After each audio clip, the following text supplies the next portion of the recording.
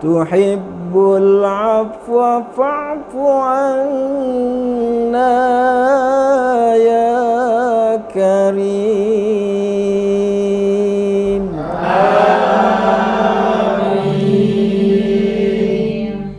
Nashhadu an la ilaha illallah wa nastaghfirullah, nas'aluka ridhaka wal jannah wa na'udzubika min sakhatika wan nar. Asyhadu an la ilaha illallah wa nastaghfirullah, nas'aluka ridhaka wal jannah wa na'udzubika min sakhatika wan nar. Nashhadu an la ilaha illallah wa nastaghfirullah, nas'aluka ridhaka wal jannah wa na'udzubika min sakhatika wan nar. Allahumma innaka afuwun karim, tuhibbul afwa fa'fu anna ya karim. Amin. Allahumma innaka afuwun karim, tuhibbul afwa fa'fu anna ya karim. Amin. Allahumma innaka afuwun karim,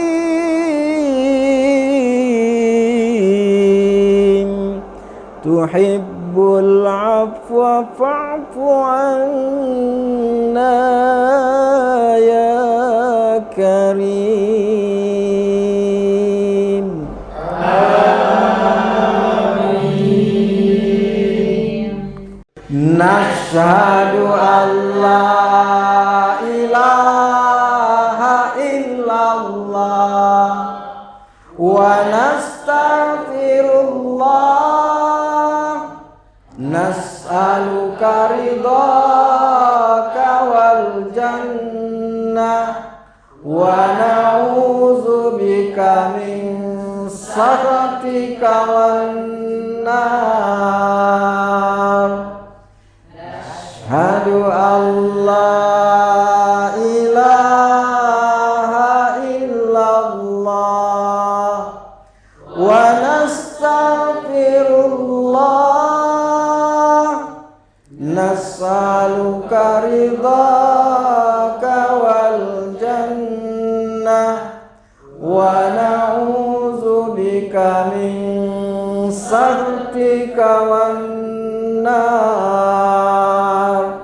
Nashhadu an la ilaha illallah wa nastaghfirullah, nas'aluka ridhaka wal jannah wa na'udzubika min sakhatika wan nar. Allahumma innaka afuwun karim, tuhibbul tuhibbul afwa fa'fu anna ya karim. Allahumma innaka afuwun karim tuhibbul afwa fa'fu anna ya karim. Amin. Allahumma innaka afuwun karim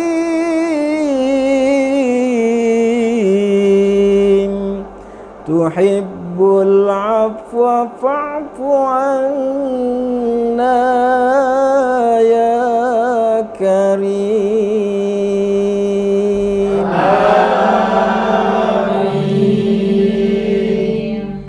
Nashhadu an la ilaha illallah wa nastaghfirullah nas'aluka ridhaka wal jannah wa na'udzubika min sakhatika wan nar.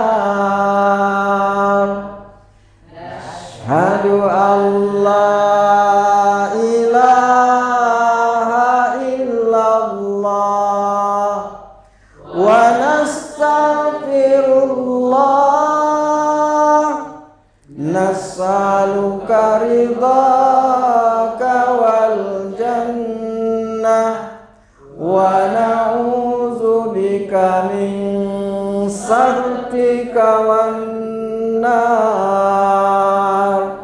Nashhadu an la ilaha illallah wa nastaghfirullah nas'aluka ridhaka wal jannah wa na'udzubika min sakhatika wan nar. Allahumma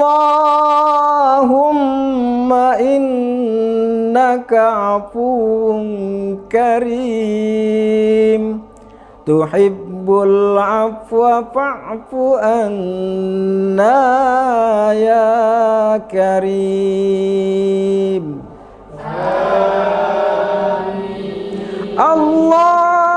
Allahumma innaka afuwun karim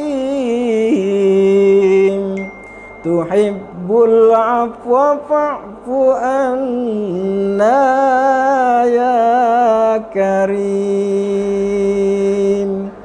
Amin. Allahumma innaka afuwun karim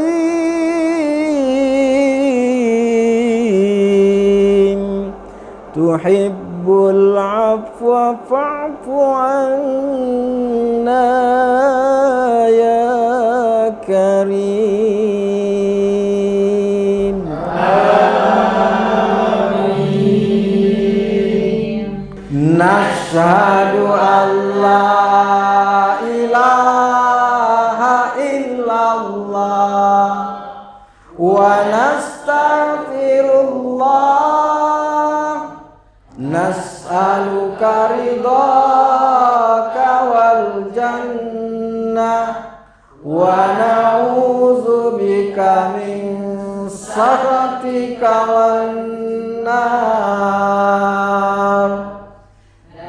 Asyhadu an la ilaha illallah wa nastaghfirullah nas'aluka ridhaka wal jannah wa na'udzubika min saktika wan nar. Nashhadu an la ilaha illallah wa nastaghfirullah. Nas'aluka ridhaka wal jannah wa na'udzubika min saktika wan nar. Allahumma innaka afuwun karim tuhibbul afwa fa'fu anna ya karim. Allahumma innaka afuwun karim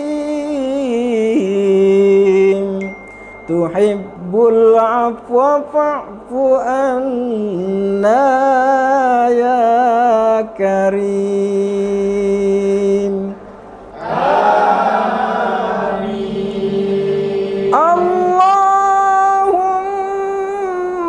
innaka afuwun karim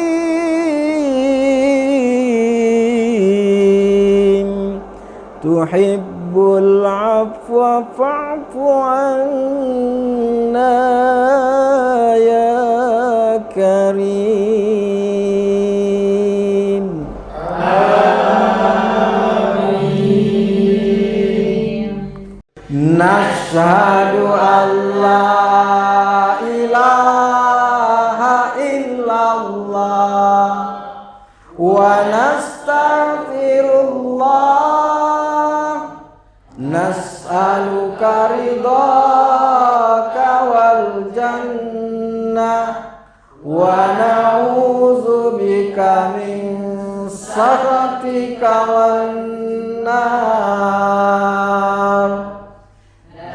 Nashhadu an la ilaha illallah wa nastaghfirullah.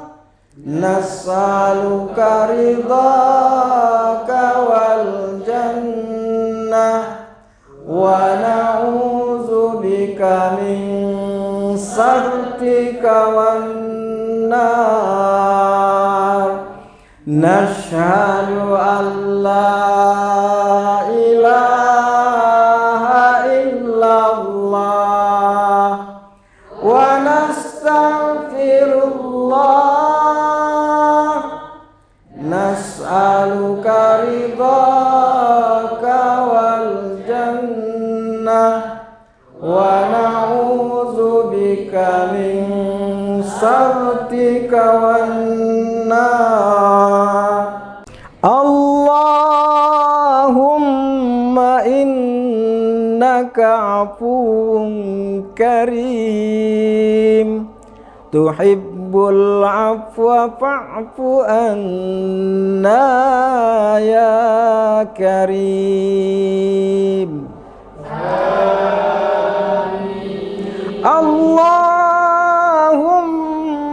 innaka afuwun karim tuhibbul afwa fa'fu anna ya karim. Amin. Allahumma innaka afuwun karim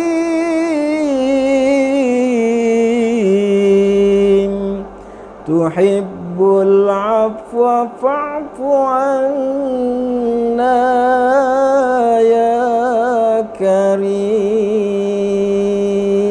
Amin. Nashhadu an la ilaha illallah wa nas'aluka ridhaka wal jannah wa na'udzubika min sakhatika wan nar. Asyhadu an la ilaha illallah wa nastaghfirullah nas'aluka ridhaka wal jannah wa na'udzubika min sakhatika wan nar.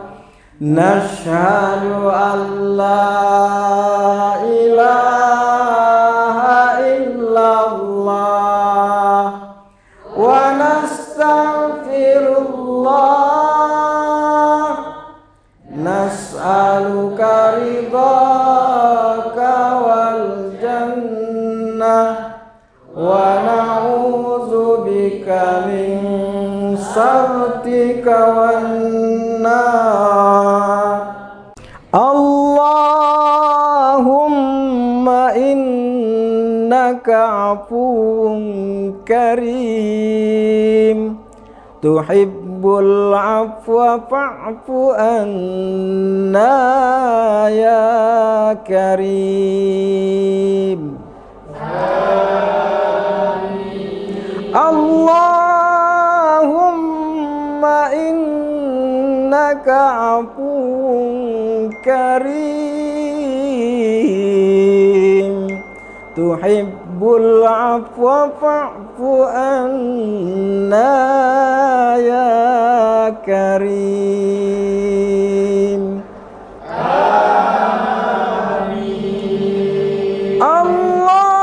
Allahumma innaka afuwun karim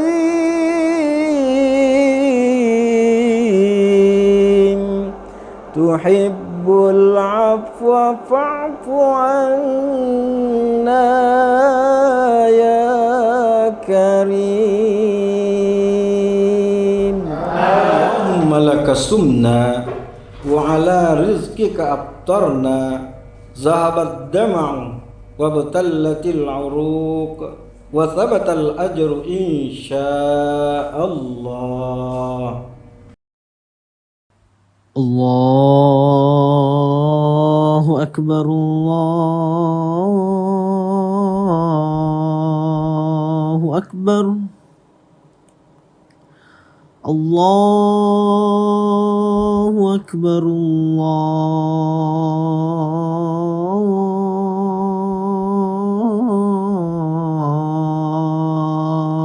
Allahu akbar.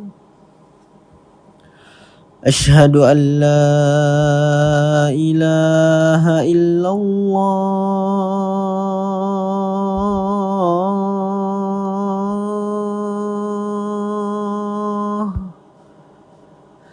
Ashhadu an la ilaha illallah.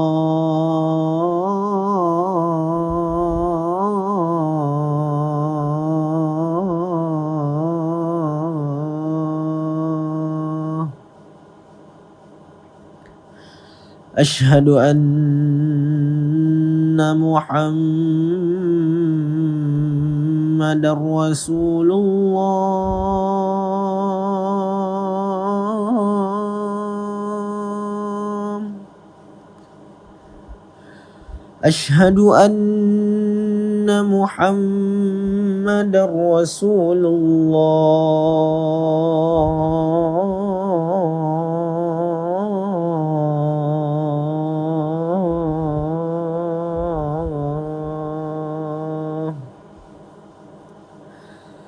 Hayya 'alas salah.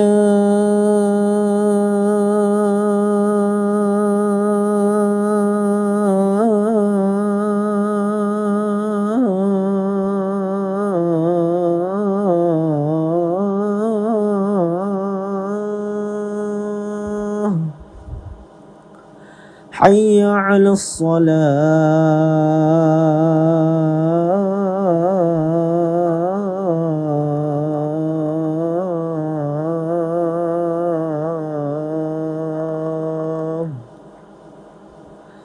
حي على الفلاح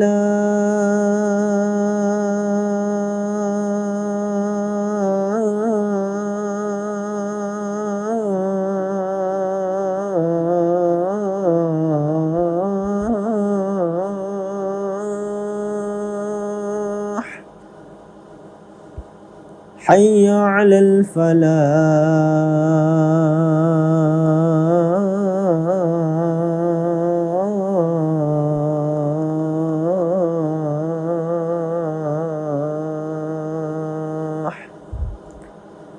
الله أكبر الله أكبر لا إله إلا الله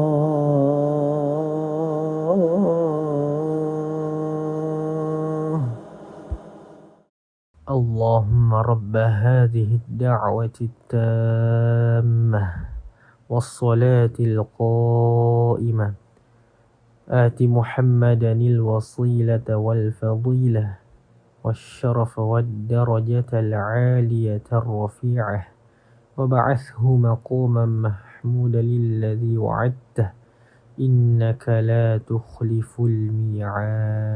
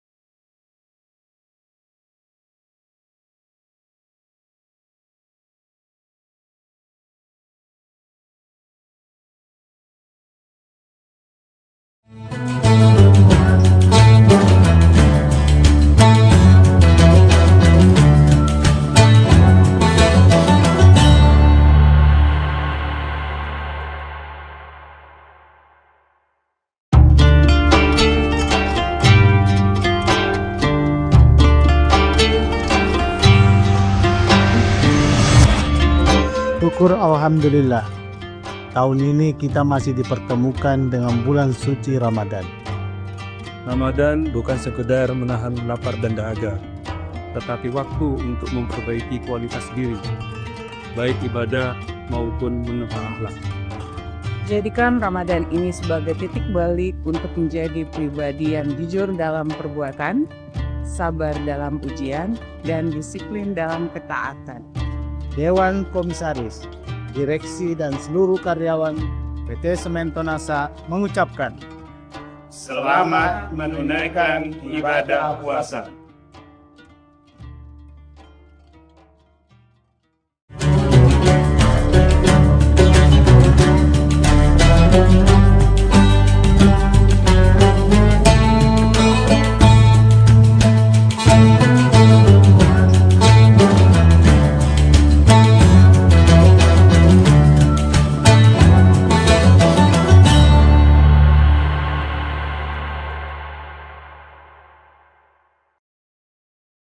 Assalamualaikum warahmatullahi wabarakatuh. Tribuners, bagaimana kabar Anda pada puasa hari ini? Semoga semuanya dalam keadaan sehat walafiat dan juga masih terus konsisten dan istiqomah dalam beribadah. Nah, Tribuners, alhamdulillah hari ini saya Ilu dapat kembali menyapa Tribuners kali ini dalam program Syiar Ramadan yang setiap harinya selama bulan suci Ramadan akan menghadirkan tema-tema yang menarik untuk kita perbincangkan bersama dalam menantikan waktu berbuka puasa. Dan tema kita pada hari ini merupakan cerdas beramal di era modern, dan tema ini akan kita bahas bersama dengan Bapak Ustadz Kiai Haji Sabarudin LC yang sudah hadir bersama kita di studio pada hari ini. Assalamualaikum Pak Ustadz. Waalaikumsalam warahmatullahi wabarakatuh. Baik, kabarnya seperti apa Alhamdulillah. Pak? Alhamdulillah baik dan juga tentunya masih istiqomah. Baik, nah kemudian tema kita merupakan cerdas beramal di era modern. Nah, kita tahu bahwa untuk beramal mungkin di era sekarang ini Pak ada banyak caranya. Namun bagaimana kemudian kita untuk melakukan amal itu atau mendapatkan amal itu dengan tata cara yang benar sesuai dengan mungkin teknologi ataupun juga era modern yang kita jalani saat ini. Silakan. Bismillahirrahmanirrahim. Hamdan wa syukranillah, salatan wa salaman ala rasulillah, amma ba'd. Allah subhanahu wa ta'ala berfirman, wa ma khalaqatul jinna wal insa illa liya'budun. Tidaklah kuciptakan jin dan manusia kecuali untuk menyembah kepada Allah, untuk beribadah kepada Allah. Tentu ketika terdengar nama seorang raja, Raja Salman, atau jika seandainya Tribuners ya ditakdirkan oleh Allah menjadi Raja Salman, kira-kira apa yang terlintas di pikiran kita? Maka yang terlintas di pikiran kita adalah kekayaan yang mungkin tidak habis dengan 7 turunan.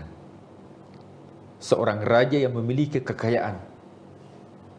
Akan tetapi tahukah kita bahwa ternyata Raja Salman ini itu termasuk tipe manusia yang cerdas beramal.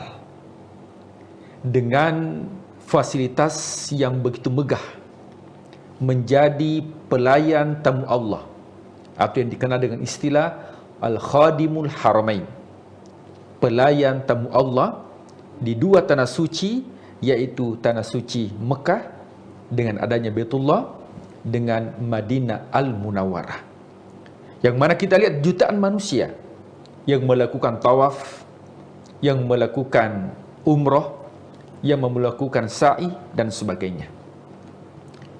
Betapa besar pahala yang didapatkan hanya dengan membuat dan memfasilitasi umat manusia untuk melakukan ibadah kepada Allah. Akan tetapi pahala yang didapatkan tentu cukup sangat besar dengan fasilitas ibadah yang telah dibangun.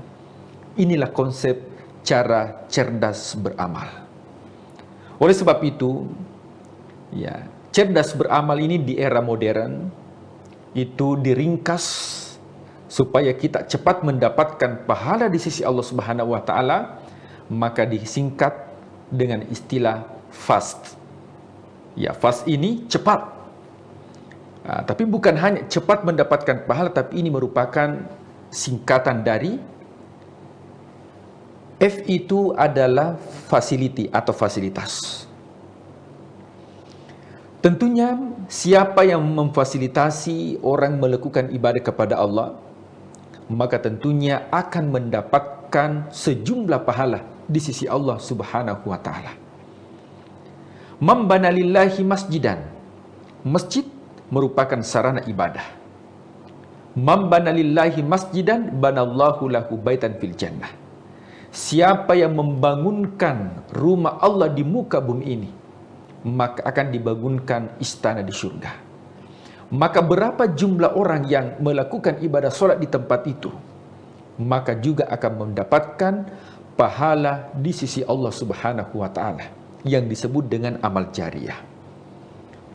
Dalam sebuah hadis Rasulullah SAW bersabda, "Idza mata bna Adam inqata amaluhu." Jikalau manusia meninggal dunia, maka terputuslah amalnya. Akan tetapi Rasul tidak mengatakan terputus pahalanya. Memang amal sudah tidak bisa dilakukan karena orangnya sudah meninggal dunia. Akan tetapi kiriman pahala, transferan pahala akan didapatkan. Maka tidak ditemukan ayat ataupun hadis yang mengatakan terputus pahalanya. Yang ada adalah terputus amalnya. Ada 3 golongan disampaikan Rasulullah SAW. Yang pertama, sedekatun jariyah, yaitu sedekah jariyah. Sedekah jariyah ini artinya ada investasi yang kita lakukan, ada sesuatu yang kita lakukan, ada sesuatu yang kita bangun yang mana dimanfaatkan oleh orang banyak. Selama itu dimanfaatkan dalam kebaikan, maka selama itu pula kita akan mendapatkan pahala. Dan inilah cara cerdas dalam beramal. Digambarkan oleh Rasulullah SAW, siapa yang membuat sumur. Ya, sumur ini merupakan ilustrasi. Mungkin saat sekarang ini itu bukan sumur, tapi ada ya perusahaan khusus yang mana mengalirkan air di rumah-rumah kita. Maka itu juga bagian dari ladang amal. Bahkan dalam hadis Rasulullah SAW, man barang siapa yaghrisu gharsan, siapa yang menanam pohon, kemudian pohon ini berbuah, burung memakan buah tersebut kecuali baginya mendapatkan sedekah. Hewan saja yang memakan pohon tersebut, buah dari pohon tersebut, bagian dari sedekah. Bagaimana jikalau ada sesuatu yang kita lakukan yang memberikan manfaat bagi orang banyak? Jalanan yang kita bangun, yang kita fasilitasi, jembatan yang kita bangun, yang kita donasikan, selama itu dalam kebenaran dan kebaikan dan digunakan dalam kebaikan, maka itu akan menjadi amal jariyah. Al-Quran, mungkin kita tidak baca Al-Quran, akan tetapi kita mendonasikan Al-Quran, kemudian Al-Quran itu selama dibaca, maka selama itu pula akan mengalir pahalanya di sisi Allah Subhanahu wa ta'ala. Maka yang pertama adalah F adalah facility. Kalau kita lihat sekarang betapa banyak rumah-rumah Al-Quran, rumah-rumah tahfiz, yang boleh jadi pemilik rumah tersebut bukan ahli Al-Quran, bukan hafiz Al-Quran, akan tetapi memfasilitasi untuk dihafalkan Al-Quran, maka akan mendapatkan pahala sejumlah orang yang membaca atau menghafalkan Al-Quran. Yang kedua adalah A, fast, F, facility, A, ajarkan atau ajak. Maka ilmu yang kita ajarkan dalam disiplin ilmu apapun, selama kita ajarkan ilmu yang kita miliki, maka selama ilmu itu diamalkan dan difungsikan dalam kebaikan, maka insya Allah maka ilmu itu akan menjadi amal jariyah. Di hadis Rasulullah SAW mengatakan, au ilmun yuntafa'u bihi, atau ilmu yang bermanfaat dalam disiplin ilmu dan bidang apapun. Mungkin yang konten kreator mengajarkan ilmu, kemudian ilmu itu bisa diterapkan dalam kebaikan, maka selama diterapkan dalam kebaikan, maka itu akan menjadi amal jariyah. Kemudian yang ketiga, fas, S, itu adalah bagaimana menjadikan sarana ini dalam koridor kebaikan. Jadi termasuk juga ya menyiapkan kadar. Jadi S itu siapkan kadar. Makanya pada zaman Rasulullah SAW, sebelum meninggal Rasulullah, itu sudah disiapkan yang dinamakan dengan khalifah. Setelah selesai khalifah, itu disiapkan ulama. Jadi setiap orang ada masanya, dan setiap masa ada orangnya. Oleh sebab itu, ketika kita tidak menyiapkan kader terbaik untuk melanjutkan, maka sesungguhnya bisa terputus amal kebaikan. Makanya jangan takut. Terkadang ada orang takut, wah nanti jabatan saya ya diduduki oleh orang lain. Orang yang seperti ini adalah orang yang tidak menyiapkan baginya amal jariah. Justru dalam jabatan, pasti setiap posisi akan ada masanya. Kalau bukan kita yang tinggalkan, kita yang ditinggalkan. Nah, kalau kita meninggalkan dan kita sudah menyiapkan yang namanya kader, kita mempersiapkan dan melanjutkan kebaikan-kebaikan yang sudah kita tanam, maka sesungguhnya meskipun kita di usia pensiun, sudah meninggalkan tempat kerja, akan tetapi kebaikan-kebaikan yang kita tanam itu dilanjutkan, maka itu bagian daripada amal jariah dan itu cerdas beramal di orang modern. Yang terakhir, yang disebut dengan teknologi. Manfaatkan teknologi. Sama sekarang ini secara konvensional itu dibatasi oleh ruang dan waktu. Akan tetapi dengan dunia digital, mungkin ketika Pak Ustaz ceramah langsung di jamaah, mungkin yang mendengarkan hanya 10, 20, sampai 50 jamaah. Tapi ketika itu dikontenkan di dunia digital, barangkali satu kali ceramah itu bisa disaksikan ribuan bahkan jutaan. Itulah cara cerdas beramal di era digital. Pemirsa Tribuners yang dimuliakan Allah Subhanahu wa Ta'ala, amal kebaikan yang kita lakukan seyogyanya bukan hanya manfaatnya di dunia, akan tetapi juga manfaat di akhirat dan bisa dikenang sebagai kebaikan di dunia maupun kebaikan di akhirat. Bukankah ketika kita berdoa, kita minta kepada Allah, Rabbana atina fid dunya hasanah, minta bahagia dunia, wa fil akhirati hasanah wa qina adzabannar, dan minta bahagia akhirat dan terbebas dari api neraka. Coba kita lihat waktu yang diberikan oleh Allah 24 jam. 24 jam bagi 3 itu 8 jam. Berarti jam kerja 8 jam. Kalau ada yang melewati 8 jam biasanya lembur. Ketika kita bekerja 8 jam, insya Allah yang kita minta di dunia, bahagia dunia, insya Allah kita akan dapatkan. Tapi yang menjadi permasalahan adalah bagaimana untuk mendapatkan 2/3 di akhirat. Sementara sholat yang dilakukan, ibadah yang dilakukan dari 24 jam, kemungkinan besar itu hanya 1 jam. Artinya hanya 10% yang kita investasikan untuk 2/3 di akhirat. Maka bagaimana caranya supaya 10% ini kita tingkatkan menjadi 64% atau 2/3 di akhirat, yang kita minta bahagia akhirat dan terbebas dari api neraka? Maka konsepnya adalah bagaimana kerja ibadah. Makanya inti daripada ibadah itu hanya 2. Yang pertama, niat yang tulus kepada Allah Subhanahu wa Ta'ala, dan yang kedua, caranya yang tepat. Karena meskipun kita tulus, akan tetapi kalau caranya tidak tepat, maka belum termasuk kategori amal cerdas atau amal yang baik. Ini ada sebuah cerita. Ada seorang pemuda, yang mana pemuda ini bertemu dengan seorang nenek. Ketika bertemu dengan seorang nenek, terus dia tarik tangannya, karena dia lihat sepertinya nenek ini mau menyeberang di seberang jalan. Dia tarik tangannya dengan kencang, tapi ketika sampai di seberang jalan, justru pemuda ini ditegur dan dipukul sama si nenek tersebut. Pemuda mengatakan, wahai sang nenek, kenapa tidak berterima kasih? Justru harus berterima kasih. Saya berusaha untuk menyeberang di seberang jalan. Justru nenek itu mengatakan, sesungguhnya engkau salah anak muda. Dari tadi itu sebenarnya saya sudah menyeberang. Kenapa engkau kasih seberang saya lagi? Artinya niatnya tulus, tapi caranya yang tidak tepat. Oleh sebab itu, mari di era modern ini kita maksimalkan beramal. Karena fisik kita terbatas, akan tetapi jangan sampai amal kita terbatas. Jangan sampai pahala kita terbatas. Boleh jadi kita hanya duduk di rumah, akan tetapi pahala itu mengalir seperti halnya orang yang berinvestasi. Dan kita dianjurkan untuk berinvestasi dalam kebaikan dengan konsep fast. Apa itu fast? Yaitu dengan cepat. Yang pertama, fasilitas yang kita fasilitasi dalam kebaikan.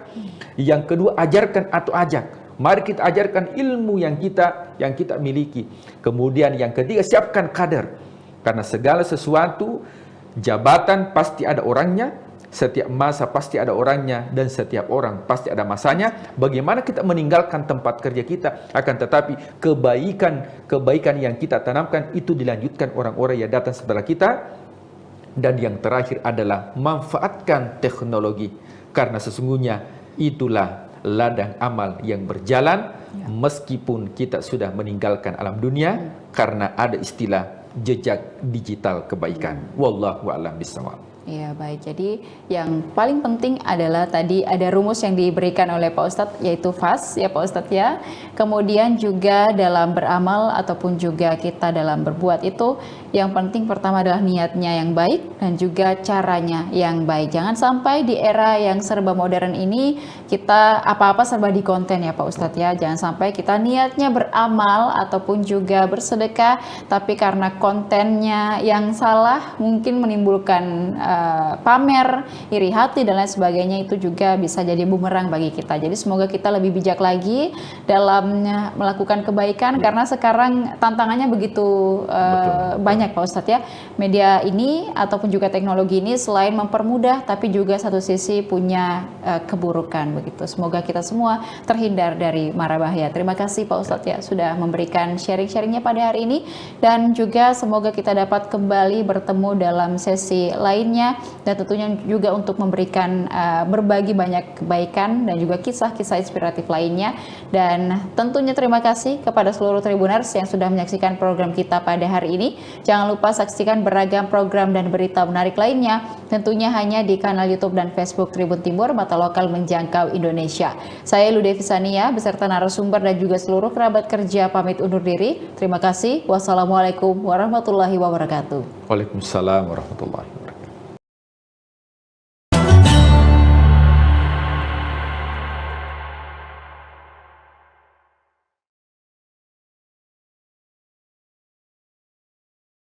Komitmen kita untuk berdakwah ini, niat kita itu diawali untuk menolong agama Allah.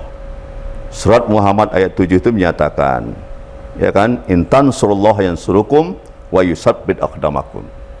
Tolonglah, belalah agama Allah ini, Allah akan membela kamu dan akan mengokohkan kedudukanku. Saya merasakan itu. Pertolongan Allah terhadap kesulitan-kesulitan yang saya hadapi itu terjadi ketika saya kuliah. Rasa-rasanya tidak mungkin saya bisa kuliah di Yogyakarta, tapi Allah menolong saya. Saya dapat beasiswa. Beasiswa di Jogja 5,5 tahun saya tidak bayar uang kuliah, bahkan saya tinggal di tempat sekjen, ya, di mas sekjen, ya. Itu pertolongan Allah. Yakinlah kalau Allah sudah menolong kita, segala hambatan, tantangan, rintangan, kesulitan yang kita hadapi itu akan dapat kita atasi.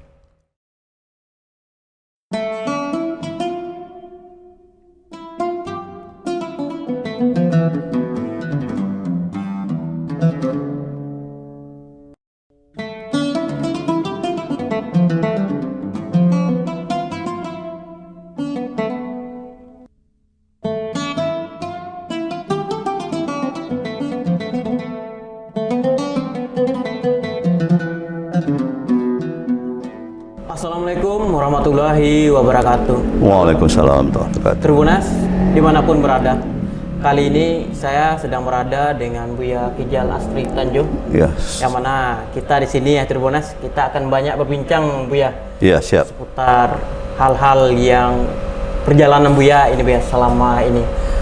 Selama ini orang tahu ya Buya Kijal ini adalah putra daerah Pasaman nih. Ya, Air Bangis Pasaman Barat. Air Bangis Pasaman Barat itu. Ya. Jadi kita nanti akan mengupas-ngupas semuanya Buya. Buya sendiri adalah salah satu tokoh Muhammadiyah Sumbar Buya. Ya. Dan juga ketua harian Masjid Taqwa Muhammadiyah Sumatera Barat. Dan Tribuners, kita ketahui Masjid Taqwa Muhammadiyah ini sendiri berada di kawasan sekitar Pasaraya Kota Padang ya, mana kawasan ini adalah kawasan padat penduduk, juga kawasan perputaran ekonomi paling tinggi ya di Kota Padang, Bu ya. Betul sekali. Jadi di sini kita sedikit banyak akan mengulas seputar Bu ya. Bu ya nanti bisa perkenalkan dulu Bu ya kepada Tribuners profil Bu ya dari ini Bu ya. Ya, terima kasih. Assalamualaikum warahmatullahi wabarakatuh. Saya Ki Jalal Atri Tanjung, ya, Ketua Masjid Taqwa ya Muhammadiyah Provinsi Sumatera Barat, dan juga Wakil Ketua Pimpinan Wilayah Muhammadiyah Provinsi Sumatera Barat, dan juga Ketua Badan Pembina Pondok Pesantren Al Kausar Sari Lama 50 Kota, dan juga Wakil Ketua Pengurus Dewan Harian Daerah BPK 45 Provinsi Sumatera Barat. Untuk itu Bu ya, salah satu advokat senior juga ya Bu ya? Ya, saya juga advokat senior dan juga wakil ketua Perkumpulan Advokat Indonesia Peradin Provinsi Sumatera Barat. Provinsi Sumatera Barat Bu ya. Ya. Dan juga itu Bu ya, mantan akademisi. Iya, dosen, saya mantan dosen, mantan guru juga. Itu kampus mana aja Bu ya mengajar Bu ya? Saya lebih banyak di Taman Siswa ya, di Taman Siswa, dan juga pernah di SMK Muhammadiyah, dan juga mengajar di SMK Pertanian di Luar Menturun. Luar Menturun ya Bu? Ya, negeri ya. Ya. Tribuners, tadi kita sudah banyak sekali ya mengenal sosok Buya Kijal Astri Tanjung ini sendiri. Jadi kita akan bertanya-tanya kepada Buya, awal mula Buya berdakwah Buya sampai Buya sebagai ketua harian di Masjid Taqwa Muhammadiyah ini Buya. Itu boleh diceritakan Buya? Ya, saya sebenarnya berdakwah ini mulai dilatih ya. Itu sebenarnya sejak mulai SD di sekolah, dan saya sudah ikut lomba pidato ya, tingkat SD dan juga tingkat SMP. Kemudian di SMA saya juga kebetulan waktu itu ketua OSIS, ikut juga lomba pidato antar sekolah ya, SMA negeri swasta dan juga madrasah aliyah negeri dan swasta di Masjid Raya Kampung Jawa Dalam ini. Jadi saya mewakili sekolah saya waktu itu, SMA Taman Siswa Padang, untuk ikut lomba pidato. Nah, yang sangat mengesan sekali ketika saya pulang kampung, baru kelas 2 SMA saya diminta untuk menjadi khatib.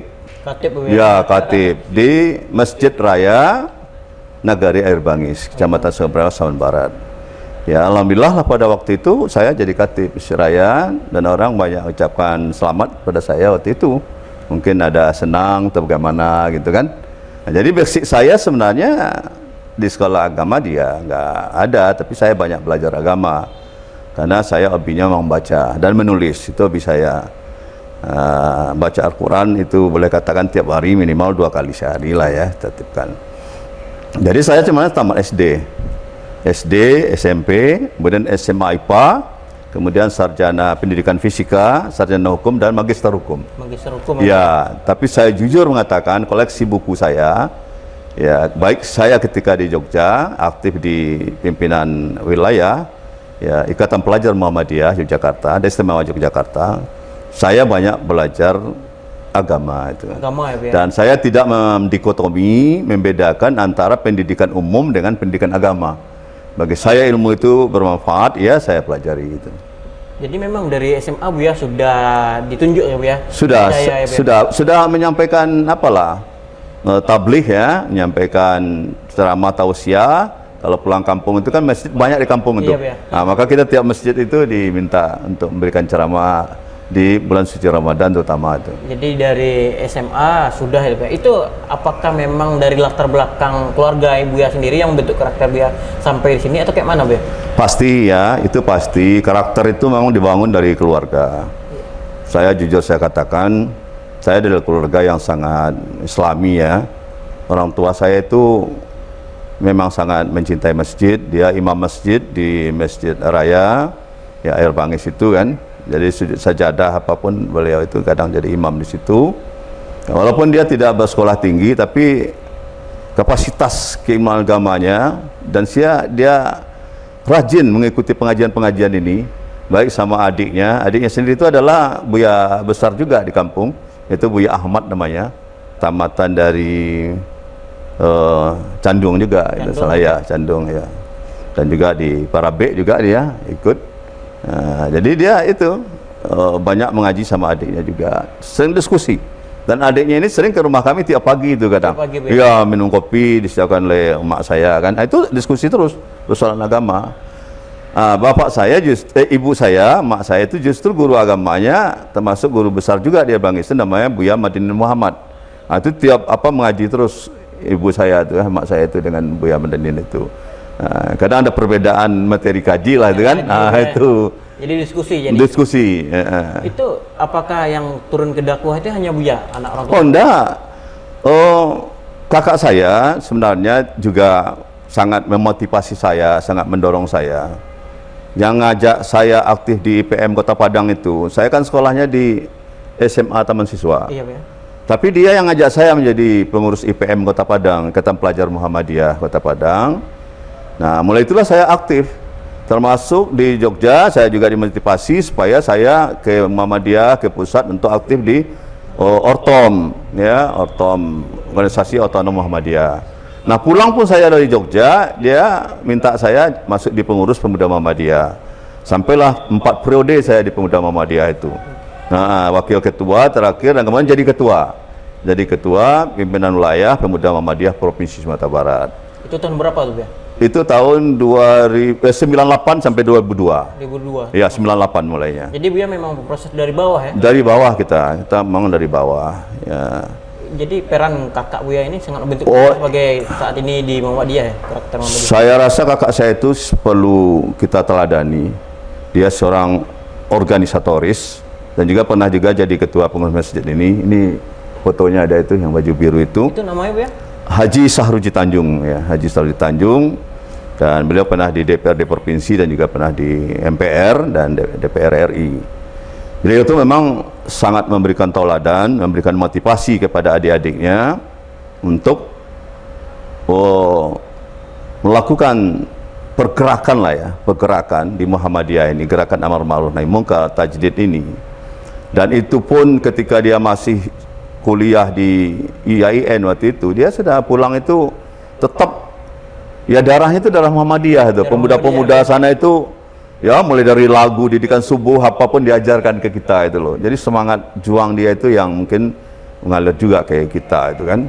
Nah, jiwa keorganisasiannya itu. Termasuk adik saya yang putri tamat PGA di Gunung Pengilun kan. Nah, itu juga dakwah terus dia itu di Asia. Kakak saya juga, kakak saya yang di atas saya betul, itu pengurus Asia. Iya, pengurus Asia di kampung itu kan. Jadi artinya Buya berapa saudara? Jadi saya sebenarnya 6 bersaudara. Tinggal 5, yang tua kakak saya itu baru meninggal kemarin, dah meninggal dia. Jadi tinggal 2, kakak saya laki-laki 1 lagi jadi datuk di sana, jadi datuk suku Tanjung, Datuk Raja Ahmad ya. Saya dulu ditawari juga jadi datuk udah berapa kali, tapi saya karena berada di Padang, saya nggak mau, karena prinsip saya gini, untuk apa kita memangku sebuah jabatan kalau kita tidak melakukan ya tugas-tugas dan tanggung jawab yang diberikan. Amanah itu kan diminta pertanggungjawabannya. Jadi memang banyak perjalanan Buya. Buya ini sendiri dikenal orang sebagai mubalik nih Buya. Di balik mubalik nih, bagi apa Buya dikenal masyarakat luas nih Buya? Ya mungkin orang pernah kenal saya juga di partai politik ya. Karena bagaimanapun saya cukup pendiri, inisiator PAN Sumatera Barat salah seorang, dan juga pernah jadi wakil ketua 2 periode dan juga pernah jadi ketua ya, DPW PAN Sumatera Barat gitu kan. Jadi artinya Buya aktif juga di politik ya? Oh, saya aktif, pernah calon wakil gubernur juga saya. Pernah ya waktu pemilihan langsung ya. Itu tahun berapa? Bukan waktu pemilihan perwakilan dewan ya. Itu tahun berapa tuh? Itu tahun 2002 kalau tidak salah. Ya. Jadi inisiator pendirian DPW PAN Sumbar ini Buya salah satunya? Ya, saya masuk salah seorang ya. Jadi sempat jadi wakil dan jadi ketua puncak? Iya, pernah jadi ketua DPW PAN Sumatera Barat. Betul. Ya? Betul. Ya di Tribunnews kita tahu ya Buya ini di selain membalik di belakangnya juga aktif sebagai politikus. Nah, begitu juga ketika di mahasiswa ya. Saya di samping IPM DIY itu, saya aktif di kampus. Saya ketua Badan Perwakilan Mahasiswa Fakultas Keguruan Ilmu Pendidikan. Dan mahasiswa kita pada waktu itu sana sangat banyak sekali ya. Jumlahnya puluhan ribu kan. Nah, saya juga sebagai anggota resimen mahasiswa Mahakarta. Tahun 83 saya jadi anggota resimen di bawah Gombong. 4 juga jalan kaki saya dari Gombong ke Jogja 126 kilo. Pakai ransel, pakai senjata jeren lah kan. Karir saya di resimen itu mulai dari staf 7 ya Libang, kemudian staf 4 Umas, dan kemudian staf 2 operasional, dan kemudian wakil komandan batalion, dan juga terakhir saya jadi komandan batalion. Ya, batalion membawahi 14 perguruan tinggi swasta di daerah istimewa Yogyakarta. Sempat latihan tembak mahir saya di Bandung tahun 83, dan juga latihan tembak mahir di Magelang. Jadi prepared tembak mahir saya itu ada senjata genggam, ada senjata laras panjang itu loh. Itu. Buya, ini tadi Buya sudah menyampaikan juga latar belakang keluarga Buya ya, yang bentuk Buya. Untuk yang memutuskan Buya berdakwah ini sendiri, apakah arahan dari orang tua atau niat hati Buya sendiri, Buya? Sebenarnya janji saya sih sama orang tua saya jujur saya katakan. Kalau ditanya soal ini saya agak apa ya? Iya, sebenarnya orang tua saya itu dia menginginkan saya untuk masuk sekolah agama sih. Agama, ya. Karena semua anak-anaknya sekolah agama. Tapi saya waktu itu memilih untuk masuk SMP. Dan orang tua saya mengatakan, nggak usah aja lah sekolah daripada masuk SMP. Begitu katanya. Karena waktu itu kan kita celana pendek kan, iya, SMP celana pendek. Untunglah kakak saya ini meyakinkan orang tua saya. Sebenarnya apa yang terselip di dalam orang tua kita tuh menyuruh kita sekolah agama? Dia sampaikan ke kakak saya ingin Jal Atri itu nanti sama dengan kakaknya, bisa berdakwah, menyampaikan ya salah agama Islam ya. Nah, kalau SMP apa pelajarannya dengan? Nah, waktu itulah saya dipanggil oleh kakak saya. Sebenarnya diinginkan bapak, kamu ini seperti ini. Ya kalau gitu nggak apa-apa, saya berjanji. Beri kesempatan saya sekolah SMP, saya akan belajar agama. Iya, insya Allah nanti di SMA saya sudah bisa melaksanakan itu. Itu janji saya. Janji, ya. Maka ketika pulang kampung, saya diberi kesempatan khutbah Masjid Raya itu, orang tua saya sangat senang sekali itu. Senang, ya. Oh, senangnya luar biasa. Jadi, terobat itu kan. Sejak remaja ya sudah itu, ya. Iya, sudah. Kita sangat aktif. Waktu tinggal di Bero, saya juga pengurus wirid remaja. Ya, di Masjid Bero ya. Ya, Syariatul Ihsan Bero. Ya, saya pengurus di situ karena tinggal dekat situ saya. Atau sekolah SMA itu. Jadi Buya memang tidak ada latar belakang pesantren? Saya tidak ada latar belakang pesantren, tapi saya jujur, saya hampir tiap hari itu belajar agama. Dari buku-buku? Dari buku-buku, dari Al-Quran. Saya tiap hari tidak pernah tidak baca Al-Quran itu. Insya Allah. Buya, tadi Buya sempat menyinggung peran kakak ya, dan orang tua dan keluarga ya. Iya. Yang bentuk pribadi spiritual Buya memang keluarga itu, Buya? Iya, keluarga.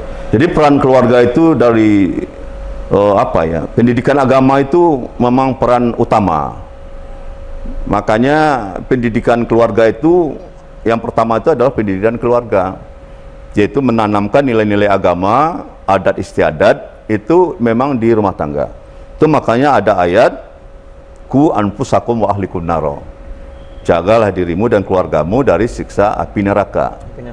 Nah, kalau bicara tentang api neraka tentu bicara tentang agama. Agama ya. Ya, nah itu. Jadi tidak ada pada mata pelajaran umum itu bicara soal neraka itu kan. Nah, tidak ada di fisika, tidak ada juga di kimia, tidak ada juga apa kan. Nah, makanya agama. Jadi basic keluarga itu sangat penting, menanamkan nilai agama. Kalau nanti orang tua hanya menyerahkan pendidikan agama anaknya pada sekolah saja, saya rasa rugilah orang tua itu kan, nanti tidak memadai ilmu agama anaknya itu. Jadi sangat panjang juga perjalanan Buya ya. Dalam hal itu Buya, selain itu dalam hal berdakwah ini sendiri, hal yang sangat sulit bagi Buya di awal berdakwah seperti apa, Buya? Sebenarnya saya kesulitan di dakwah itu ada sedikit saja, makanya saya banyak mempelajari bahasa Al-Quran itu. Kalau untuk wawasan keilmuan, insya Allah saya bisa ya, karena basic saya di samping eksak ya, dan juga sosial, hukum kan, pendidikan juga saya kan. Nah, jadi inilah saya akan lebih mendalami pendidikan agama ini dari segi bahasanya. Nah, karena di Sumatera Barat ini kan bahasa Syar'i itu kan bahasa Arab. Dan kalau kita bicara nanti persoalan nilai-nilai ke Minangkabauan, tentu bahasa Minang ada istiadat. Nah, kita kan sudah ditakdirkan ini menjadi bangsa, ya, suku bangsa Minangkabau. Sumatera Barat ini suku bangsa kan cuma dua, suku bangsa Minangkabau dan suku bangsa Mentawai. Nah, selaku suku bangsa Minangkabau, kita memiliki sebuah filosofi adat Basandi Syarak, Syarak Basandi Kitabullah. Dan filosofi ini sudah diakui secara regulasi kebijakan, yaitu di dalam Undang-Undang Nomor 17 Tahun 1922. Pada pasal 5C itu sangat dijelas di situ, keistimewaan Sumatera Barat itu memiliki filosofi adat Basandi Syarak, Syarak Basandi Kitabullah. Itu. Buya, ini sedikit lagi nih yang juga menyinggung. Yang hal yang sangat merubah Buya, membentuk karakter Buya seperti ini, seperti apa Buya? Mungkin bisa dijelaskan kepada Tribuners Buya. Saya karakter kepribadian saya ini sebenarnya dibentuk oleh keluarga saya sendiri. Orang tua saya itu orang yang sangat sangat jujur, sangat disiplin, kerja keras. Dia seorang petani cuma, tapi ibadah ini betul dia jaga betul ini. Bangun subuhnya ke masjidnya kan, pulang dia untuk membangunkan saya itu dia tidak pernah menyuruh saya sholat, tidak. Tapi dia ngaji dekat saya pulang subuh itu. Kalau juga tidak bisa saya bangun subuh itu karena mengaji beliau, jendela tempat kamar saya dibuka sendiri itu. Ini udah terang ini. Ya, begitu cara dia didiknya itu dengan cara halus. Tidak pernah dia sedikit kekerasan ngajar kita, nggak pernah. Dia dengan santun mengapakan anak-anaknya itu, termasuk mengajar mengaji juga begitu. Nyuruh kita mengaji sudah maghrib itu. Dulu kan ngaji pakai lampu togo ya. Nah itu. Saya pulang mengaji itu biar tahu Ananda ya. Saya kerja di pantai dulu di pasir itu kan. Nah, ya di air bangis itu saya kerja. Ya di pelelangan ikan itu kerja tempat mama. Ya mulai membalah ikan, mencabut isang ikan, mengasin ikan, membasuh, menjemur, kemudian kering menyusun untuk dijual ke Padang. Itu pekerjaan saya. Kelas 4 SD saya sudah bisa membeli sepeda ponding RRT itu. Kelas 4 SD. Karena saya digaji oleh mama saya itu untuk kerjaan. Kalau Buya kecil itu situasi kehidupan Buya bagaimana Buya? Apakah ya saya memang terpengaruh oleh kerja keras orang tua saya. Jatuh kecil itu waktu SD itu sampai SMP saya sudah bersawah sendiri saya. Bersawah sendiri. Dikasih oleh orang tua saya tuh, garap sama kamu tuh sawah itu. Ya. Saya menabih sendiri, saya tanam sendiri, saya panen sendiri. Kebun juga saya berkebun cengkeh sendiri saya. Cengkeh sendiri saya. Cuma pas saya mau sekolah ke Padang, cengkeh waktu itu jatuh harganya. Jatuh harganya, akhirnya saya pun tidak memikirkan itu lagi. Saya pikir sibuk dengan pendidikan aja lagi kan. Jadi kalau soal bertani, saya bersawah, saya beladang, ya, kebun durian kita, kebun rambutan kita, kebun apalah muda ya, mentimun, cabai, semua kita lakukan. Kebun jariang, bertonton itu jariang kita itu, dan juga batap ini. Wah itu puasa itu sangat laris sekali itu. Oh itu pusatnya tempat kita itu di Air Bangis. Ya itulah pekerjaan kita. Jadi kita terpengaruh dengan kerja keras orang tua itu yang membuat kita mendorong kita untuk. Nah sampai saat ini itu pula yang mendorong kita tidak berhenti bekerja itu loh. Dilihat di organisasi ini. Aktif ya. Iya. Kejar ke sana, kejar ke sini, ke sini. Kadang sudah sidang harus ke sana. Nggak pulang kita, kalau udah pergi ke rumah tuh malam aja pulangnya lagi. Iya. Jadi memang mewakafkan diri ya. Iya, seperti itu yang maksimalkan. Karena ada merasa berdosa kita punya sebuah jabatan, kita tidak melaksanakan tugas itu. Ya. Iya, itu. Buya, saat ini umur sudah 66 tahun ya, Buya? Iya, betul. Buya, dari 66 tahun ini sendiri Buya pernah merasa nggak? Secara langsung Buya merasa Allah pernah menegur dalam perjalanan Buya ini sendiri agar Buya lebih itu. Yang saya rasakan selama umur 26 ini memang kaki saya itu kurang dapat menyeimbangkan posisi badan saya itu loh. Entah karena berat badan. Kalau sakit-sakit lain salah saya nggak ada. Cuma kaki saya ini sering kesemutan. Kesemutan. Iya itu. Jadi kadang harus dipoles dulu dengan minyak atau apa menstabilkan. Nah, ada dokter menyarankan supaya saya mengurangi berat badan gitu kan. Nah, tapi kalau soal selera makan, soal semangat, itu masih kuat. Cuma kaki aja yang jadi masalah. Ya. Ya saya rasa memang kata orang penuaan itu dimulai dari kaki ya. Makanya kita terima saja, tapi tetap kita memelihara dan menjaga kesehatan kaki kita itu dengan mengobat. Kadang kita terapi itu kan kita lakukan, kadang obat minum itu kan. Nah, itu. Buya, terkait peralihan Buya dari ke Mubalik ini sendiri, apakah ada pernah orang dekat Buya atau teman-teman Buya menentang, mengarahkan Buya fokus kepada akademisi atau jenisnya? Dan kenapa juga Buya memilih Muhammadiyah sebagai wadah? Karena kita ketahui bukan hanya Muhammadiyah ya, NU juga ada dan ormas Islam lain. Ya saya memang dari awal memang di Muhammadiyah, tidak pernah organisasi lain kan. Jadinya sejak mulai kita start tuh memang di Muhammadiyah. Tentang materi dakwah saya itu memang mungkin agak komprehensif ya. Ya tidak hanya persoalan, kadang saya bicara soal akidah, kadang saya soal ibadah juga, kadang saya bicara soal pentingnya ilmu, ya, pentingnya penegakan hukum, pentingnya nilai-nilai adat istiadat dan budaya. Makanya mungkin wawasan saya seperti itu. Dan tiap hari saya menulis kalau enggak 2, 1 sehari ada tulisan saya. Ada tulisan saya. Nah, hari ini 2 nih tulisan saya, termasuk ke Prabowo kan. Tentang Baginda Aziz Khan ini, karena sudah cukup lama kan. Nah, jasa beliau sudah luar biasa itu. Nah, kalau untuk peralihan Buya ke Mubalik ini adakah yang menentang Buya? Apakah ada orang dekat Buya menyuruh fokus saja sebagai advokat atau fokus saja sebagai akademisi? Sampai sekarang belum ada orang yang melarang saya untuk berdakwah ya. Dan kalau ada orang yang melarang saya berdakwah, saya rasa dia sesat. Sesat dia kalau dia melarang saya berdakwah. Berhentilah berdakwah, tidak usahlah khotbah, tidak usahlah sebagai mubalik, kan sudah ada gawainya sebagai tenaga profesional, sebagai advokat. Advokat itu sebenarnya kita kan berdakwah juga, menegakkan hukum kan, memperjuangkan hak-hak publik. Kadang masyarakat yang tidak mampu, dia ingin memperjuangkan hak dia untuk mengontrak advokat, uang nggak ada, itu kita bantu. Saya sering membantu klien saya ya, kadang 2 juta, kadang 3 juta, pakai uang saya aja dulu itu. Iya, kalau kalah dia ya udah, saya kalau kalah ya sudah, habislah uang saya. Tapi nanti kalau dia menang ya dibalikkan uangnya gitu aja. Tapi dia puas rasa kita udah memperjuangkan hak dia itu kan. Nah, itu kadang ada advokat yang saya bina juga, heran dia kok mau meminjamkan uangnya sama klien. Ya itulah salah satu kewajiban kita di dalam penegakan hukum itu, memperjuangkan hak rakyat gitu kan. Jadi ada yang berbayar, ada yang tidak berbayar, itu biasa itu. Biasa. Iya, sama juga dengan mubalik kita ini.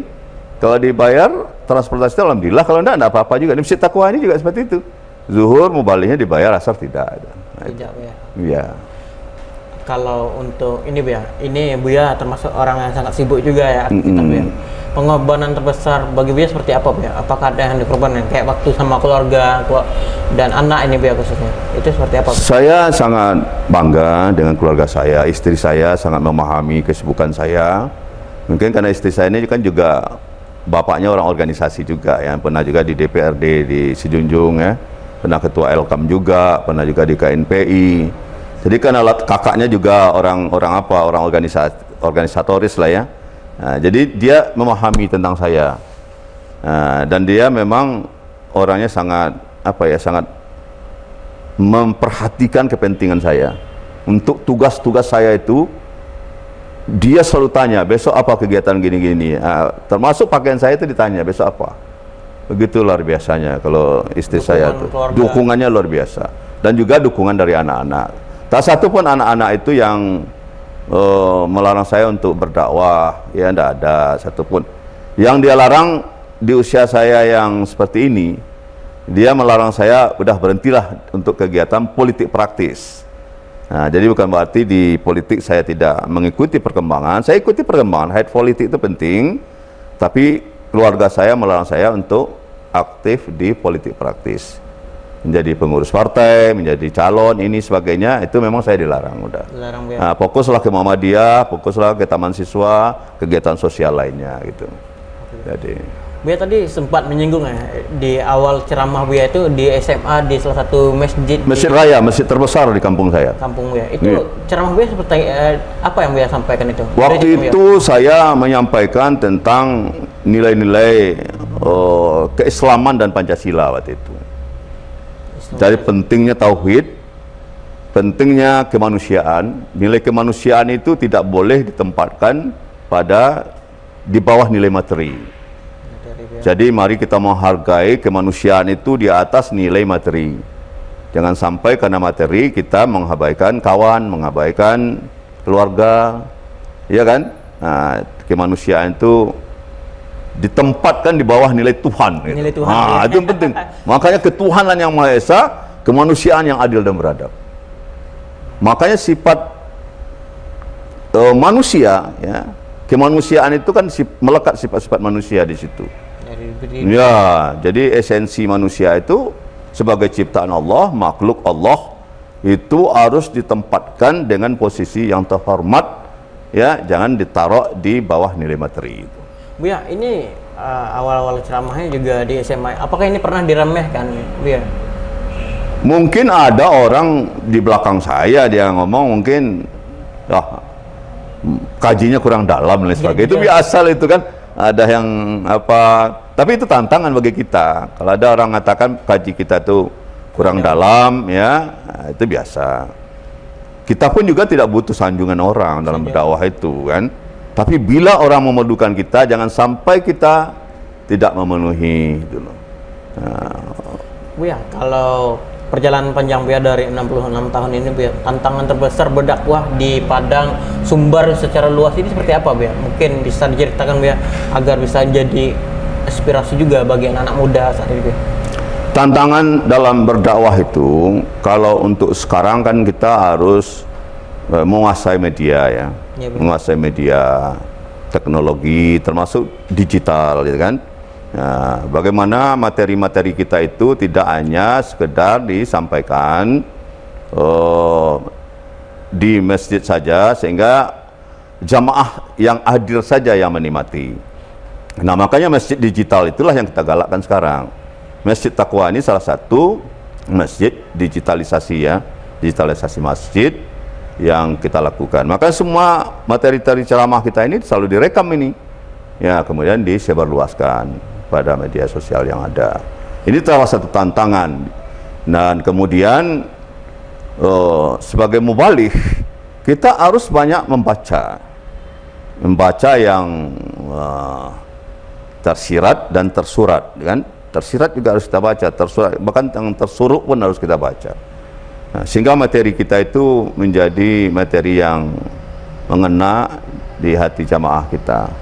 Ya, dan ceramah itu tidak perlu lama-lama sebenarnya, paling lama 20 menit cukup, tapi penting inti sari dari materi yang kita dapatkan sampai, pesan yang kita sampaikan itu nyampe.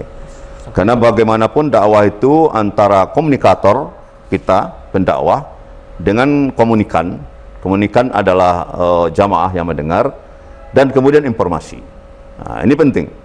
Jadi komunikator, komunikan, pesan yang disampaikan, nah, itu harus dikemas dengan baik. Kemudian media.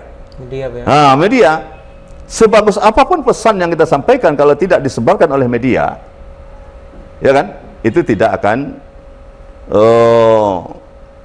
efektif, ya, efektif, dan jangkauannya itu terbatas kalau hanya didengar oleh yang adil saja. Makanya media ini penting, dakwah di media ini penting. Maka juru dakwah harus berteman dengan orang-orang media, ya, supaya bisa disebarkan materi kita itu. Nah, akhirnya nanti kita akan tahu dampak dari materi kita ini apa. Bisa diukur nanti, itu kan bisa dinilai bagaimana tanggapan orang terhadap materi kita di media, kan bisa dilihat. Iya, Bang. Nah, itu makanya.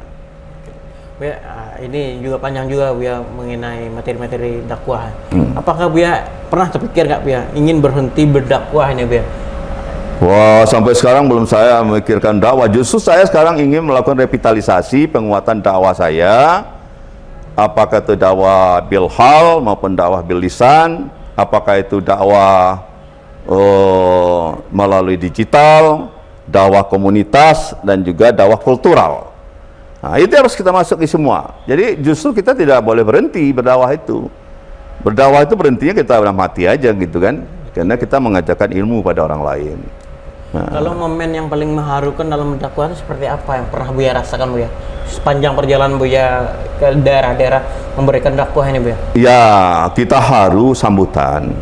sambutan dari masyarakat. Misalnya kita ada pengajian bulanan, ya bulanan Muhammadiyah di kabupaten kota itu umumnya kan ribuan juga yang hadir kan di masjid-masjid itu. Mereka itu mendengarkan materi kita itu dan juga menyerap apa yang kita sampaikan. Dan juga ada saatnya juga kita berdakwah di tempat-tempat yang sepi, tidak banyak orang, karena saya juga pernah menjadi ketua ya lembaga pengembangan cabang dan ranting Muhammadiyah. Jadi saya juga ke cabang-cabang dan ranting itu. Iya, 2,5 tahun saya berangkat sudah Jumat ini sore, nanti pulangnya Ahad malam. Ya. Bisa perjalanan itu 3 titik sampai 4 titik itu.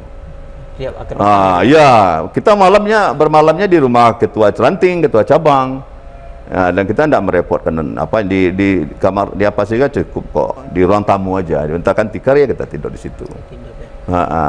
Buya, tadi Buya sempat menyinggung terkait dakwah saat ini Buya, seperti Masjid Muhammadiyah, dakwah di Pasaraya ini sudah mulai digitalisasi Buya. Ya, betul. Apakah perlu dakwah ini menyesuaikan juga Buya di tengah media sosial, gencar media sosial Buya? Itu menurut Buya seperti apa Buya? Iya, jadi kita kan fakta menunjukkan misi takwa ini kan tidak seperti dulu jemaahnya. Iya, ya. Kalau dulu jemaah itu penuh sesak sampai di lantai 3. Nah, di lantai 3 itu orang juga penuh. Nah, sekarang lantai 2 saja ya kan? Iya. Nah, makanya melalui media inilah kita sebar. Karena masjid makin bertambah juga kan? Nah, jadi jangkauan dengan media ini kan jauh lebih banyak dibanding mereka yang datang di sini.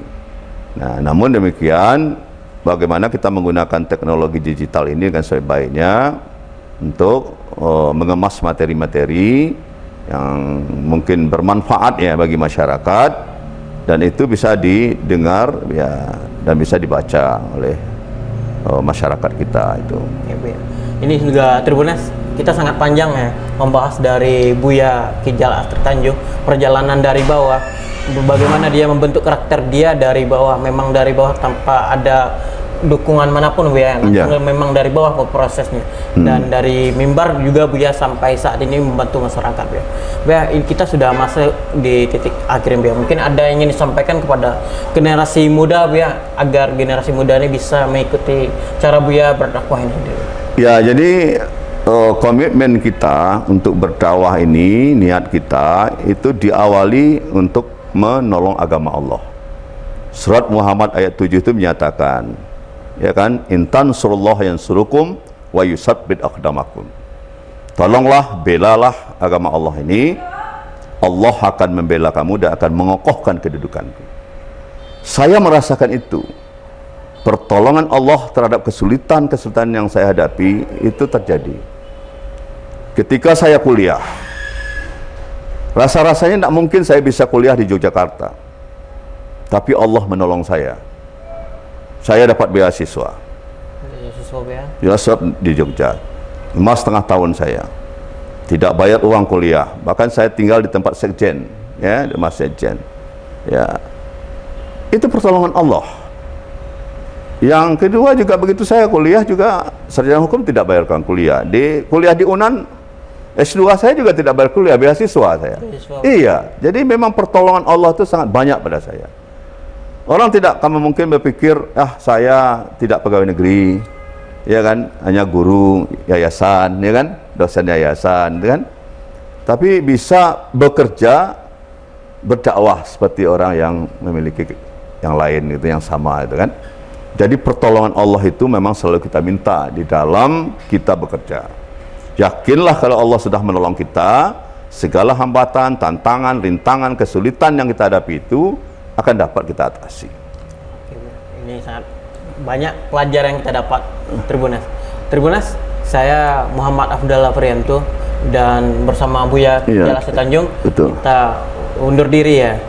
Download Tribun X sekarang, menghadirkan lokal menjadi Indonesia.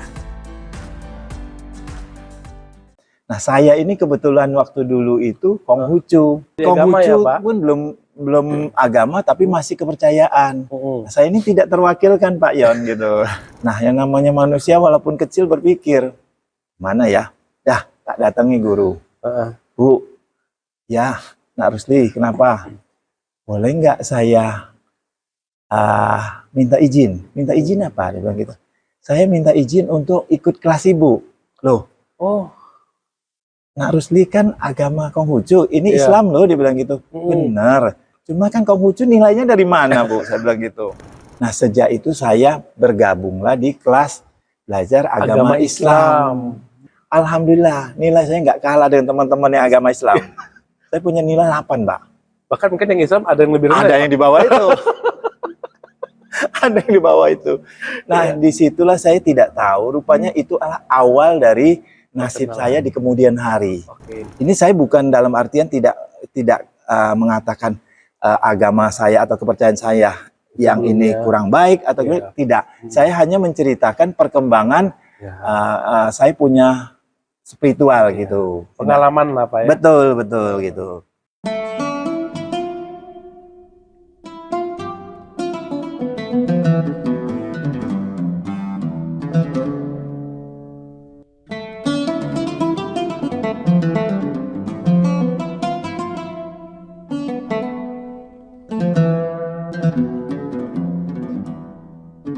Ya, Assalamualaikum warahmatullahi wabarakatuh. Tribuner, apa kabarnya dimanapun kalian berada? Masih dalam program bincang-bincang tentang perjalanan para da'i di Indonesia. Kali ini dari Jambi kita akan berbincang dengan salah satu da'i di kota Jambi, yaitu Pak Rusli. Pak Rusli, apa kabar? Alhamdulillah sehat. Di Ramadan kali ini gimana Pak? Insya Allah lebih steady ya, insya Allah. Steady gitu. ya? Iya. Ada aktivitas yang mungkin sedang Bapak lakukan? Aktivitas biasa saya, karena profesi saya kan petani Pak. Petani ya? Ya. Profesi ininya ya Pak? Ya, profesi petani. Jadi banyak juga waktu senggang kalau petani. Petani itu kalau di lahan. Di lahan, gitu. ya. Tapi kalau pulang ke kota ya begini. Ya, siap. Pak, mungkin untuk awal kita bisa cerita dulu nih Pak, bagaimana perjalanan Bapak sampai detik ini menemukan iman, menemukan Islam, hingga sekarang fokus berdakwah di Provinsi Jambi ini, Pak. Jadi alhamdulillah Pak Yon, hingga awal-awal saya diketemukan dengan Islam itu berawal dari saya masih kecil ya. Waktu itu saya SD di sekolah dasar. Jadi di sekolah dasar itu kan saya di SD Impres dulu. SD Impres, SD Negeri nomor 53 yang ada di kampung saya di daerah Sukakarya sini. Sukakarya, Kota Jambi ya Pak ya? Sukakarya, Kota Jambi. Di mana saya dilahirkan di 50 tahun yang lalu. Nah, saya waktu itu sekolah di SD, waktu itu di SD itu pelajaran agama. Itu kalau misalnya agama Islam, belajarnya di kelas. Di kelas. Jadi ada guru agamanya, belajarnya di kelas.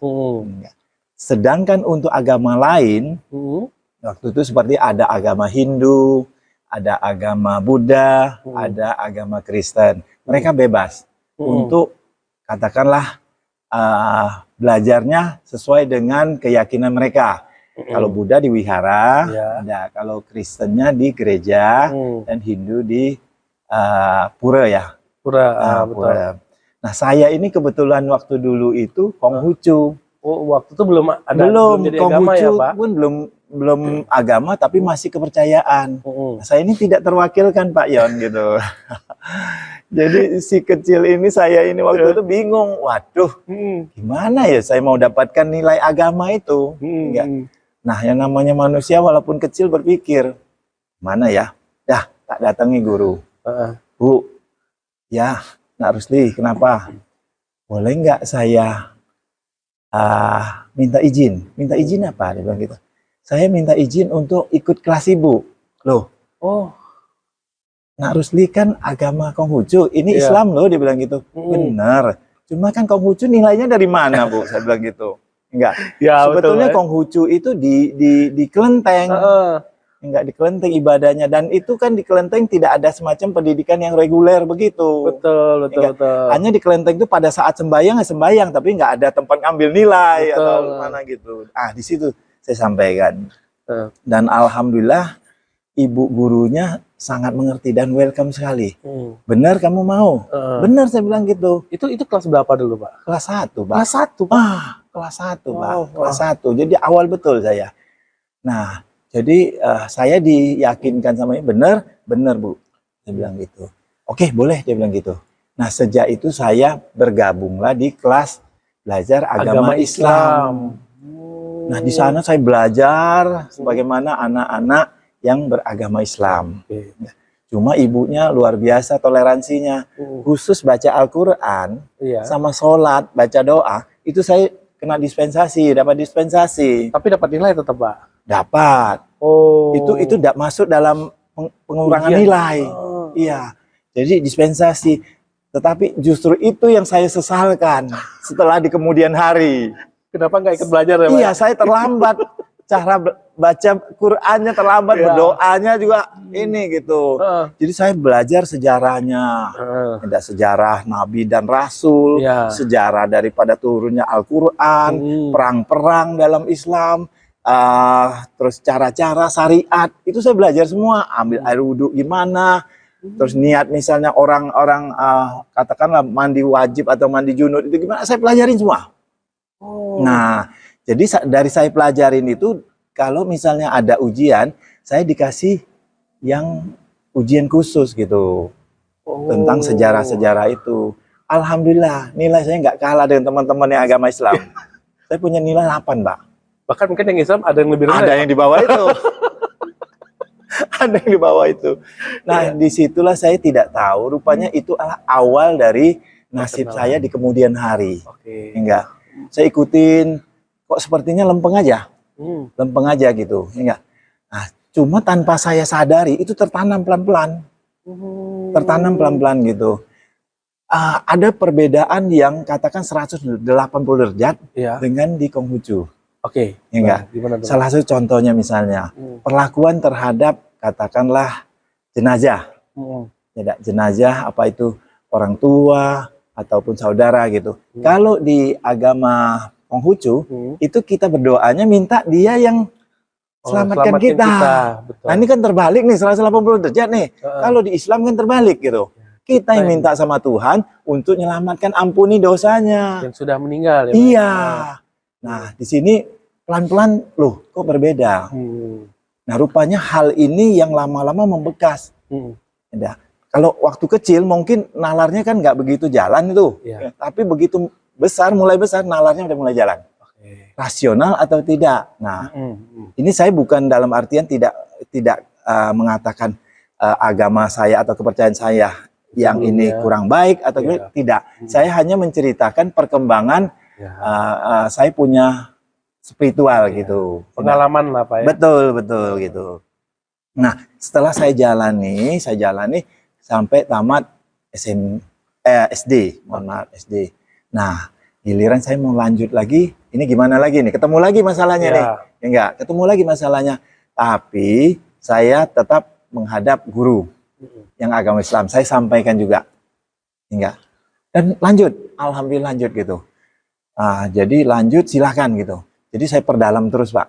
Perdalam terus agama Islam hingga sampai kepada saya ke SMA waktu itu.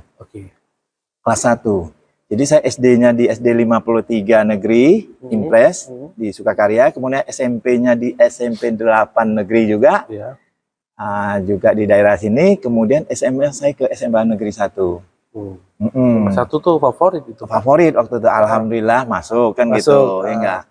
Jadi di kelas 1 belajar agama seperti biasa. Enggak seperti biasa. Nah, kebetulan saya waktu itu ada sedikit ini saya harus pindah. Ada sedikit problem, saya harus pindah ke Palembang. Nah, akhirnya saya pindah ke Palembang. Nah, di Palembang ini saya bukan masuk negeri lagi. Saya diterima di SMA Metodis Palembang. Metodis 1. Protestan, Metodis ya. Metodis. Ya, dia khusus memang Kristennya Metodis gitu. Ya, kalau Protestan tersendiri kelihatannya. Nah, di kilometer 3,5 tuh. Nah, di sini berbeda nih. Selama saya dari SD, enggak. saya belajar Islam, tiba-tiba saya dicemplung di sekolah sekolah metodis gitu. Nah, tapi nggak masalah buat saya belajar. Nah, justru dengan belajar itu saya tambah lagi wawasan saya tentang Kristen di metodis gitu. Dan begitu masuk metodis saya belajar baru lagi tentang Kristen kan gitu. Tentang Kristen, dan itulah yang menambah wawasan. Sudah 3 agama atau kepercayaan yang saya pelajari ini. Pertama Konghucu, kedua Islam, dan ketiga Kristen metodis ya, metodis kan gitu. Nah, pada saat di SMA ini, terutama sudah tamat SMA, itu pergolakan spiritual saya di dalam hati ini itu sudah semakin kenceng gitu. Hingga saya sudah pada posisi puncak ini. Saya sudah posisi puncak, saya sudah dewasa, sudah besar. Nah, disitulah saya harus milih gitu. Mana yang paling saya ini tidak cocok buat saya. Klop lah, ya, klop buat gitu. Saya ya, kan gitu. Nah, jadi setelah itu saya jujur, memang Islam yang paling klop di saya. Hingga kebetulan dari ilmu pun saya sudah juga banyak saya dapat. Nah, disitulah akhirnya sempat pulang ke Jambi. Momentumnya kapan? Saya waktu itu saya nggak tahu mau masuk Islamnya di mana, saya nggak tahu. Enggak. Saya tahunya saya cari lagi guru saya yang paling dekat dengan saya. Guru SMP? Iya, waktu itu guru SMP. Oh, guru SMP. Pak Lubis namanya. Saya cari waktu itu di Kota Baru, saya datang dia, Pak, saya mau masuk Islam. Tidak, Bapak tolong aturkan. Nah, yakin Pak. Lah kan saya sudah pernah belajar sama Bapak. Enggak. Oh iya dulu. Nah, beliaulah yang akhirnya menuntun saya bersahadat, Pak. Untuk masuk Islam. Gitu. Tahun berapa itu, Pak? Tahun 90, tahun 80-an akhir, Pak. 80-an akhir. Saya nggak begitu ingat, mungkin sekitar 88 atau 89. Ya, disitulah saya bersahadat, Pak. Gitu. Saya bersahadat. Nah, saat bersahadat bukan masalah, nggak ada lagi. Masalah saya timbul lagi gitu.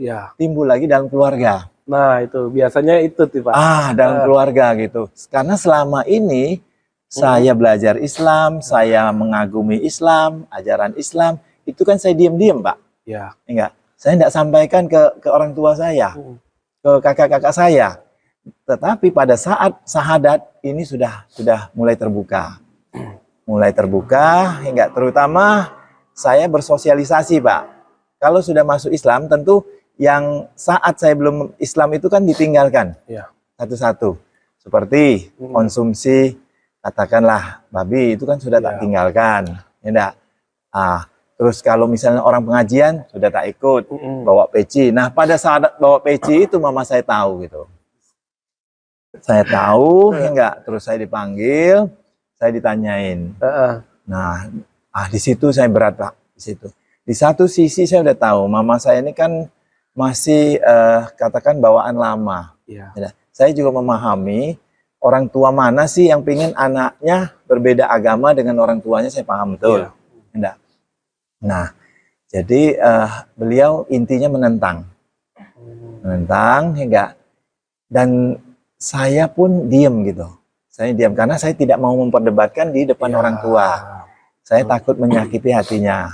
Saya terima, saya diam, apa yang dia ngomong ya saya diamkan aja. Paling saya bawa pergi, Pak. Saya bawa pergi, enggak. Nah, saya cerita balik nih. Sebelum masuk Islam kan harus sunat, Pak. Iya, betul, Pak. Ya, sunat. Itu pun saya lakukan diam-diam, Pak. Karena kalau saya lakukan terbuka, heboh, Pak, nanti, Pak. Iya, betul, Pak. Jadi saya lakukan diam-diam, saya cari dokter, saya buat janji, enggak. Sampai saya dihitan, saya masih kerja seperti biasa, Pak. Dan di rumah saya rawat sendiri, makanan yang harus saya pantang sendiri, itu saya lakukan, Pak. Gitu. Sehingga dari pihak keluarga nggak tahu, Pak. Itu berapa lama, Pak? Pihak keluarga sampai tahu dari bersahadat sampai tidak lama. Pada saat saya sudah mau masuk ke lingkungan Islam ini, tentu kan kalau ada yasinan kan saya ikut, Pak, gitu. Nah, di saat itu saya udah mulai kelihatan. Dan orang tua memang tidak setuju gitu. kenapa kok harus milih Islam? Ya. Kenapa tidak milih yang lain gitu? Iya. Karena yang Islam kan berbedanya frontal nih, terutama masalah makanan kan Makanan begitu. dan minuman ya, Pak, Iya. ya. Satu, kedua, mohon maaf, ritualnya kan kalau kita sudah masuk Islam kan ritual lain nggak boleh lagi kita Iya. ikuti, ya enggak. Nah di situ frontalnya. Tapi kalau agama lain, ya enggak, kan masih, mohon maaf, masih dari segi makanan masih sama. Ya, betul. Enggak. Nah di situ Mama sudah mulai tahu dan Mama tidak setuju, dia udah nyampaikan ke saya dan kakak saya sih tidak terlalu ini ya, karena masing-masing kan gitu. Saya cuma paling berat itu memang berhadapan dengan orang tua, Mama. Iya sih, Pak. Karena saya anak bungsu dari 15 bersaudara. Oh. Dan dia harapan di masa tuanya dia mau ngikut saya gitu. Nah begitu saya masuk Islam, betul-betul hancur hatinya, Pak. Hancur hatinya, Pak. Apalagi anak cowok ya, Pak. Iya, yang paling dia sayang gitu. Diam-diam pindah agama gitu. Saya bisa ngerasakan. Nah, walaupun itu memang pilihan saya, hidup dan mati saya ini meyakini Islam gitu. Mungkin selain Bapak dari 15 saudara ada yang ikut, Pak, mualaf? Ada. Itu yang nomor 8, kemudian yang nomor 7. Tapi duluan Bapak?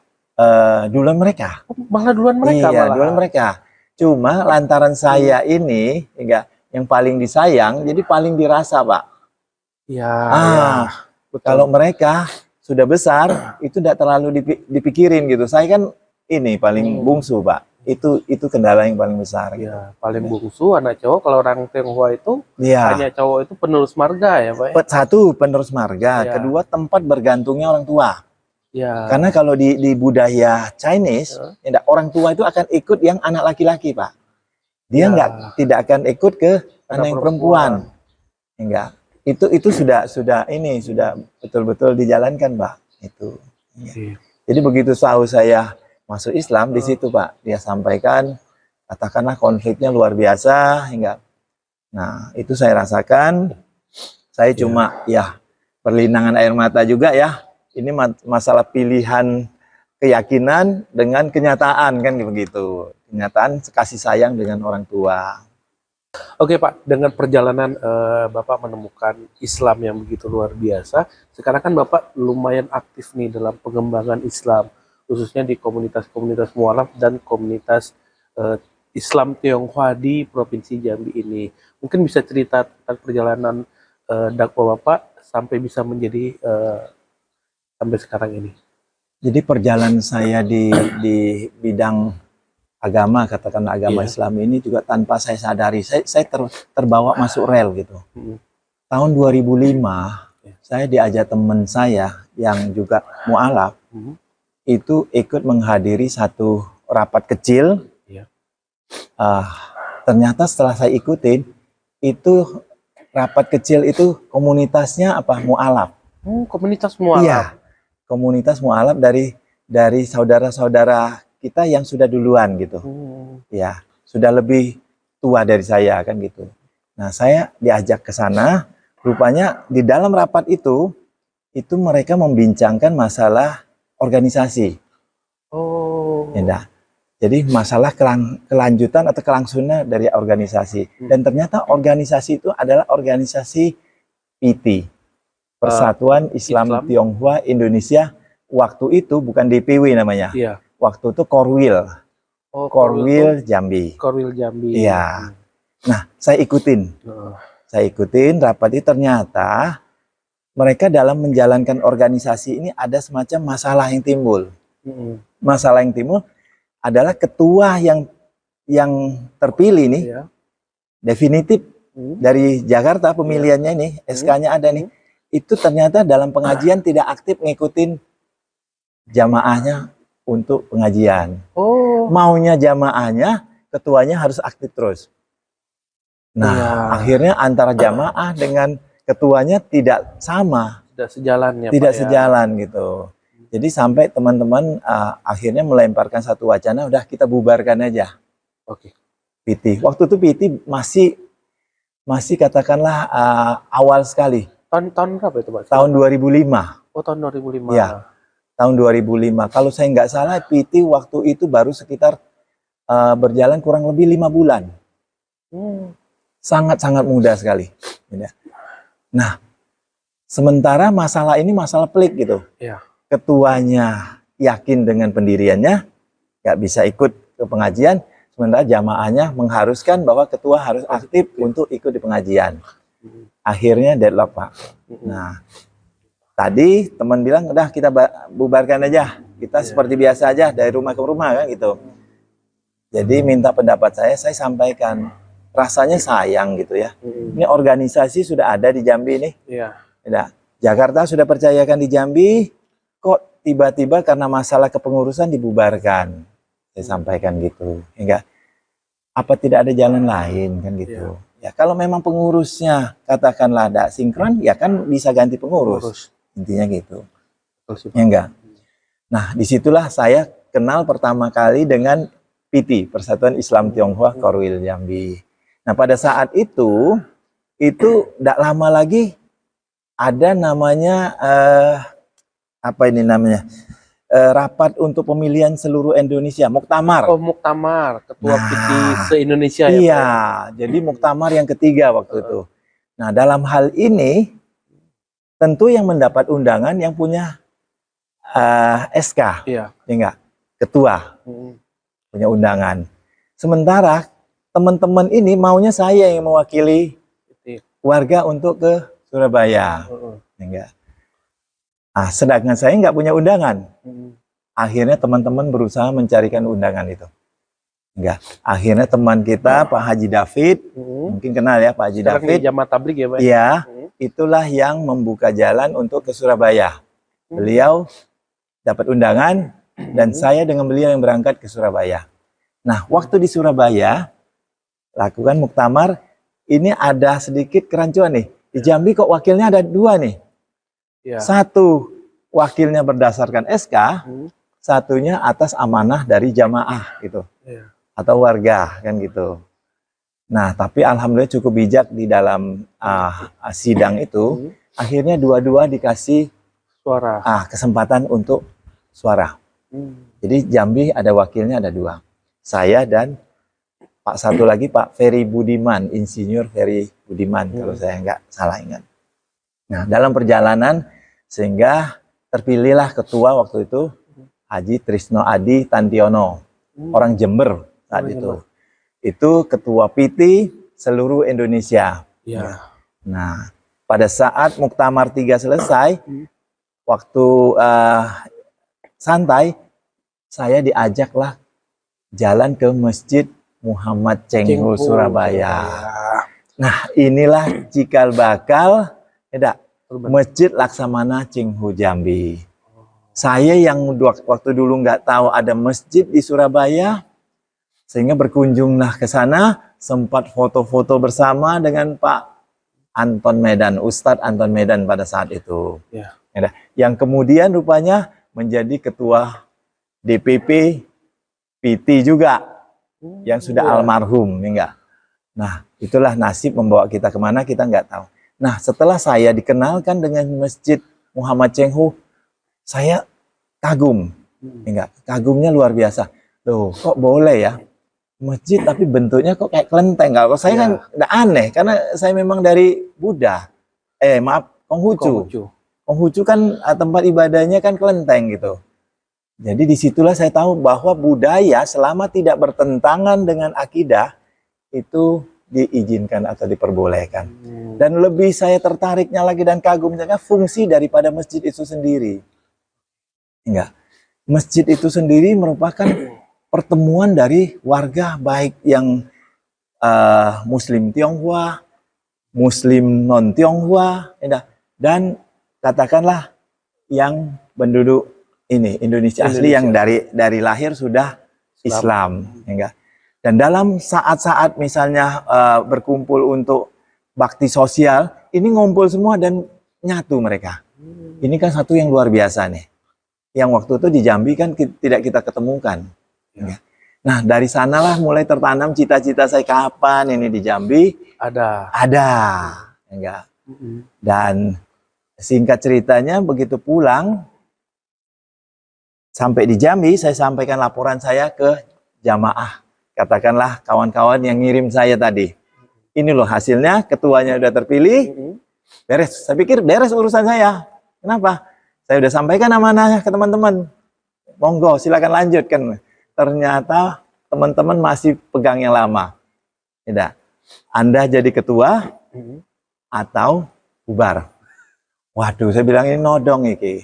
Tidak. Nodong betul, ini. Teman-teman tetap tidak kasih saya peluang. Padahal saya sudah sampaikan, kapasitas saya tidak sampai situ. Waktu saya juga enggak. Saya junior waktu saat itu. Enggak. Tapi teman-teman nggak kasih ruang ke saya. Sehingga akhirnya saya berpikir, ya sudah. Ini mungkin sudah takdir dan ini kebaikan. Saya mulai luruskan niat saya. Coba belajar berorganisasi. Dan alhamdulillah begitu terbentuk kepengurusan dari muktamar tadi, base-nya di Jakarta, yang salah satu menjadi catatan mereka di Jambi bahwa ada dualisme kepengurusan. Nah, mereka tindak lanjuti. Singkat cerita, saya yang terpilih untuk melanjutkan tongkat estafet daripada PT tadi. Enggak. 2006 2011. Ya. Berapa? 5 tahun satu periode ya, Pak ya? Jadi satu periode 5 tahun dan menurut ADART sebetulnya satu ketua itu hanya boleh 2 periode. 2 periode. Ya.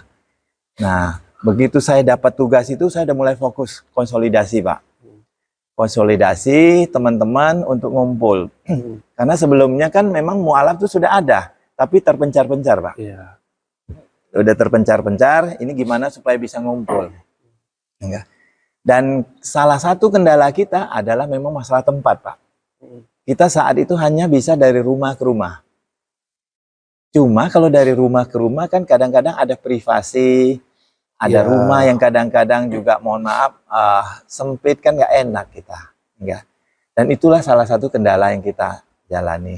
Nah, dalam perjalanan ini kembali lagi saya diingatkan dengan cita-cita tadi.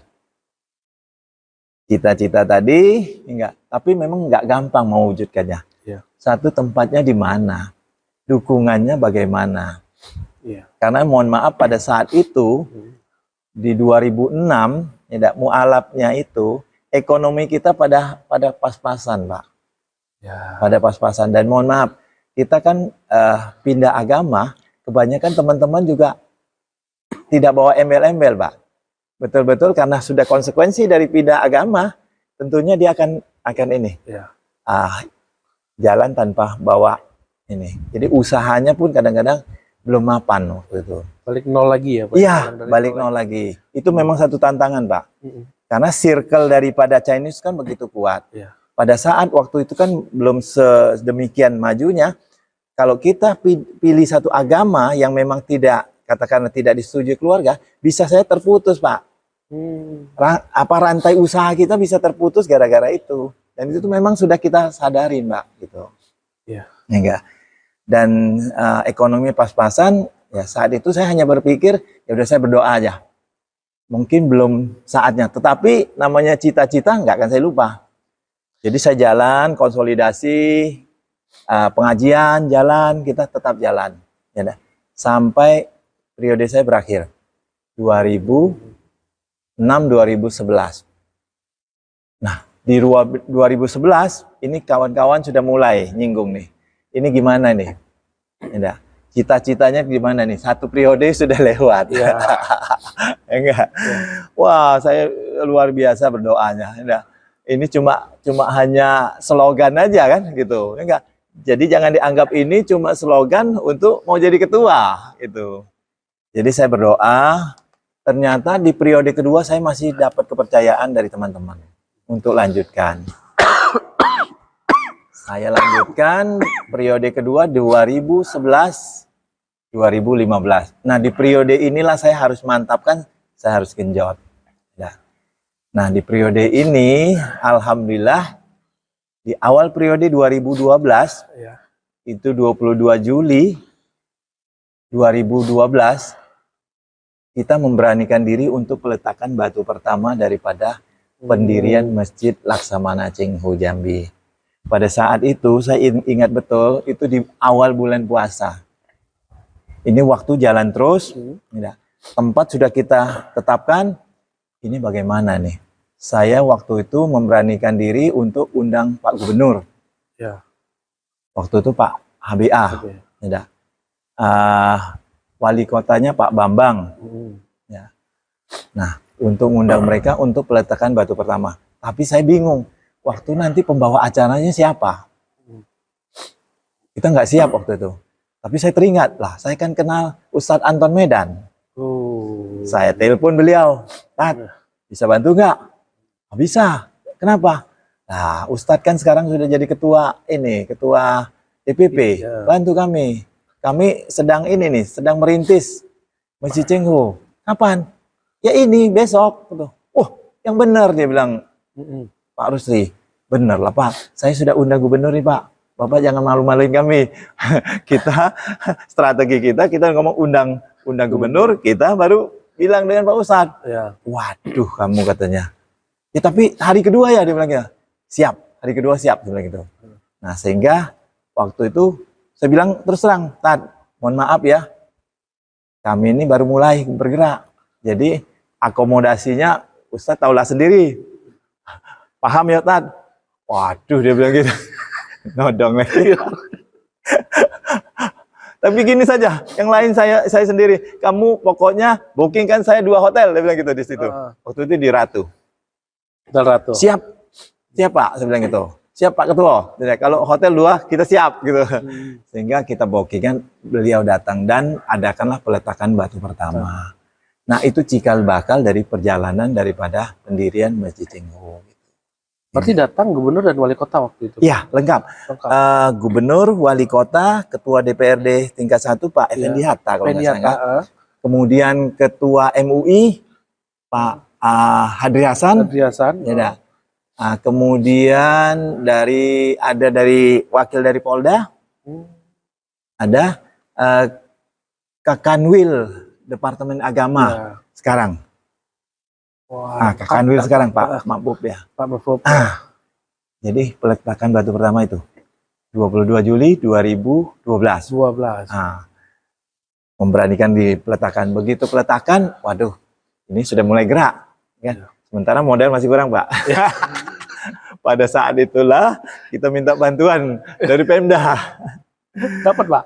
Alhamdulillah kucur Pak. Dapat 100 juta. Masya Allah. No, itu dari provinsi dan dari kota? Dari provinsi Pak. Provinsi. Kota tidak terpikir waktu itu. Langsung secara simbolis diserahkan dan itulah modal awal kami bergerak Pak. Modal awal. Nah seharusnya 2012 ya, itu kan cepat itu pembangunannya. Ya. Nah, cepat pembangunannya, tetapi lagi-lagi kami balik ke modal Pak. Ya, kan kami ini modalnya santing Pak. Modal nekat, memberanikan diri. Yakin? Yakin. Kalau tanya yakin Pak. Ya, tapi ternyata kan tidak segampang itu. Jadi sambil jalan kita berdoa terus Pak. Gimana nih ya? Ya Allah, ya izinkanlah kami selesaikan tanggung jawab kami ya untuk bangun ini. Berarti bangun ini selesai tahun? Bangunan ini launchingnya di 21 Februari. Mohon maaf, 12 Februari 2021. Bayangkan berapa jauh? Ya. Dari 12 ke 21. 9 tahun, Pak. Waktu itu Covid juga ya, Pak ya? Begitu 2021 Covid, Pak. Ya. Masuk Covid. Jadi masuk Covid. Jadi saya sampai begitu lama tuh saya setiap kali ketemu Pak Gubernur malu saya. Kenapa? Ditanyain. Sudah belum, siap belum masjid kita? Ya Pak, guyur gitu. Itu yang berani saya ngomong gitu. Nah, jadi kalau ketemu, waduh, belum disapa saya udah malu duluan Pak gitu. Ya. Nah, jadi padahal perhatiannya kan luar biasa. Ya. Kita ditanyain itu maksudnya baik kan gitu. Cuma kitanya yang malu kan gitu. Mau datangi beliau masa datang terus kan gitu. Ya enggak? Jadi 12 Februari 2021 dan itu kita pilih memang berdasarkan ini. Itu hari Imlek. Kita pilih memang di Imlek hari itu dan di hari Jumat. Subuh kita startnya. Enggak. Nah, subuh startnya di Imlek. Makanya semalam kami adakan acara itu dalam rangka milad juga. Jadi syukuran, tadi malam. iya dah. Ya? Jadi milad gitu dalam rangka syukuran, ya dah. Jadi setiap kali kami ketemu Imlek, kami akan ingat, ulang tahun Cheng Ho. Cheng Ho. Nah, kan gampang tuh. Enggak. Jadi itu Pak, perjuangannya itu 9 tahun Pak. Dan sempat mangkrak itu sekitar 3 tahun. 3 tahun karena kehabisan dana Pak kami. Kehabisan dana, tidak sampai ada satu ini media pers yang membunyikan di teks running TV itu, Masjid Cheng Ho hanya dibangun tiangnya. Saya ini Pak, saya protes. Bukan hanya tiangnya yang dibangun Pak, baru tiangnya yang terbangun. Itu 2 hal yang berbeda Pak. Jangan Bapak pelintir. Kalau hanya tiangnya terbangun berarti ini ada apa-apanya nih. Tapi baru tiangnya terbangun. Akhirnya dikoreksi Pak. Dikoreksi, baru tiangnya yang terbangun. Nah, itulah perjuangan. Nah, pembangunan ini pun bukannya gampang. Karena arsitektur yang digunakan arsitektur dari Tionghoa Pak. Ini Pak? Iya. Ya enggak? Jadi saya cerita sedikit, mohon maaf saya rubah ya. Duduknya biar lebih santai. Jadi konsep dasar kita, masjid itu akan efektif kalau segi 4. Itu udah form, udah oke. Tapi ke atasnya ini arsitekturnya kita mau meniru arsitektur dari Tionghoa yang diangkat dari tadi itu tempat ibadah kami yang lama, Konghucu, Senteng. Nah, jadi mulai cari arsitek yang bisa coba tuangkan ide kami dengan di dalam ini kan gitu, kertas kan gitu. Dan pertama kali yang saya ketemu adalah arsitektur dari Jawa asalnya, Ibu Retno, suku Jawa. Ya, saya berusaha menyampaikan dan dia akan tuangkan dalam bentuk kertas. Tuangkan, oke, hasilnya bagus. 2 tingkat waktu itu. Tapi pada saat mau aplikasi ada masalah gitu. Sehingga saya terpaksa cari lagi dulu. Datang lagi dari yang Batam, kita minta tolong. Begitu dibuat, dia lebih cenderung ke ke ini Buddha wihara bentuknya. Ini bukan kelenteng, ini wihara, tidak sesuai. Dan ketiga kita coba lagi, dia lebih condong ke rumah ibadah seperti biasa. Jadi tidak gampang, Pak. 3 arsitektur yang kita coba, hanya 1 yang katakanlah bisa masuk dari segi bentuknya. Nah, waktu ke atas ini harus kreasi sendiri, Pak. Kreasi sendiri. Iya. Karena dia berundak-undak, Pak. Berundak-undak. Sementara bentangannya kan cukup luas nih, 20 kali 20. Waktu itu kalau kita mau cor, dengan kemiringan ininya nggak ketemu, Pak. Nggak ketemu. Kemiringan corannya itu takut 4 segini nggak ketemu. Enggak. Nah, kalau mau cari kayu sudah nggak ada lagi. Makanya akhirnya saya ditemukan dengan doa, saya ditemukan dengan satu teman yang pernah kerja di konstruksi berat di pembangunan jembatan. Enggak. Dia yakinkan saya, kita bikin dari I-beam, Pak Haji. Ini kan I-beam semua nih, besi. Konstruksi berat ini. Ya. Masjid yang di Jambi yang menggunakan konstruksi berat itu tidak terlalu banyak. Enggak, tidak terlalu banyak. Dan Cheng Ho termasuk mempelopor itu, gitu. Jadi sudah pakai I-beam dah. Jadi ternyata besi I itu, kalau kita mau bikin lengkungan, kita bikin mal dan kita potong, Pak. Potong-potong dibentuk. Iya, dibentuk 4-4-nya dibentuk sama. Nah, baru kita naikkan. Ya. Dan mungkin berpikir ini kontraktornya gede, Pak. Padahal tidak. Kawan saya itu naikkan ini dengan tradisional sekali. Dan untuk menentukan tiap tingkat, kami gunakan manual, Pak. Naikkan dulu, saya ke gerbang dulu, saya lihat dulu. Pas, bagus, Pak, naik gitu. Jadi lewat perjuangan, Pak. Lewat perjuangan gitu. Jadi otodidak kami, Pak. Makanya begitu jadi, begitu kami launching, yang datang duluan tuh yang Chinese, Pak. 60% Chinese. Waktu jadi itu ya? Iya, mereka bingung. Ini siapa yang gambar? Nah, kita gimana menjelaskannya? Ada Ibu Retno yang gambar. Tapi sebenarnya gambarnya memang waktu ke atasnya kita kreasi sendiri gitu Pak. Gitu. Sehingga bentuk ini, mohon maaf, kalau disandingkan dengan bentuk kelenteng, kita nggak kalah Pak. Ya. Boleh Bapak lihat kelenteng yang di Jambi, kita sandingkan nggak kalah.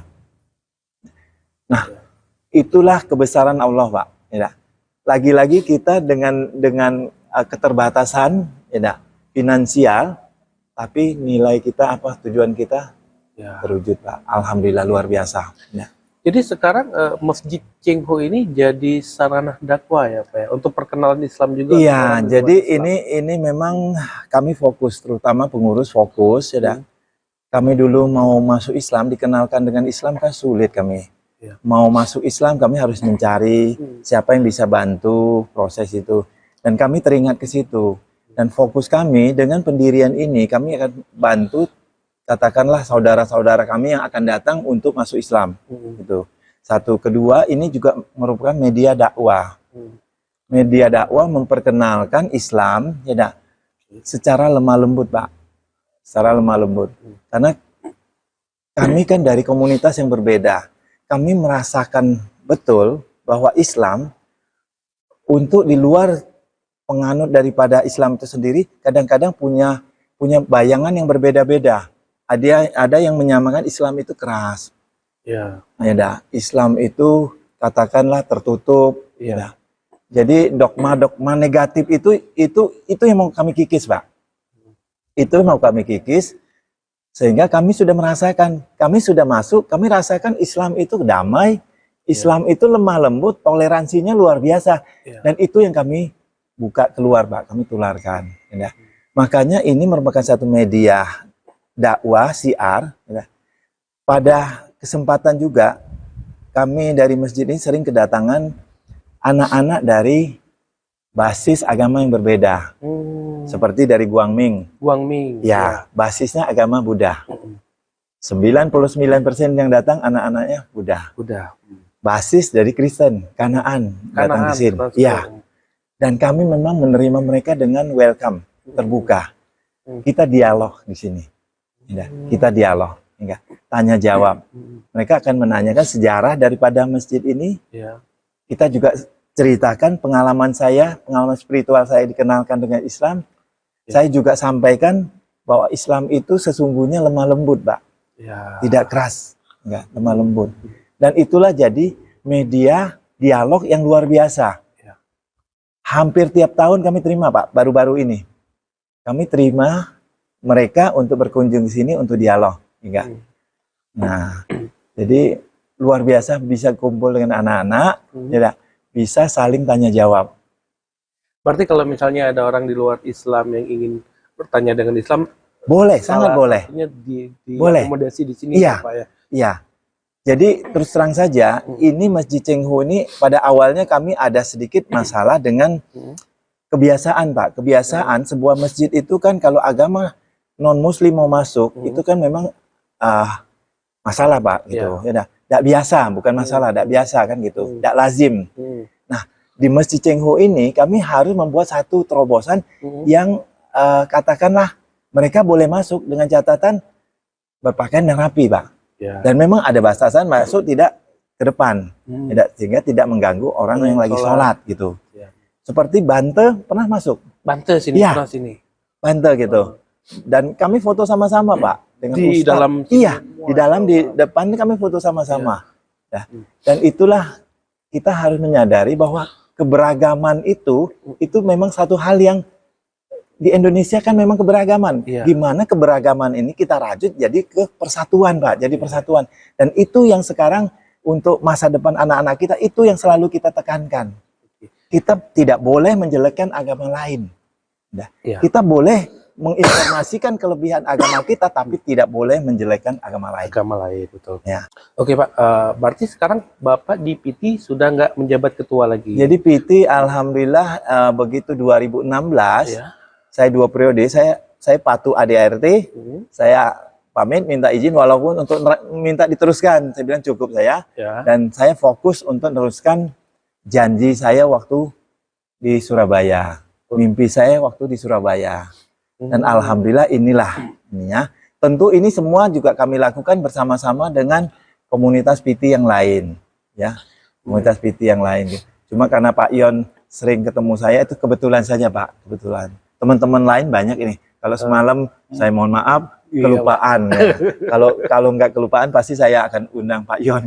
Siap. Iya. Berarti sekarang ini ada ini juga Mbak, kegiatan pendampingan untuk para mualaf yang Bapak lakukan? Jadi setiap kita kan sudah buka pintu lebar-lebar, ya. Monggo yang punya niat untuk masuk Islam mualaf, monggo silakan kasih tahu aja.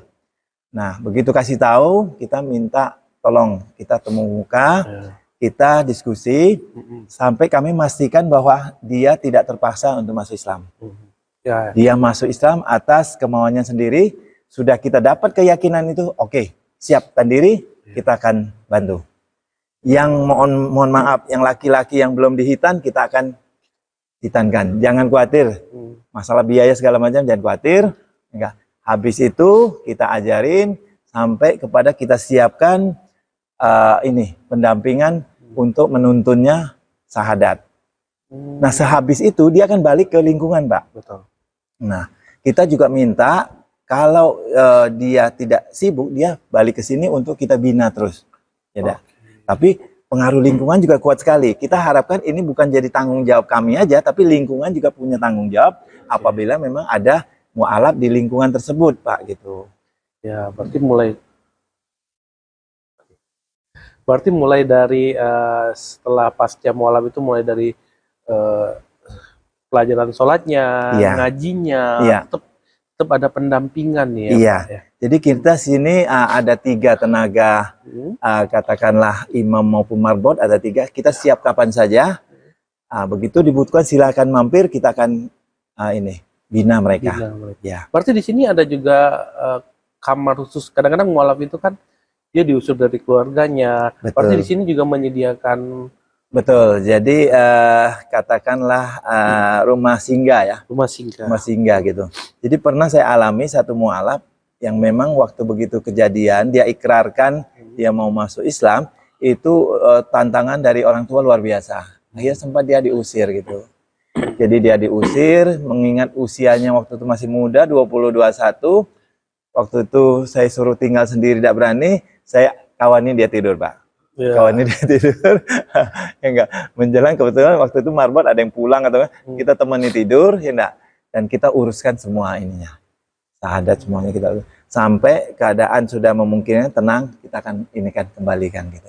Makanya di sini kita ajari, kalau orang tuanya katakan tidak sependapat, tidak setuju, itu hal yang wajar. Ya. Islam sendiri ini kan sangat menghormati orang tua. Ya. Kita tidak boleh memusuhi orang tua, tidak boleh. Ya. Justru kita harus tunjukkan, dengan kenalnya Islam, kita harus lebih patuh lagi, lebih ini lagi ke orang tua gitu. Ya. Berbakti lagi kepada orang tua. Nah itu berarti ketemu Islamnya yang benar gitu. Ya. Katakan, memang Islam itu kan syaratnya memang dari orang tua tidak boleh ngelawan, Pak. Ya. Harus patuh betul, harus berbakti. Nah itu. Betul, Pak. Terakhir, Pak, kapan terakhir ada yang bersahadat mungkin yang Bapak bina? Alhamdulillah semalam, Pak. Semalam ya, Pak? Ya, jam 5:30. Habis maghrib berarti? Belum. Sebelum maghrib. Ya. Cowok ya, Pak ya? Cewek. Oh, cewek. Tanggalnya hari ini tanggal berapa nih? Tanggal 14 ya? 14. Kemarin hari Sabtu. 13. Hari ini ya 14 kemarin, Pak. 14 sore ya. Jam 5:30, Pak. Jadi kebetulan yang kita sahadatkan adalah ibu dengan anak, ibu punya anak 2 orang, anak cewek 2 orang, ya. Dan dia memang sudah yakin betul mau mualaf, makanya semalam kita sahadatkan, Pak, di sini. Dia Chinese juga, Pak? Chinese. Oh, Chinese. Dia dari Hokkien sama dengan saya. Oh. Ya. Jadi katakan yayasan yang sebelum masuk Islam juga sama di puncak itu, Pak. Oh, yang di puncak. Oke, itu betul. Ya. Jadi sekarang dalam masa pendampingan lah ibu dan anak-anaknya itu ya, Pak. Ya. Jadi kita sudah kenalkan dengan komunitas kita. Kita juga katakanlah nyampaikan ke lingkungan yang terdekat, ya enggak? Kita sama-sama punya tanggung jawab yang sama. Oh, berarti setelah syahadat Bapak juga ke lingkungan rumah? Harus, karena yang ikut ini kan banyak juga dari lingkungan. Oh, ke masjid yang ada di dekat rumah mereka. Tempat tinggal terutama, kawan-kawan terdekat. Nah, itulah yang menjadi pendukung pertama dulu, yang terdekat. Oh, sampai segitunya. Iya, biasanya teman-teman yang muslim atau muslimah yang terdekat, mereka akan ikut nyaksikan syahadatnya ini gitu loh. Tetangganya mualaf itu ya. Dan disitulah begitu disahadatkan, kita ajarin cara berudu, cara sembahyang berjamaah, sudah mulai ini. Berarti wah ini keren ini. Jadi bukan cuma sekedar mengsahadatkan sudah atau mengajarkan Al-Quran, tapi sampai ke lingkungannya ya. Iya, jadi lingkungannya pun kita juga harus sampaikan, ya, karena ini tanggung jawab tidak sebatas di kita. Tergantung di mana waktu yang ada, lebih ke dekat kemana, di situ punya tanggung jawab, Pak. Enggak. Kita sama-sama muslim misalnya, tahu-tahu ada tetangga kita yang mualaf, itu tanggung jawab kita, Pak. Ya, betul. Ya, tanggung jawab kita untuk membina dia, menginformasikan apa-apa yang dia butuhkan gitu. Ya. Ya, Tribuner, demikianlah bincang-bincang kita dengan Pak Rusli, salah satu pendakwah di Provinsi Jambi yang aktif mendampingi para mualaf dan warga non-muslim yang ingin mengenal tentang Islam. Sampai di sini dulu kawan-kawan, sampai ketemu lagi bersama saya Muhammad Rinaldi dan narasumber saya Pak Rusli. Terima kasih banyak ya Pak ya. Sama-sama Pak Yon. Ya. Assalamualaikum warahmatullahi wabarakatuh. Waalaikumsalam warahmatullahi wabarakatuh. Download Tribun X sekarang. Menghadirkan lokal menjadi Indonesia.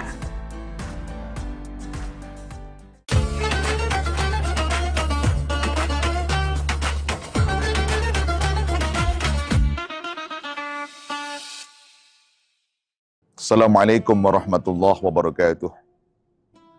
Alhamdulillahilladzi an'amana bi ni'matil iman wal islam wa faddala bani adama bil ilmi wal amali ila jami'il alam. Allahumma salli wa sallim ala sayyidina Muhammadin khairil anam wa ala alihi wa ashabihi wa dzurriyyatihi ya nabi'al ulumi wal hikam. Subhanaka la ilma lana illa ma 'allamtana innaka antal alimul hakim.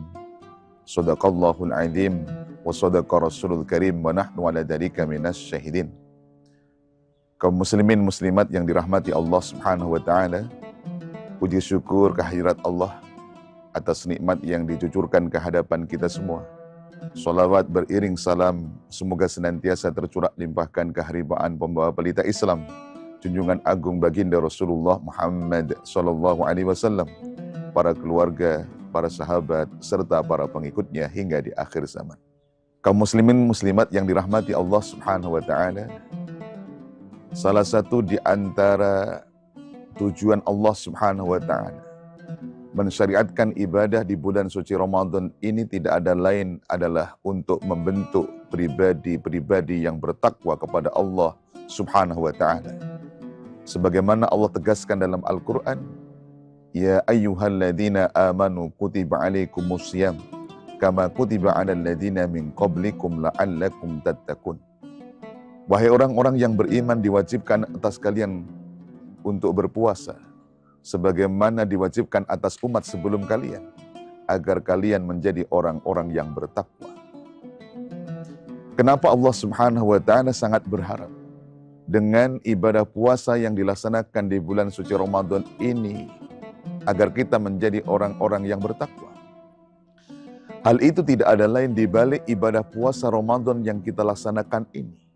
Ternyata di dalamnya terkandung nilai-nilai karakter yang itu merupakan bagian dari parameter orang-orang yang bertakwa. Apa saja nilai-nilai karakter yang diajarkan oleh puasa di bulan suci Ramadan? Yang pertama, Ramadan mendidik kita agar kita memiliki karakter yang ikhlas.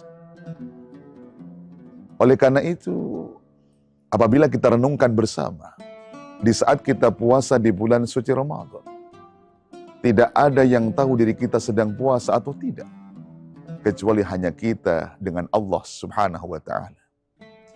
Karena ibadah puasa ibadah yang penuh kerahasiaan antara kita dengan Allah Subhanahu wa Ta'ala. Beda dengan ibadah yang lain.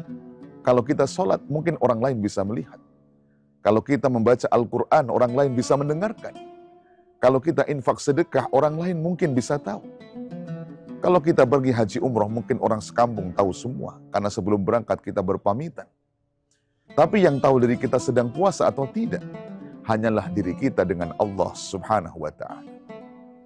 Oleh karena itu, ibadah puasa adalah ibadah yang mendorong diri kita menjadi orang yang benar-benar ikhlas. Karena dalam pelaksanaannya, yang tahu kita sedang puasa hanya diri kita dengan Allah Subhanahu wa Ta'ala. Oleh karena itu, ibadah puasa, ibadah yang agak sulit dimasuki sifat riya, sum'ah, ujub, pamer, dan lain sebagainya. Karena penuh kerahasiaan antara diri kita dengan Allah Subhanahu wa Ta'ala. Dan disinilah rahasianya. Kenapa ibadah puasa pahalanya dirahasiakan oleh Allah Ta'ala? Hal itu disebabkan karena ibadah ini penuh kerahasiaan antara diri kita dengan Allah. Sebagaimana sabda Rasulullah Muhammad SAW, di mana beliau mengutip hadis qudsi. Allah Subhanahu wa Ta'ala berfirman, kullu amal ibni Adam lahu illa saum fa innahu li wa ana ajzibi.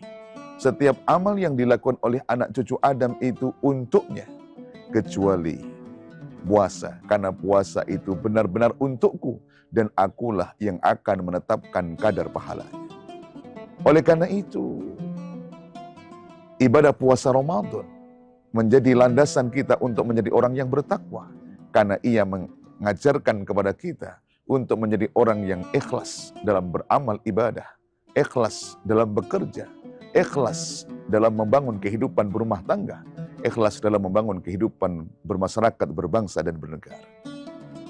Kemudian yang kedua, ibadah puasa di bulan suci Ramadan ini mendidik kita agar kita memiliki karakter orang yang berjiwa sabar.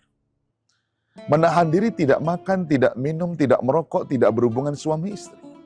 Dalam durasi lebih dari 12 jam. Bukanlah soal mudah apabila kita tidak sedang melaksanakan ibadah puasa. Akan tetapi, ajaibnya, apabila kita sudah berniat di malam hari, nawaitu shauma ghadin an adai fardhi syahri Ramadan, hadis sanati lillahi ta'ala. Lebih 12 jam kita tidak makan, tidak minum, tidak merokok, tidak berhubungan suami istri. Sanggup kita jalani. Kenapa? Karena ibadah puasa mendorong kita untuk menjadi orang yang berjiwa sabar. Dan kita bersyukur hidup di Indonesia, di mana durasi siang dan malam kita sangatlah seimbang. Kita hari ini rata-rata subuh mungkin di sekitar jam 5. Mungkin maghrib sekitar jam 6. Akan tetapi saudara muslim kita yang tinggal di Jazirah Arab, di negeri-negeri Eropa, mereka ada yang berpuasa hingga 14 jam, hingga 16 jam, bahkan ada yang sampai 18 jam. Tapi pertanyaannya, adakah mereka kemudian yang meninggal disebabkan karena puasa? Hampir tidak kita temukan studi kasusnya. Kenapa? Hal itu salah satu di antara rahasianya, kedahsyatan puasa mendidik kita untuk menjadi orang yang memiliki karakter berjiwa sabar. Maka kalau kita ingin menjadi orang-orang yang takwa setelah Ramadan ini, maka jadilah menjadi orang yang sabar dalam beramal ibadah, sabar dalam bekerja, sabar dalam menjalankan tugas, sabar dalam membangun kehidupan bermasyarakat, berbangsa, dan bernegara. Kemudian yang ketiga, di balik ibadah puasa Ramadan ini mendidik kita agar kita memiliki karakter untuk berjiwa jujur dan disiplin. Karena hanya orang yang jujur dan disiplin yang ibadah puasanya dapat kita pastikan benar adanya. Salah satu contoh misalkan, di saat kita berada di siang hari, misalkan pada saat di tengah hari setelah masuk waktu zuhur, kondisi yang mungkin amat lemah tubuh kita. Tapi ketika zuhur, kita disyariatkan untuk sholat zuhur. Sebelum sholat zuhur, kita wudhu. Ketika wudhu disunahkan untuk kumur-kumur. Seandainya tidak ada kejujuran dan kedisiplinan pada orang yang berpuasa, kan sesungguhnya bisa saja saat kumur-kumur orang itu menelan air. di siang Ramadan. Tapi pernahkah itu kita lakukan? Tidak pernah kita lakukan. Kenapa? Karena ada kejujuran dan kedisiplinan saat kita sedang berpuasa. Begitu juga ketika di sore hari. Walaupun di meja makan kita terhidang makanan yang lezat, minuman yang sedap. Tapi selama masuk waktu maghrib belum tiba, kita tidak berani makan atau minum makanan tersebut. Kenapa? Karena ada kejujuran dan kedisiplinan dalam hati kita. Kita jujur. Karena apabila itu kita langgar, maka ibadah puasa kita akan batal. Kita jujur, mungkin orang tidak melihat, manusia tidak tahu. Tapi Allah Maha tahu kalau itu kita lakukan batal ibadah puasa karena memang belum tiba masanya. Disinilah kejujuran, kedisiplinan diajarkan di dalam ibadah puasa Ramadan. Harapannya bahwa setelah kita usai melaksanakan ibadah puasa Ramadan, menjadi orang yang jujur dalam beribadah, jujur dalam bekerja, jujur dalam membangun hidup dan kehidupan ini. Kemudian yang terakhir, di balik ibadah puasa Ramadan, mendidik kepada kita satu karakter untuk memiliki kepedulian terhadap sesama. Oleh karena itu, di saat di siang Ramadan, kita dalam keadaan lapar, haus, tubuh kita lemah. Hal itu di antara faedahnya, agar kita turut merasakan, begitu juga yang dirasakan oleh fakir miskin, anak yatim, kaum du'afa, yang belum tentu setiap saat ada makanan dan minuman yang dikonsumsi. Sehingga harapannya ada tumbuh empati sosial terhadap mereka. Maka kita diharapkan bisa berbagi di Ramadan ini. Maka setelah ibadah puasa Ramadan usai, ada syariat kita untuk menunaikan zakat fitrah. Sebuah simbol pengajaran kepada kita bahwa Ramadan semestinya mengajarkan kepada kita menjadi orang yang peduli terhadap sesama. Begitu juga ketika baginda Rasulullah Muhammad SAW, ketika beliau ditanya, ayul afdal sedekah, paling sedekah apakah yang paling utama? Baginda Rasulullah Muhammad SAW menjawab, sedekah fi Ramadan, yakni sedekah yang dilakukan pada bulan suci Ramadan. Mudah-mudahan kita bersama oleh Allah Subhanahu wa Ta'ala diberikan kekuatan untuk bisa menyerap energi, nilai-nilai karakter yang ada di Ramadan dengan berjiwa ikhlas, sabar, jujur, disiplin, dan memiliki kepedulian sosial sehingga Ramadan ini bisa menghantarkan kita menjadi pribadi-pribadi yang bertakwa kepada Allah Subhanahu wa Ta'ala. Demikian, terima kasih atas segala perhatian, mohon maaf atas segala kekhilafan. Wallahul muwafiq ila aqwamit thoriq. Ihdinas siratal mustaqim wa'fu minkum. Assalamualaikum warahmatullahi wabarakatuh. Download Tribun X sekarang. Menghadirkan lokal menjadi Indonesia. Nah, ini kita lagi menyaksikan ada pesawat yang lagi take off. Tribuners, seru banget. Lihat. Yeay! Nih kita lihat ya, dari jarak dekat aja kita bisa lihat gitu loh dengan mata telanjang kalau pesawatnya lagi persiapan landing gitu. Udah sampai di tanah aja tuh pesawat. Lihat kan? Jadi seru banget nih di sini. Di sini kita juga lihat nih pepohonan di samping-samping yang bikin suasana sepoi-sepoi makin nyaman buat betah-betah ada di sini. Dan tentunya karena di sini kamu datang cukup membawa uang parkir aja, alias di sini gak ada biaya tiket sama sekali.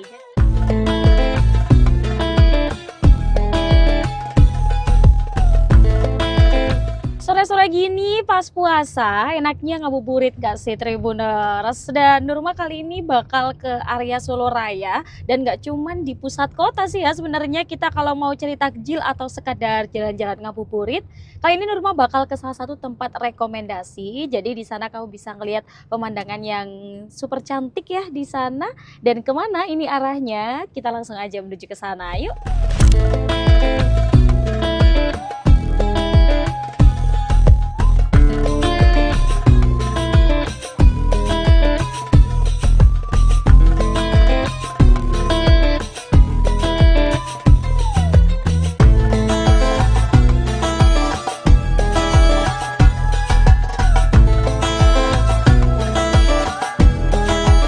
Jadi ini Tribuners tempat yang Nurma maksud di awal di Taman Dirgantara, dan taman ini masih di kawasan Bandara Adi Sumarmo.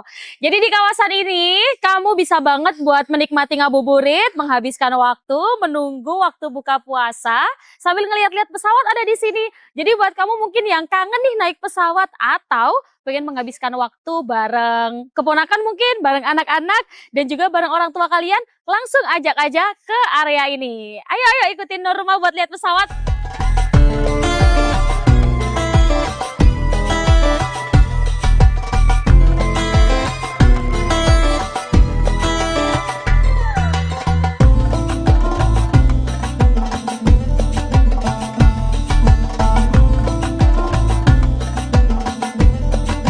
Tribuners, kita di sini lagi nunggu ada satu pesawat yang lagi mau take off. Jadi ini masih muter ya di arah sana. Dan nanti pesawat ini bakalan persiapan juga tuh melintasi di sekitar sini. Ayo kita tunggu nanti, kita lihat dari deket ya.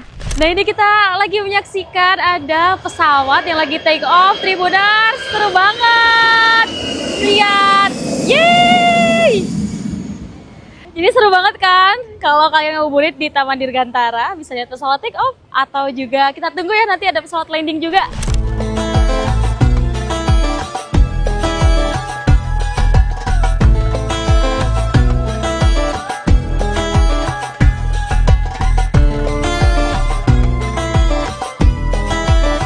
Tadi kita lihat ada pesawat take off dan ternyata ada pesawat landing, Tribuners. Nih kita lihat ya, dari jarak dekat aja kita bisa lihat gitu loh dengan mata telanjang kalau pesawatnya lagi persiapan landing tuh. Udah sampai di tanah aja tuh pesawat. Lihat kan? Jadi seru banget nih di sini.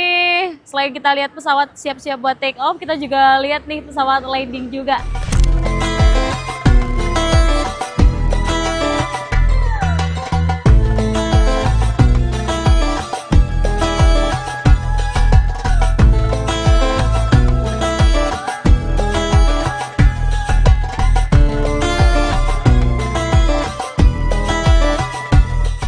Selamat sore Ibu. Selamat sore Nda. Oke, ini dari mana sih Bu? Kok kayak rame-rame gini?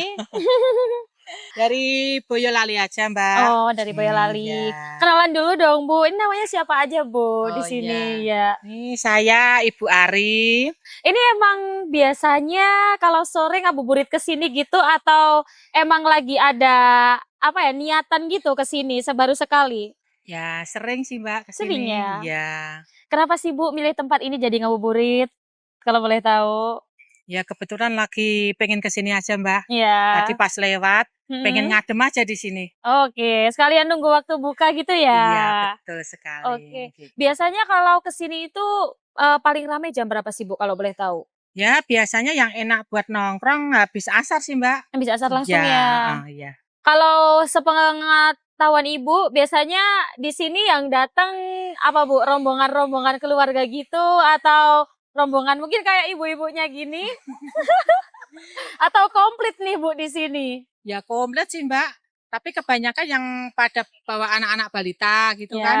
Ya soalnya buat hiburan anak-anak juga sih. Hiburan Enak. anak-anak juga. Iya. Tapi niat utama kesini sambil lihat pesawat itu atau Iya. cuma ngadem aja? Dua-duanya? Yang utama ya lihat pesawatnya itu Mbak. Lihat pesawat itu Iya. ya. Oke. Udah lihat berapa pesawat Bu dari tadi Bu? Alah, baru 2 itu aja nggak jalan-jalan ya Mbak. Nggak jalan-jalan. Ya udah nanti tunggu Iya. sampai jalan ya Bu. Iya, oke, siap. Oke. Oke kalau gitu terima kasih Bu. Sampai jumpa lagi. Iya, terima kasih Mbak. Iya, Sama-sama. sampai jumpa Bu. Di belakang aku ramai banget kan Tribuners. Jadi di sini emang rekomendasi banget buat kamu ngabuburit. Dan untuk suasananya sendiri Nurma ngerasain beneran yang adem. Karena selain kita bisa melihat pesawat, di sini kita juga lihat nih pepohonan di samping-samping yang bikin suasana sepoi-sepoi makin nyaman buat betah-betah ada di sini. Dan tentunya kita sebagai warga negara yang baik, jangan lupa jaga kebersihan ya agar teman-teman yang lain nih kalau misalnya ngabisin waktu di sini tetap nyaman juga.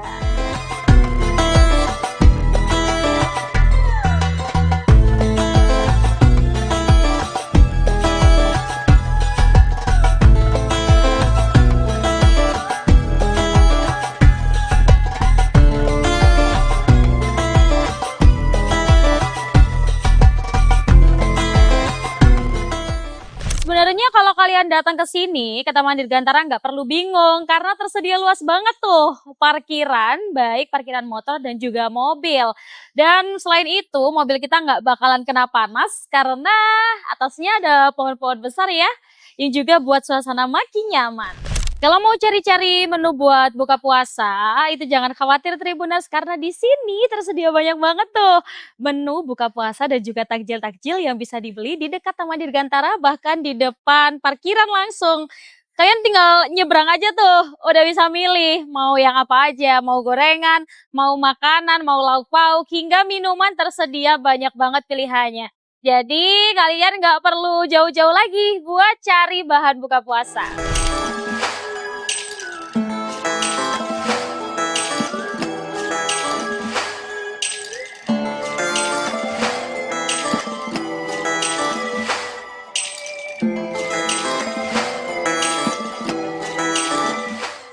Ternyata ngabuburit nggak melulu di pusat kota Tribuners. Ternyata di Taman Dirgantara kita juga bisa menghabiskan waktu dengan asyik dan menikmati waktu ngabuburit sampai waktu berbuka tiba. Dan tentunya kamu kesini bisa banget mengajak orang-orang tersayang bersama dengan anak-anak, dan bahkan kita bisa juga ya kayak wisata edukasi di sini. Karena di sini kamu datang cukup membawa uang parkir aja, alias di sini gak ada biaya tiket sama sekali. Jadi tempat ini rekomendasi banget buat kamu menghabiskan waktu dan juga ngabuburit. Sampai jumpa lagi di Ngabuburit Asyik selanjutnya. Download Tribun X sekarang. Menghadirkan lokal menjadi Indonesia.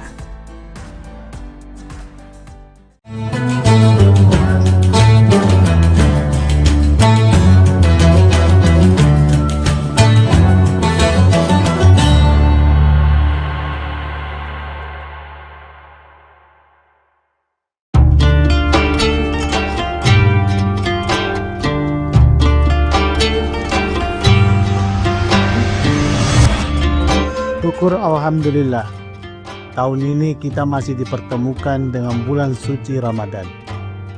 Ramadan bukan sekedar menahan lapar dan dahaga, tetapi waktu untuk memperbaiki kualitas diri, baik ibadah maupun menata akhlak.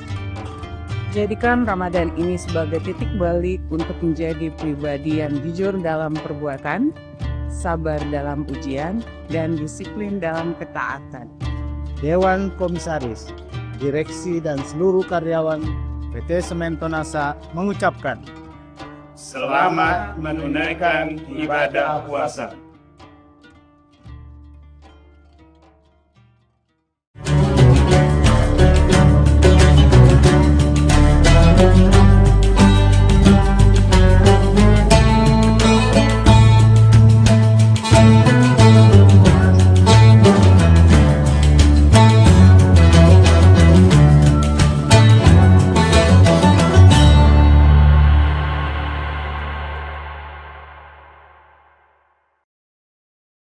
Assalamualaikum warahmatullahi wabarakatuh. Tribuners, bagaimana kabar Anda pada puasa hari ini? Semoga semuanya dalam keadaan sehat walafiat dan juga masih terus konsisten dan istiqomah dalam beribadah. Nah Tribuners, alhamdulillah hari ini saya Ilu dapat kembali menyapa Tribuners, kali ini dalam program Syiar Ramadan yang setiap harinya selama bulan suci Ramadan akan menghadirkan tema-tema yang menarik untuk kita perbincangkan bersama dalam menantikan waktu berbuka puasa. Dan tema kita pada hari ini merupakan cerdas beramal di era modern, dan tema ini akan kita bahas bersama dengan Bapak Ustadz Kiai Haji Sabarudin LC yang sudah hadir bersama kita di studio pada hari ini. Assalamualaikum Pak Ustadz. Waalaikumsalam warahmatullahi wabarakatuh. Baik, kabarnya seperti apa Alhamdulillah. Pak? Alhamdulillah baik, dan juga tentunya masih istiqomah. Baik, nah kemudian tema kita merupakan cerdas beramal di era modern. Nah kita tahu bahwa untuk beramal mungkin di era sekarang ini Pak ada banyak caranya. Namun bagaimana kemudian kita untuk melakukan amal itu atau mendapatkan amal itu dengan tata cara yang benar sesuai dengan mungkin teknologi ataupun juga era modern yang kita jalani saat ini. Silakan. Bismillahirrahmanirrahim. Hamdan wa syukranillah, salatan wa salaman ala rasulillah, amma ba'd. Allah subhanahu wa ta'ala berfirman, wa ma khalaqatul jinna wal insa illa liya'budun. Tidaklah kuciptakan jin dan manusia kecuali untuk menyembah kepada Allah, untuk beribadah kepada Allah. Tentu ketika terdengar nama seorang raja, Raja Salman, atau jika seandainya Tribuners ya ditakdirkan oleh Allah menjadi Raja Salman, kira-kira apa yang terlintas di pikiran kita? Maka yang terlintas di pikiran kita adalah kekayaan yang mungkin tidak habis dengan 7 turunan. Seorang raja yang memiliki kekayaan. Akan tetapi tahukah kita bahwa ternyata Raja Salman ini itu termasuk tipe manusia yang cerdas beramal dengan fasilitas yang begitu megah, menjadi pelayan tamu Allah atau yang dikenal dengan istilah Al-Khadimul Haramain, pelayan tamu Allah di 2 tanah suci, yaitu tanah suci Mekah dengan adanya Baitullah dengan Madinah Al-Munawwarah, yang mana kita lihat jutaan manusia yang melakukan tawaf, yang melakukan umroh, yang melakukan sa'i dan sebagainya. Betapa besar pahala yang didapatkan hanya dengan membuat dan memfasilitasi umat manusia untuk melakukan ibadah kepada Allah. Akan tetapi pahala yang didapatkan tentu cukup sangat besar dengan fasilitas ibadah yang telah dibangun. Inilah konsep cara cerdas beramal. Oleh sebab itu, ya, cerdas beramal ini di era modern itu diringkas supaya kita cepat mendapatkan pahala di sisi Allah Subhanahu wa taala, maka disingkat dengan istilah fast. Ya, fast ini cepat. Tapi bukan hanya cepat mendapatkan pahala, tapi ini merupakan singkatan dari F, itu adalah facility atau fasilitas. Tentunya siapa yang memfasilitasi orang melakukan ibadah kepada Allah, maka tentunya akan mendapatkan sejumlah pahala di sisi Allah Subhanahu wa taala. Man bana lillahi masjidan.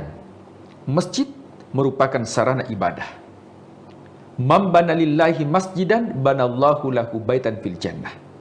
Siapa yang membangunkan rumah Allah di muka bumi ini, maka akan dibangunkan istana di surga.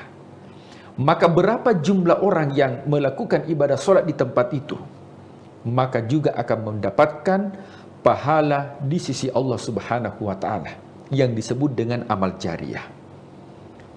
Dalam sebuah hadis Rasulullah SAW bersabda, "Idza mata ibnu Adam inqata amaluhu." Jikalau manusia meninggal dunia, maka terputuslah amalnya. Akan tetapi Rasul tidak mengatakan terputus pahalanya. Memang amal sudah tidak bisa dilakukan karena orangnya sudah meninggal dunia. Akan tetapi kiriman pahala, transferan pahala akan didapatkan. Maka tidak ditemukan ayat ataupun hadis yang mengatakan terputus pahalanya. Yang ada adalah terputus amalnya. Ada 3 golongan disampaikan Rasulullah SAW. Yang pertama, sedekatun jariyah, yaitu sedekah jariyah. Sedekah jariyah ini artinya ada investasi yang kita lakukan, ada sesuatu yang kita lakukan, ada sesuatu yang kita bangun yang mana dimanfaatkan oleh orang banyak. Selama itu dimanfaatkan dalam kebaikan, maka selama itu pula kita akan mendapatkan pahala. Dan inilah cara cerdas dalam beramal. Digambarkan oleh Rasulullah SAW, siapa yang membuat sumur. Ya, sumur ini merupakan ilustrasi. Mungkin saat sekarang ini itu bukan sumur, tapi ada ya perusahaan khusus yang mana mengalirkan air di rumah-rumah kita. Maka itu juga bagian dari ladang amal. Bahkan dalam hadis Rasulullah SAW, man barang siapa yaghrisu gharsan, siapa yang menanam pohon, kemudian pohon ini berbuah, burung memakan buah tersebut kecuali baginya mendapatkan sedekah. Hewan saja yang memakan pohon tersebut, buah dari pohon tersebut, bagian dari sedekah. Bagaimana jikalau ada sesuatu yang kita lakukan yang memberikan manfaat bagi orang banyak? jalanan yang kita bangun, yang kita fasilitasi, jembatan yang kita bangun, yang kita donasikan, selama itu dalam kebenaran dan kebaikan dan digunakan dalam kebaikan, maka itu akan menjadi amal jariah. Al-Quran, mungkin kita tidak baca Al-Quran, akan tetapi kita mendonasikan Al-Quran, kemudian Al-Quran itu selama dibaca, maka selama itu pula akan mengalir pahalanya di sisi Allah Subhanahu wa Ta'ala. Maka yang pertama adalah F adalah facility. Kalau kita lihat sekarang betapa banyak rumah-rumah Al-Quran, rumah-rumah tahfiz, yang boleh jadi pemilik rumah tersebut bukan ahli Al-Quran, bukan hafiz Al-Quran, akan tetapi memfasilitasi untuk dihafalkan Al-Quran, maka akan mendapatkan pahala sejumlah orang yang membaca atau menghafalkan Al-Quran. Yang kedua adalah A, fast, F, facility, A, ajarkan atau ajak. Maka ilmu yang kita ajarkan dalam disiplin ilmu apapun, selama kita ajarkan ilmu yang kita miliki, maka selama ilmu itu diamalkan dan difungsikan dalam kebaikan, maka insya Allah maka ilmu itu akan menjadi amal jariah. Di hadis Rasulullah SAW mengatakan, au ilmun yuntafa'u bihi, atau ilmu yang bermanfaat dalam disiplin ilmu dan bidang apapun. Mungkin yang konten kreator mengajarkan ilmu, kemudian ilmu itu bisa diterapkan dalam kebaikan, maka selama diterapkan dalam kebaikan, maka itu akan menjadi amal jariah. Kemudian yang ketiga, fas, S, itu adalah bagaimana menjadikan sarana ini dalam koridor kebaikan. Jadi termasuk juga ya menyiapkan kadar. Jadi S itu siapkan kadar. Makanya pada zaman Rasulullah SAW, sebelum meninggal Rasulullah itu sudah disiapkan yang dinamakan dengan khalifah. Setelah selesai khalifah itu disiapkan ulama. Jadi setiap orang ada masanya dan setiap masa ada orangnya. Oleh sebab itu, ketika kita tidak menyiapkan kadar terbaik untuk melanjutkan, maka sesungguhnya bisa terputus amal kebaikan. Makanya jangan takut. Terkadang ada orang takut, wah nanti jabatan saya ya diduduki oleh orang lain. Orang yang seperti ini adalah orang yang tidak menyiapkan baginya amal jariah. Justru dalam jabatan pasti setiap posisi akan ada masanya. Kalau bukan kita yang tinggalkan, kita yang ditinggalkan.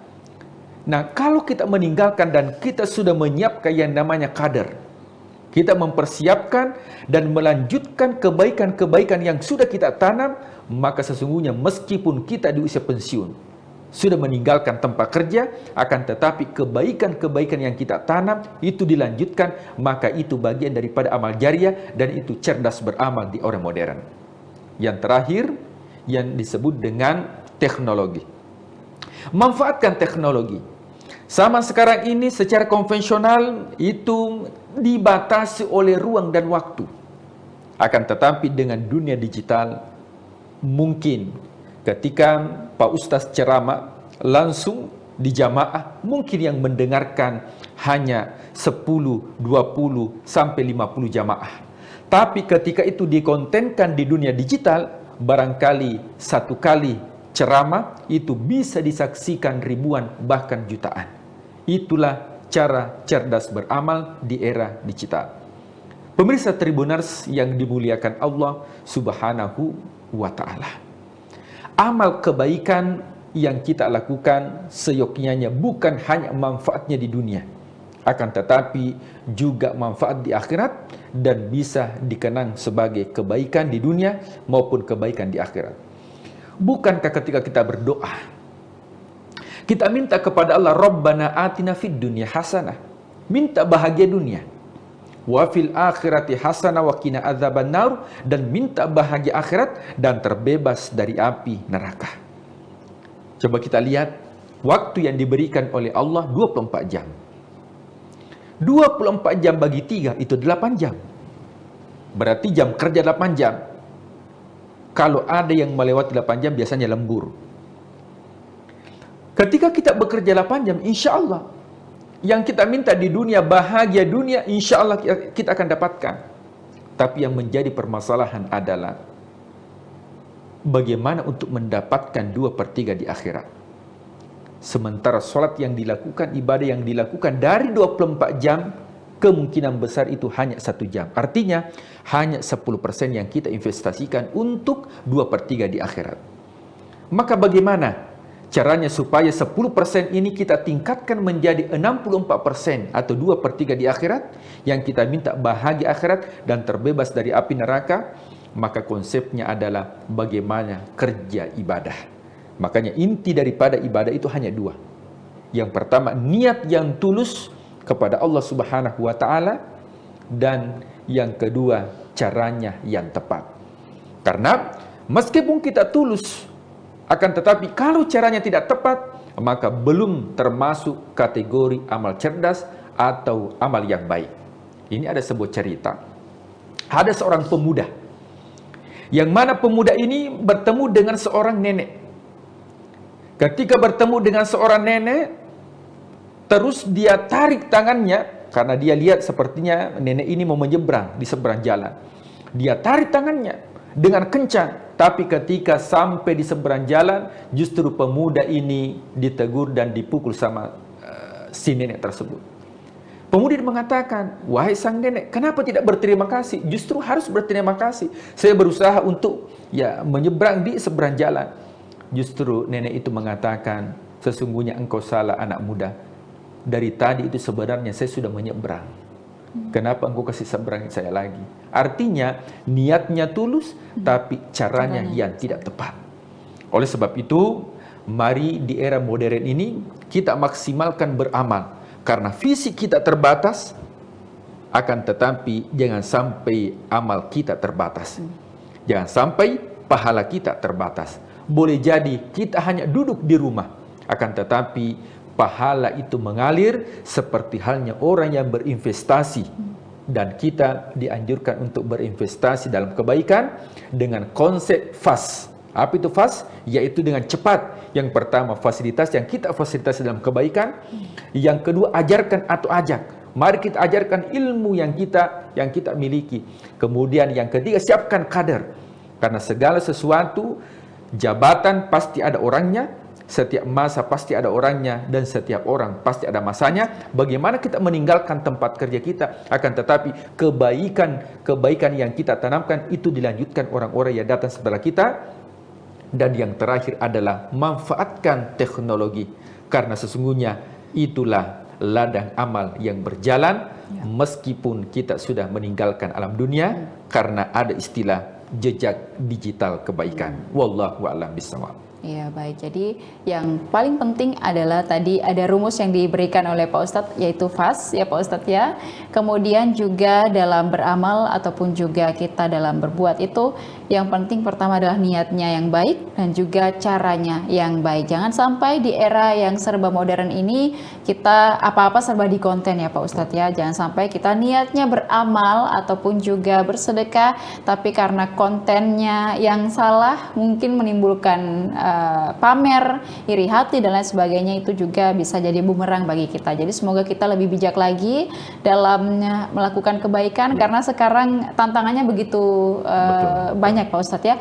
Media ini ataupun juga teknologi ini selain mempermudah, tapi juga satu sisi punya keburukan begitu. Semoga kita semua terhindar dari mara bahaya. Terima kasih Pak Ustadz ya sudah memberikan sharing-sharingnya pada hari ini, dan juga semoga kita dapat kembali bertemu dalam sesi lainnya, dan tentunya juga untuk memberikan berbagi banyak kebaikan dan juga kisah-kisah inspiratif lainnya.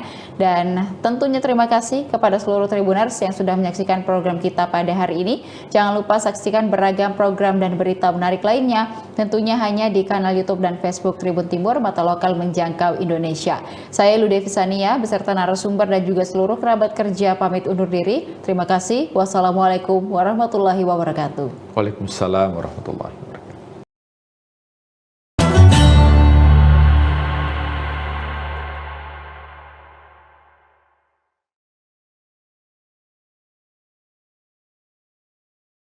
komitmen kita untuk berdakwah ini, niat kita itu diawali untuk menolong agama Allah. Surat Muhammad ayat 7 itu menyatakan, ya kan, intan surullah yang surukum wa yusabbit aqdamakum. Tolonglah, belalah agama Allah ini, Allah akan membela kamu dan akan mengokohkan kedudukanku. Saya merasakan itu. Pertolongan Allah terhadap kesulitan-kesulitan yang saya hadapi itu terjadi ketika saya kuliah. Rasa-rasanya tidak mungkin saya bisa kuliah di Yogyakarta, tapi Allah menolong saya. Saya dapat beasiswa. Beasiswa di Jogja, 5,5 tahun saya tidak bayar uang kuliah, bahkan saya tinggal di tempat sekjen, ya, di Mas Sekjen, ya. Itu pertolongan Allah. Yakinlah kalau Allah sudah menolong kita, segala hambatan, tantangan, rintangan, kesulitan yang kita hadapi itu akan dapat kita atasi.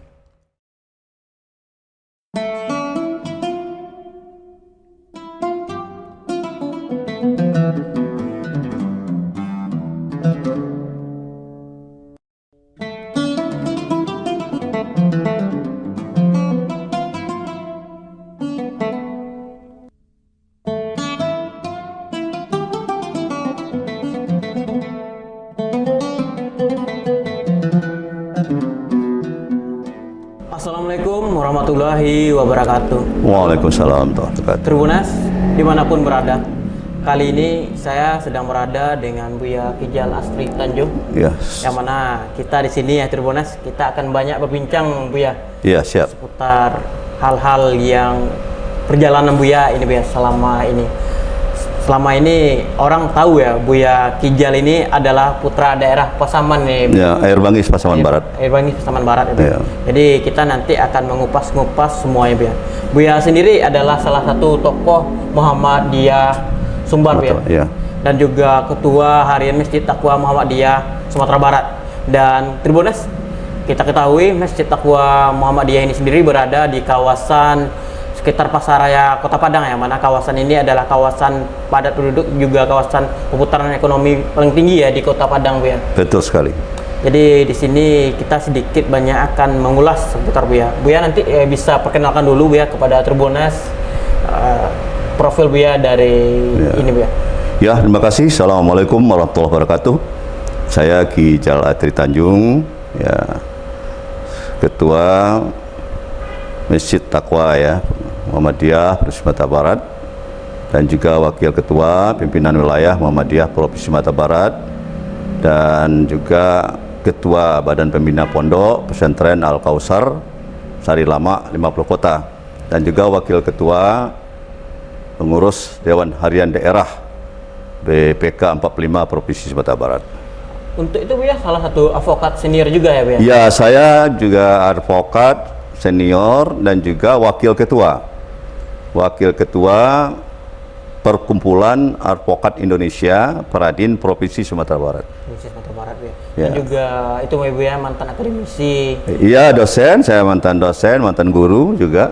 Itu kampus mana aja Buya mengajar Buya? Saya lebih banyak di Taman Siswa ya, di Taman Siswa, dan juga pernah di SMK Muhammadiyah, dan juga mengajar di SMK Pertanian di Luar Menturun.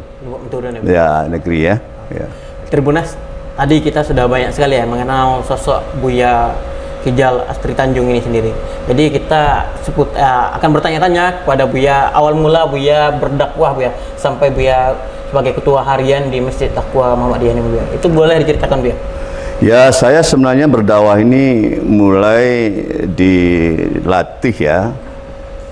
Itu sebenarnya sejak mulai SD di sekolah, dan saya sudah ikut lomba pidato ya, tingkat SD dan juga tingkat SMP.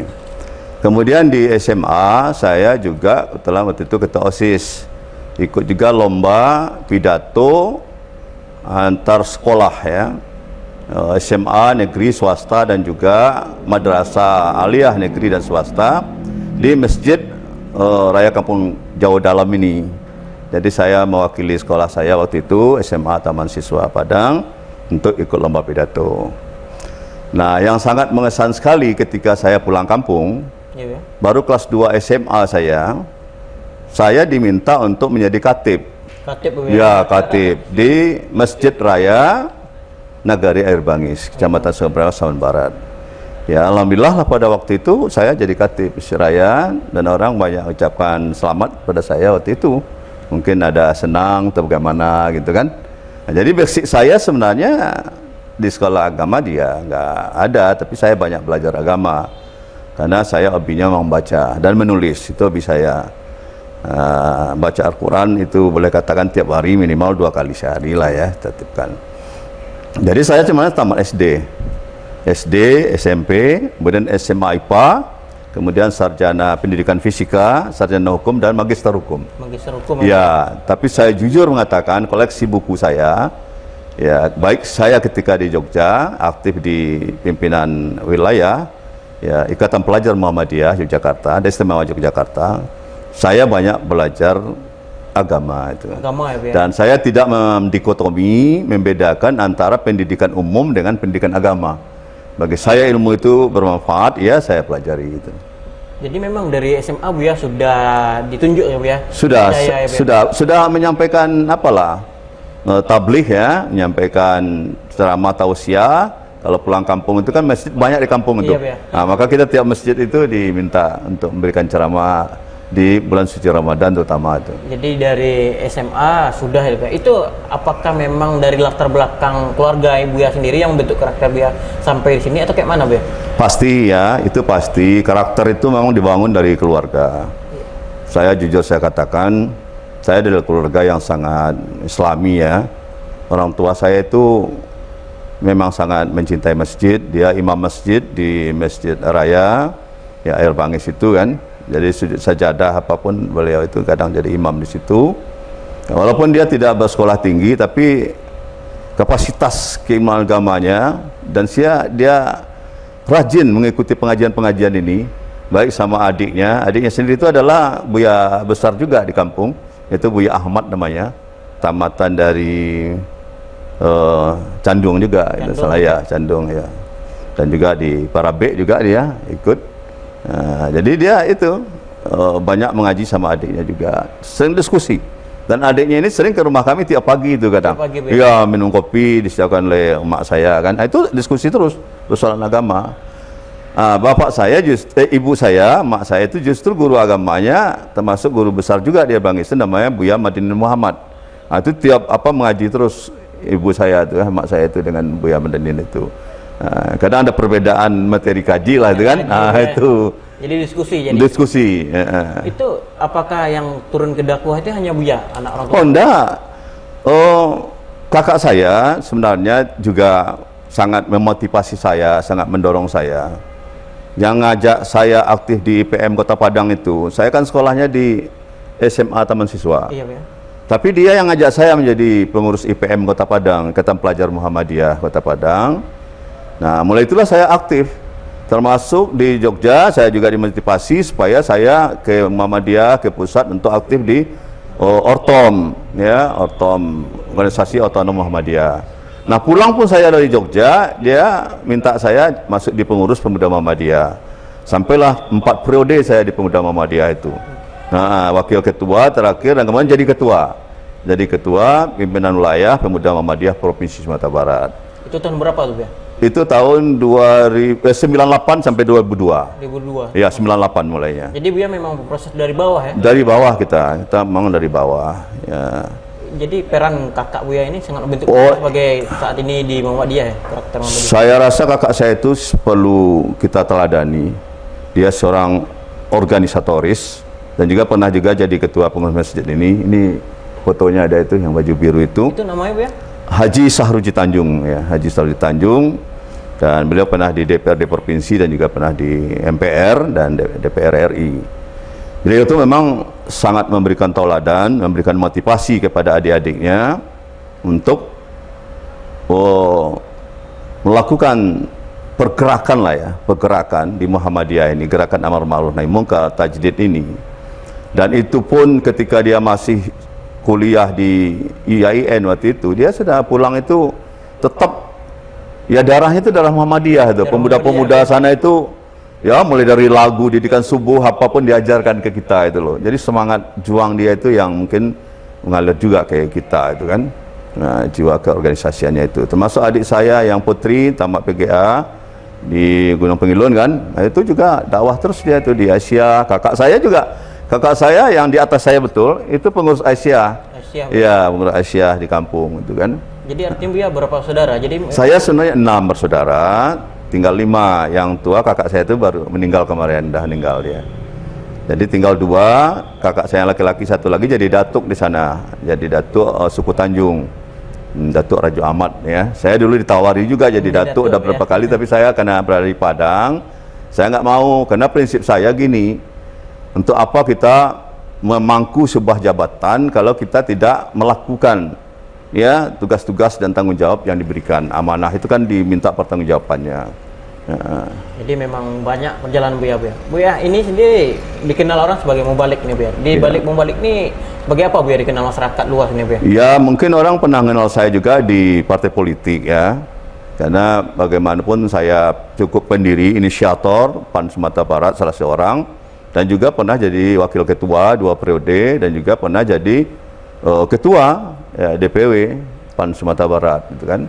Jadi artinya Buya aktif juga di politik gitu? Oh saya aktif, pernah calon wakil gubernur juga saya. Pernah ya waktu pemilihan langsung ya. Itu tahun berapa? Bukan waktu pemilihan perwakilan dewan ya. Itu tahun berapa tuh? Itu tahun 2002 kalau tidak salah. Ya. Jadi inisiator pendirian DPW PAN Sumbar ini Buya salah satunya? Ya, saya masuk salah seorang ya. Jadi sempat jadi wakil dan jadi ketua puncak? Iya, pernah jadi ketua DPW PAN Sumatera Barat. Betul. Ya? Ya di Tribunas kita tahu ya Buya ini di selain mubalik di belakangnya juga aktif sebagai politikus. Nah, begitu juga ketika di mahasiswa ya. Saya di samping IPM DIY itu, saya aktif di kampus. Saya ketua Badan Perwakilan Mahasiswa Fakultas Keguruan Ilmu Pendidikan. Dan mahasiswa kita pada waktu itu sana sangat banyak sekali ya. Jumlahnya puluhan ribu kan. Nah, saya juga sebagai anggota resimen mahasiswa Mahakarta. Tahun 83 saya jadi anggota resimen di bawah Gombong. Juga jalan kaki saya dari Gombong ke Jogja 126 kilo pakai ransel, pakai senjata jeren lah kan. Karir saya di resimen itu mulai dari staf 7 ya Libang, kemudian staf 4 Umas, dan kemudian staf 2 operasional, dan kemudian wakil komandan batalion, dan juga terakhir saya jadi komandan batalion. Ya, batalion membawahi 14 perguruan tinggi swasta di daerah istimewa Yogyakarta. Sempat latihan tembak mahir saya di Bandung tahun 83, dan juga latihan tembak mahir di Magelang. Jadi prepared tembak mahir saya itu ada senjata genggam, ada senjata laras panjang itu loh. Itu.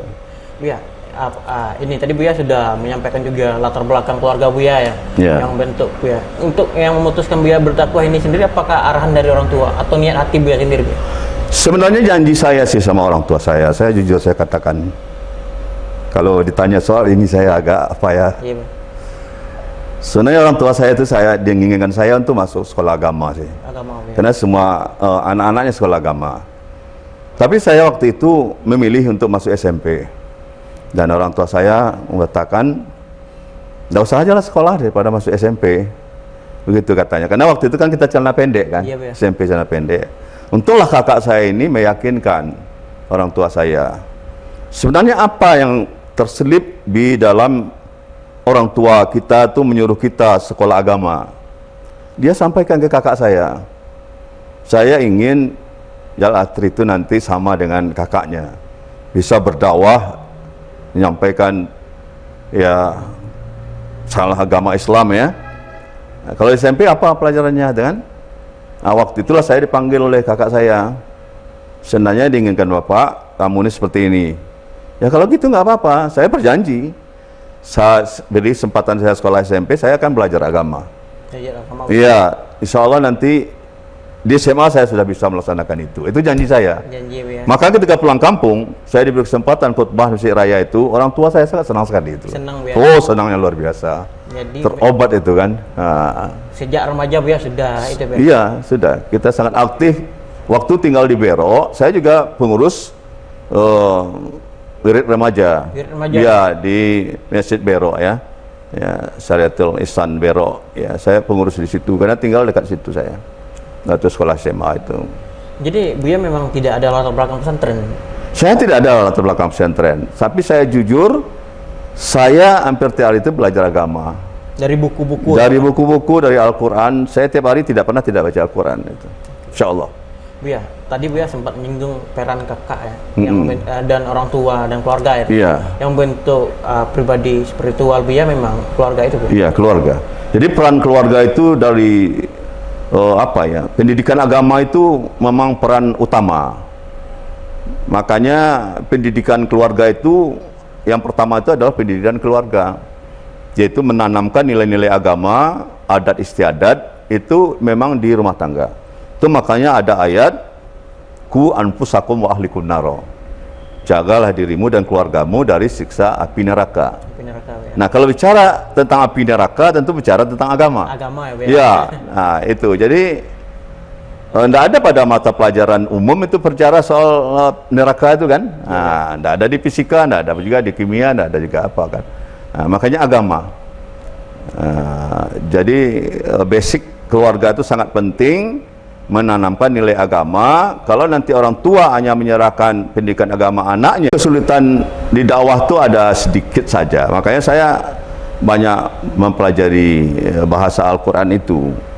Kalau untuk wawasan keilmuan, insya Allah saya bisa ya, karena basic saya di samping eksak ya, dan juga sosial, hukum kan, pendidikan juga saya kan. Nah, jadi inilah saya akan lebih mendalami pendidikan agama ini dari segi bahasanya. Nah, karena di Sumatera Barat ini kan bahasa syar'i itu kan bahasa Arab. Dan kalau kita bicara nanti persoalan nilai-nilai ke Minangkabauan, tentu bahasa Minang, ada istiadat. Nah, kita kan sudah ditakdirkan ini menjadi bangsa ya, suku bangsa Minangkabau. Sumatera Barat ini suku bangsa kan cuma dua, suku bangsa Minangkabau dan suku bangsa Mentawai. Nah, selaku suku bangsa Minangkabau, kita memiliki sebuah filosofi adat Basandi Syarak, Syarak Basandi Kitabullah.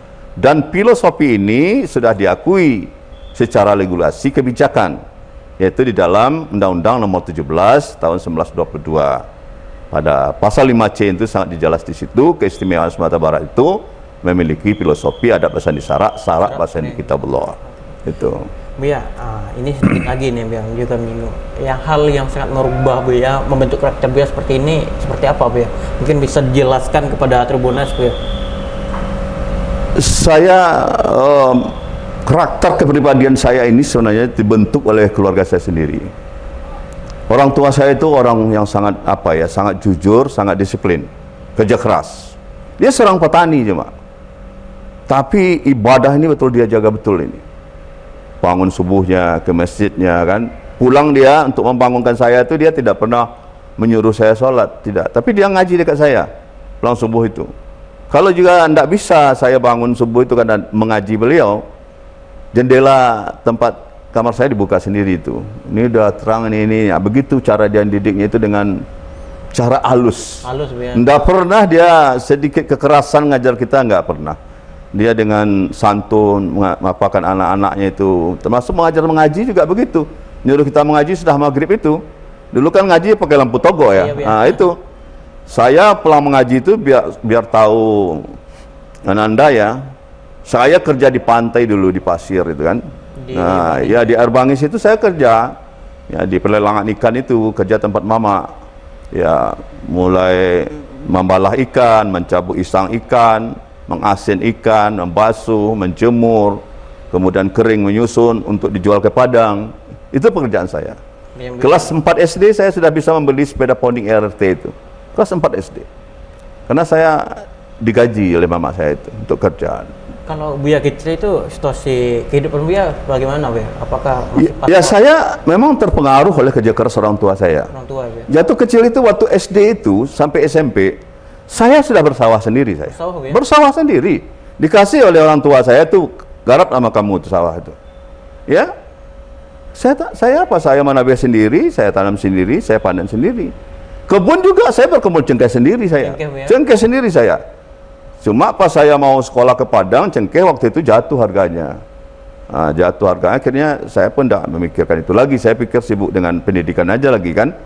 Jadi kalau soal bertani, saya bersawah, saya beladang, ya, kebun durian kita, kebun rambutan kita, kebun apalah muda ya, mentimun, cabai, semua kita lakukan. Kebun jari yang bertonton itu jari yang kita itu, dan juga batap ini.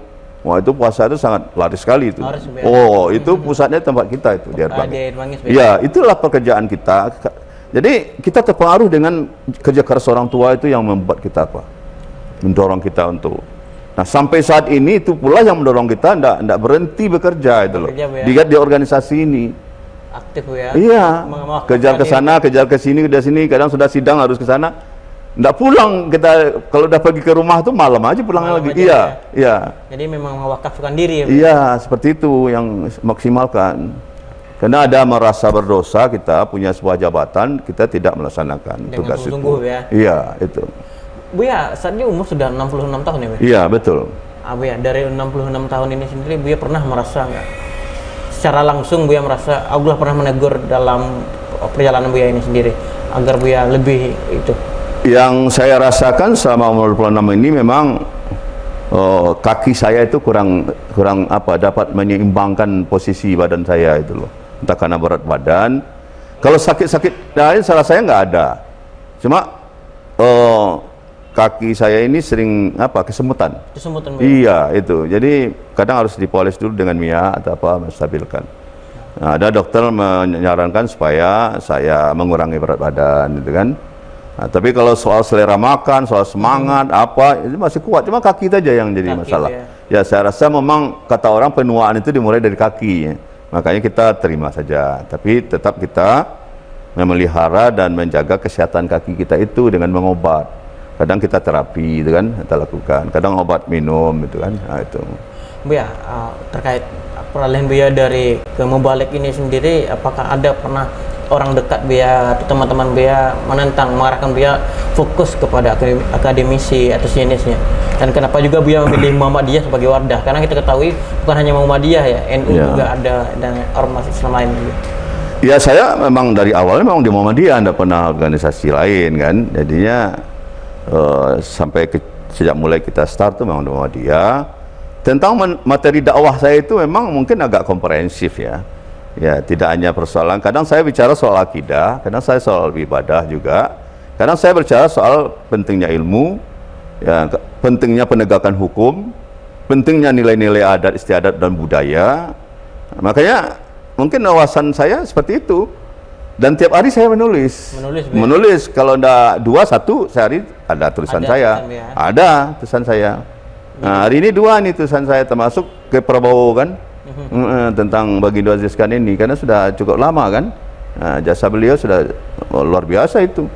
Nah, kalau untuk apa namanya peralihan Buya ke Mubalik ini, adakah yang menentang Buya? Apakah ada orang dekat Buya menyuruh fokus saja sebagai advokat atau fokus saja sebagai akademisi? Sampai sekarang belum ada orang yang melarang saya untuk berdakwah ya. Dan kalau ada orang yang melarang saya berdakwah, saya rasa dia sesat.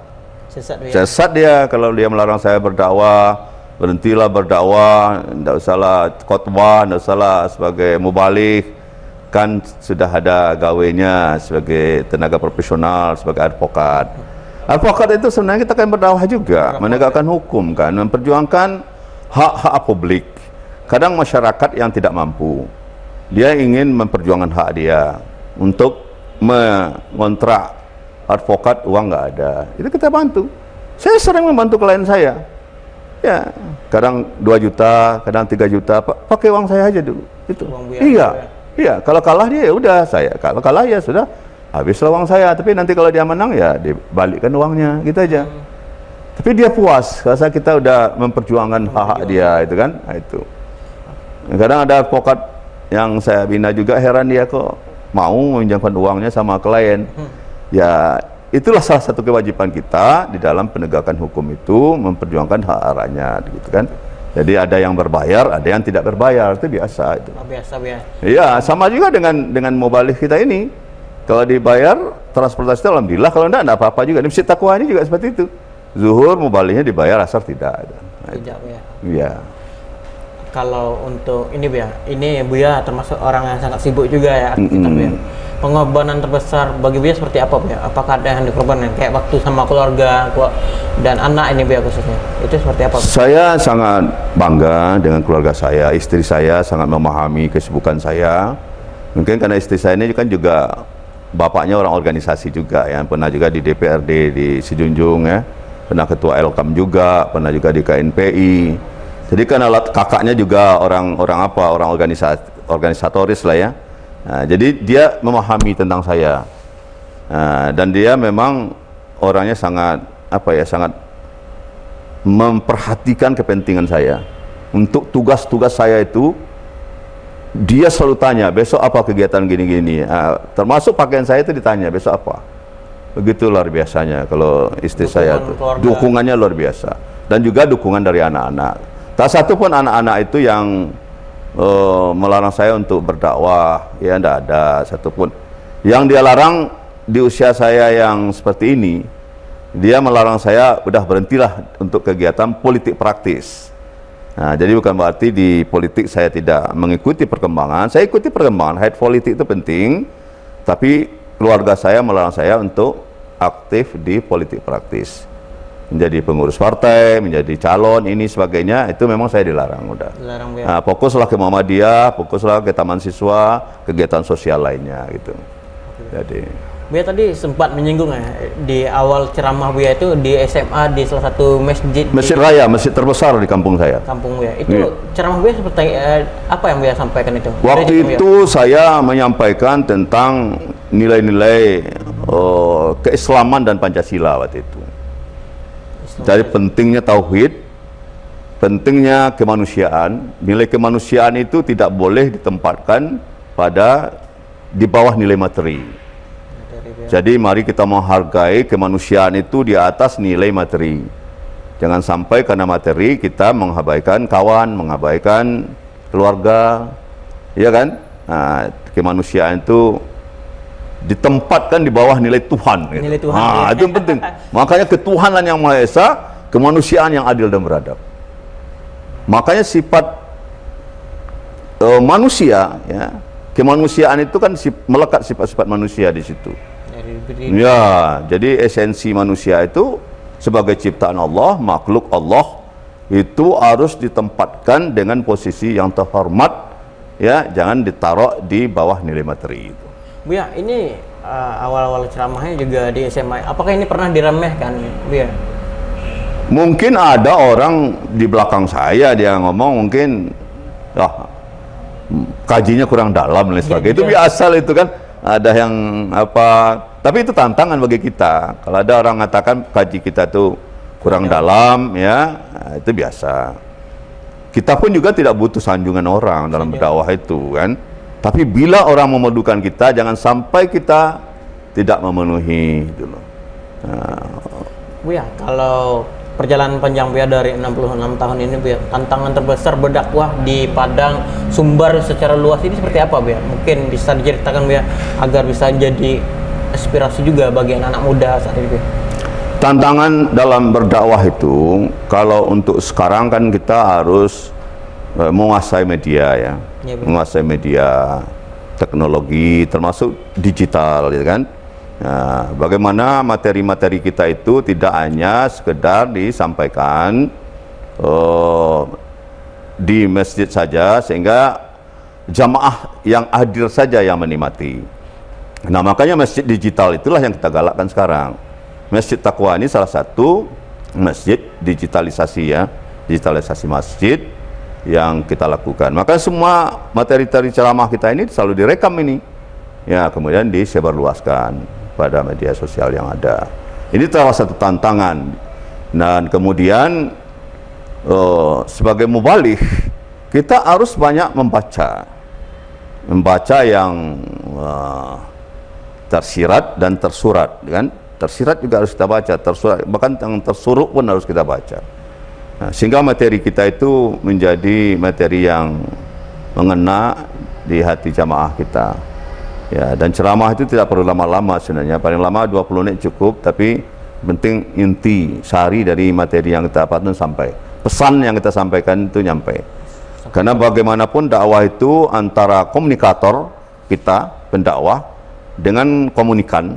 Komunikan adalah jamaah yang mendengar, dan kemudian informasi. Nah, ini penting. Jadi komunikator, komunikan, pesan yang disampaikan, nah, itu harus dikemas dengan baik. Kemudian media. Nah, media, sebagus apapun pesan yang kita sampaikan, kalau tidak disebarkan oleh media, ya kan, itu tidak akan efektif, ya, efektif, dan jangkauannya itu terbatas kalau hanya didengar oleh yang adil saja. Makanya media ini penting, dakwah di media ini penting. Maka juru dakwah harus berteman dengan orang-orang media, supaya bisa disebarkan materi kita itu. Nah, akhirnya nanti kita akan tahu dampak dari materi kita ini apa. Bisa diukur nanti, itu kan bisa dinilai bagaimana tanggapan orang terhadap materi kita di media, kan bisa dilihat. Iya, Bang. Nah, itu makanya.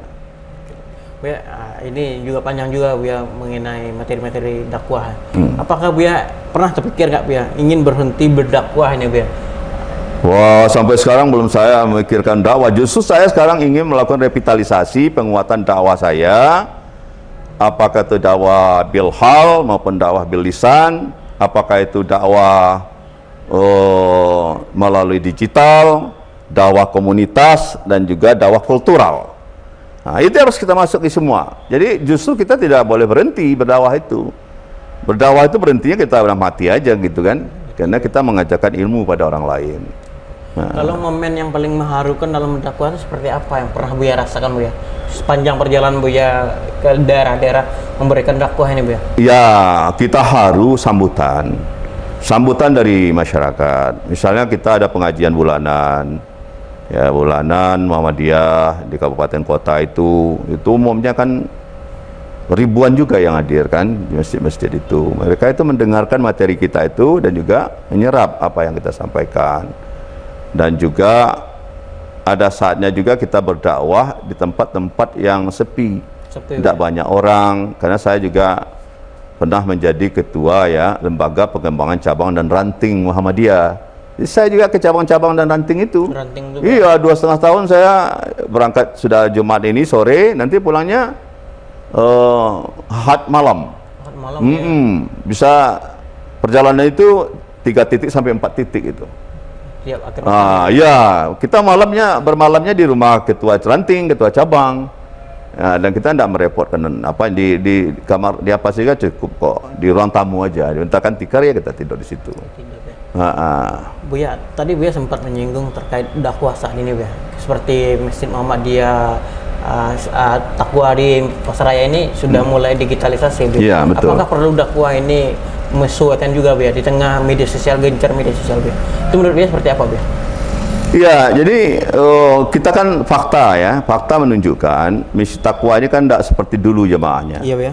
Kalau dulu Jumat itu penuh sesak sampai di lantai 3. Nah, di lantai 3 itu orang juga penuh.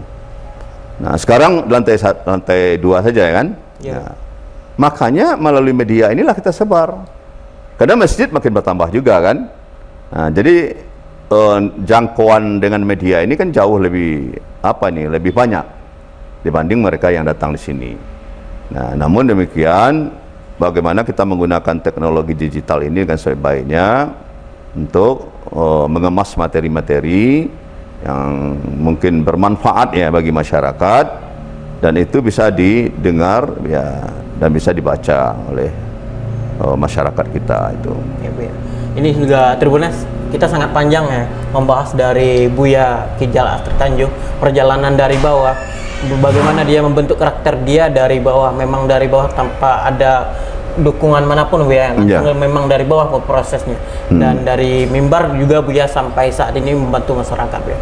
Buya, kita sudah masuk di titik akhir Buya. Mungkin ada yang ingin disampaikan kepada generasi muda Buya, agar generasi muda ini bisa mengikuti cara Buya berdakwah ini. Ya, jadi komitmen kita untuk berdakwah ini, niat kita itu diawali untuk menolong agama Allah. Surat Muhammad ayat 7 itu menyatakan, ya kan, intan surullah yansurukum wa yusabbit aqdamakum.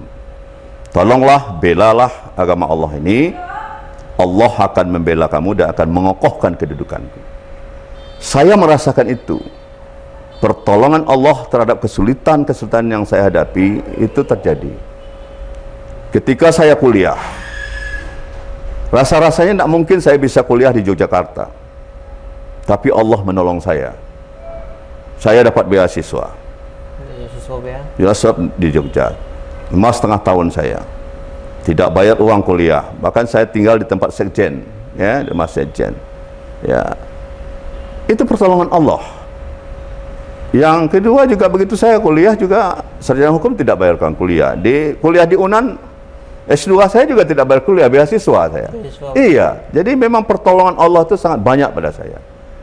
Orang tidak akan mungkin berpikir, saya tidak pegawai negeri, ya kan, hanya guru yayasan, ya kan, dosen yayasan, ya kan.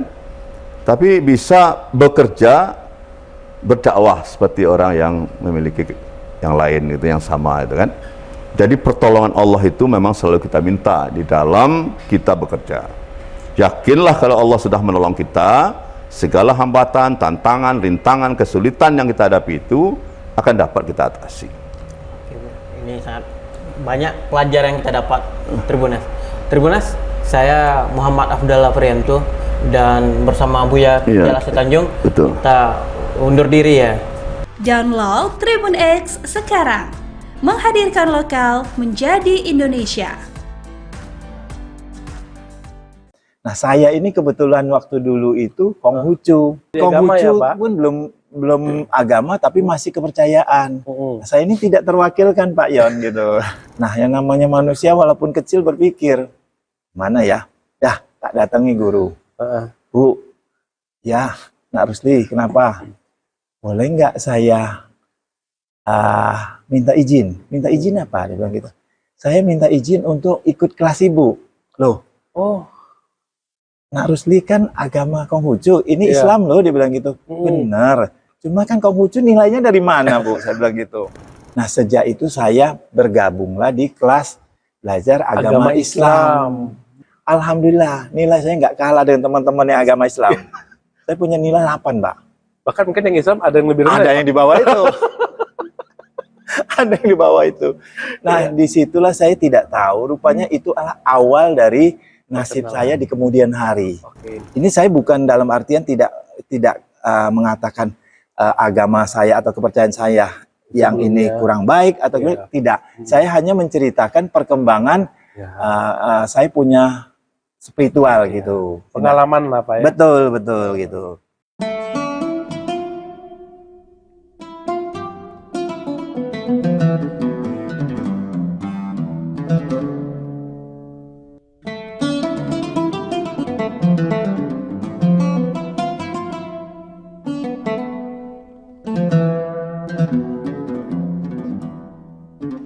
Ya, Assalamualaikum warahmatullahi wabarakatuh Tribunar, apa kabarnya dimanapun kalian berada, masih dalam program bincang-bincang tentang perjalanan para da'i di Indonesia. Kali ini dari Jambi kita akan ngobrol, berbincang dengan salah satu da'i di kota Jambi, yaitu Pak Rusli. Pak Rusli, apa kabar? Alhamdulillah sehat. Di Ramadan kali ini gimana Pak? Insya Allah lebih steady ya, insya Allah. Steady gitu. ya. Iya. Ada aktivitas yang mungkin sedang Bapak lakukan? Aktivitas biasa saya, karena profesi saya kan petani Pak. Petani ya, di profesi ininya ya Pak? Ya, profesi petani. Jadi banyak juga waktu senggang kalau petani.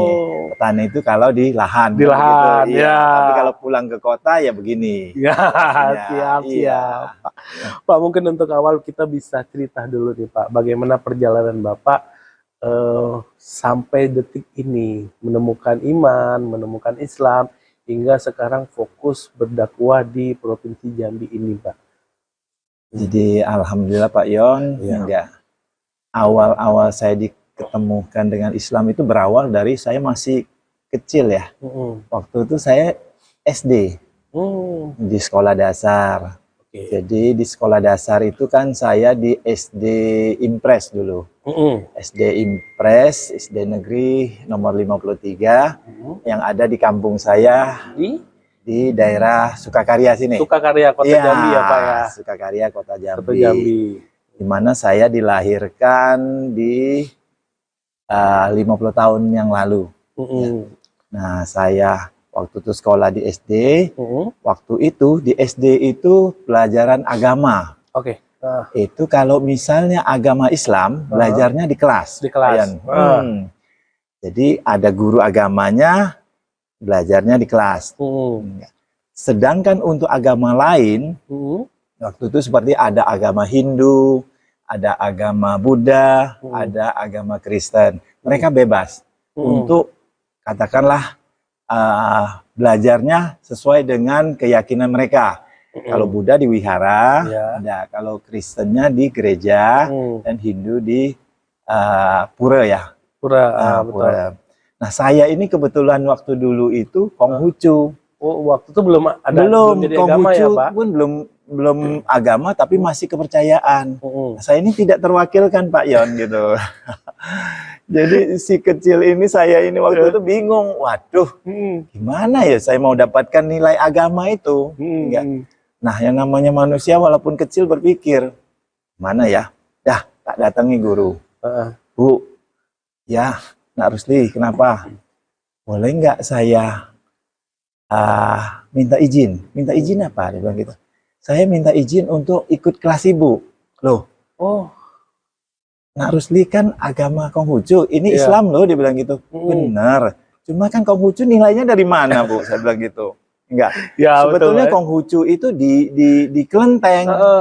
Enggak di kelenteng ibadahnya, dan itu kan di kelenteng tidak ada semacam pendidikan yang reguler begitu. Betul.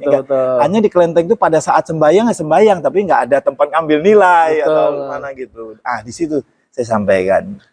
Dan alhamdulillah ibu gurunya sangat mengerti dan welcome sekali. Benar kamu mau? Benar, saya bilang gitu. Itu kelas berapa dulu, Pak? Kelas 1, Pak. Kelas 1, Pak. Kelas 1, Pak. Kelas 1. Jadi awal betul saya. Nah, jadi saya diyakinkan sama ini, benar, Bu. Saya bilang gitu. Oke, boleh, dia bilang gitu. Nah, sejak itu saya bergabunglah di kelas belajar agama Islam. Nah, di sana saya belajar sebagaimana anak-anak yang beragama Islam. Cuma ibunya luar biasa toleransinya. Khusus baca Al-Quran, sama sholat, baca doa, itu saya kena dispensasi, dapat dispensasi. Tapi dapat nilai tetap, Pak? Dapat. Itu tidak masuk dalam pengurangan nilai. Iya. Jadi dispensasi. Tetapi justru itu yang saya sesalkan setelah di kemudian hari. Kenapa nggak ikut belajar ya, Pak? Iya, saya terlambat. Cara baca Qur'annya terlambat, berdoanya juga ini gitu. Jadi saya belajar sejarahnya. Ada sejarah Nabi dan Rasul, sejarah daripada turunnya Al-Quran, perang-perang dalam Islam, terus cara-cara syariat, itu saya belajar semua. Ambil air wudhu gimana, terus niat misalnya orang-orang katakanlah mandi wajib atau mandi junub itu gimana, saya pelajarin semua. Nah, jadi dari saya pelajarin itu, kalau misalnya ada ujian, saya dikasih yang ujian khusus gitu, tentang sejarah-sejarah itu. Alhamdulillah, nilai saya nggak kalah dengan teman-teman yang agama Islam. Saya punya nilai 8, Pak. Bahkan mungkin yang Islam ada yang lebih rendah. Ada yang di bawah itu. Ada yang di bawah itu. Nah, disitulah saya tidak tahu, rupanya itu adalah awal dari nasib saya di kemudian hari. Enggak. Saya ikutin, kok sepertinya lempeng aja. Lempeng aja gitu. Enggak. Nah, cuma tanpa saya sadari, itu tertanam pelan-pelan.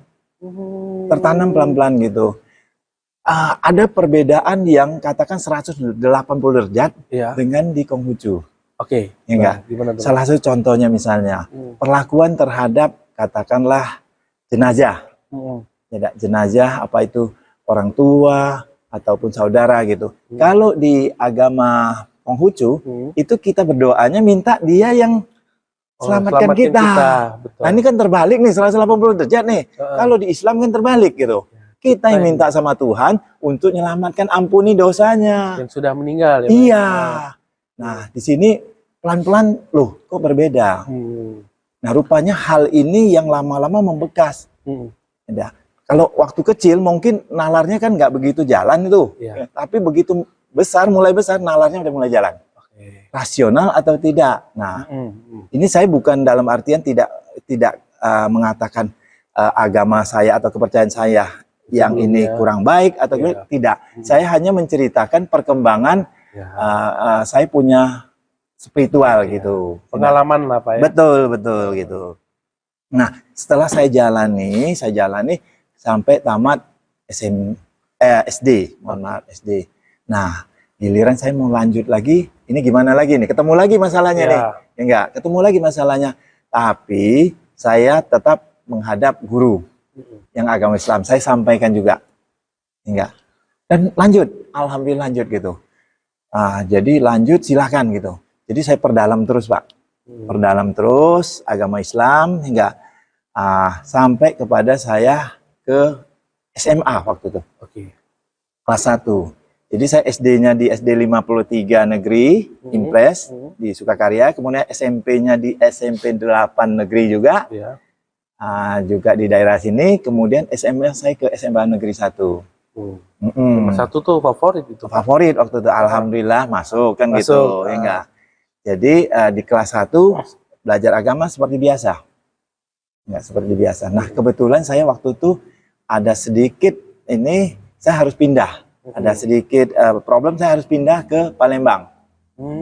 Nah, akhirnya saya pindah ke Palembang. Nah, di Palembang ini saya bukan masuk negeri lagi. Saya diterima di SMA Metodis Palembang. Metodis 1. Protestan, ya? Metodis ya. Metodis. Ya, dia khusus memang Kristennya Metodis gitu. Oh. Ya, kalau Protestan tersendiri kelihatannya. Iya. Nah, di kilometer 3,5 tuh. Nah, di sini berbeda nih. Selama saya dari SD, saya belajar Islam, tiba-tiba saya dicemplung di sekolah Metodis gitu. Nah, tapi nggak masalah buat saya belajar. Nah, justru dengan belajar itu, saya tambah lagi wawasan saya tentang Kristen di Metodis gitu. Dan begitu masuk Metodis, saya belajar baru lagi tentang Kristen kan gitu. Tentang Kristen, dan itulah yang menambah wawasan. Sudah 3 agama atau kepercayaan yang saya pelajari ini. Pertama Konghucu, kedua Islam, dan ketiga Kristen Metodis ya, Metodis kan gitu. Nah, pada saat di SMA ini, terutama sudah tamat SMA, itu pergolakan spiritual saya di dalam hati ini itu sudah semakin kenceng gitu, hingga saya sudah pada posisi puncak ini. Saya sudah posisi puncak, saya sudah dewasa, sudah besar. Nah, disitulah saya harus milih gitu. Mana yang paling saya ini tidak cocok buat saya. Klop lah, Pak, ya, klop buat gitu. saya, ya, kan gitu. Nah, jadi setelah itu saya jujur, memang Islam yang paling klop saya. Kebetulan dari ilmu pun saya sudah juga banyak saya dapat. Nah, disitulah akhirnya sempat pulang ke Jambi. Momentumnya kapan? Saya waktu itu saya nggak tahu mau masuk Islamnya di mana, saya nggak tahu. Saya tahunya saya cari lagi guru saya yang paling dekat dengan saya. Guru SMP? Iya, waktu itu guru SMP. Oh, guru SMP. Pak Lubis namanya. Saya cari waktu itu di Kota Baru, saya datang dia, Pak, saya mau masuk Islam. Ada, Bapak tolong aturkan. Nah, yakin Pak. Bahkan saya sudah pernah belajar sama Bapak. Enggak. Oh iya dulu. Nah, beliaulah yang akhirnya menuntun saya bersahadat, Pak. Untuk masuk Islam. Tahun berapa itu, Pak? Tahun 80-an akhir, Pak. 80-an akhir. Saya nggak begitu ingat, mungkin sekitar 88 atau 89. Ya. Disitulah saya bersahadat, Pak, gitu. Saya bersahadat, Nah, saat bersahadat bukan masalah, nggak ada lagi. Masalah saya timbul lagi gitu. Timbul lagi dalam keluarga. Nah, itu biasanya itu tuh, Pak. Dalam keluarga gitu. Karena selama ini saya belajar Islam, saya mengagumi Islam, ajaran Islam, itu kan saya diam-diam, Pak. Enggak. Saya tidak sampaikan ke orang tua saya, ke kakak-kakak saya. Tetapi pada saat sahadat ini sudah mulai terbuka. Mulai terbuka hingga terutama saya bersosialisasi, Pak. Kalau sudah masuk Islam tentu yang saat saya belum Islam itu kan ditinggalkan satu-satu. Seperti konsumsi, katakanlah babi itu kan sudah tak tinggalkan, ya enggak? Terus kalau misalnya orang pengajian sudah tak ikut, bawa peci. Nah pada saat bawa peci itu mama saya tahu gitu. Saya tahu, ya enggak? Terus saya dipanggil, saya ditanyain. Nah, di situ saya berat Pak, di situ. Di satu sisi saya udah tahu, mama saya ini kan masih katakan bawaan lama. Ya. Saya juga memahami orang tua mana sih yang pengen anaknya berbeda agama dengan orang tuanya, saya paham betul. Ya. Nah, jadi beliau intinya menentang, hingga dan saya pun diam gitu. Saya diam karena saya tidak mau memperdebatkan di depan orang tua. Saya takut menyakiti hatinya.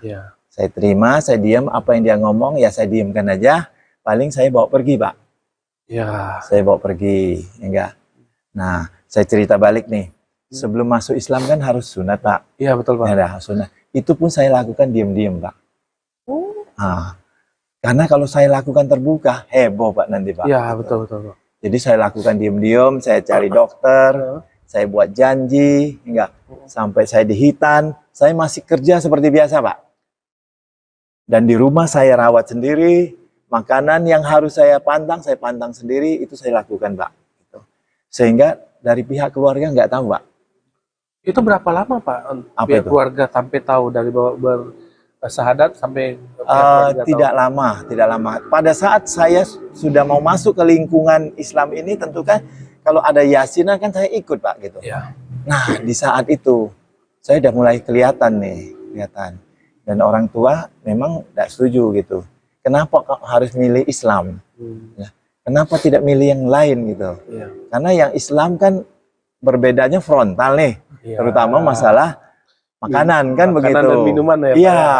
Satu, kedua, mohon maaf ritualnya kan kalau kita sudah masuk Islam kan ritual lain nggak boleh lagi kita ikuti, ya enggak. Nah di situ frontalnya. Tapi kalau agama lain, ya enggak, kan masih mohon maaf masih dari segi makanan masih sama.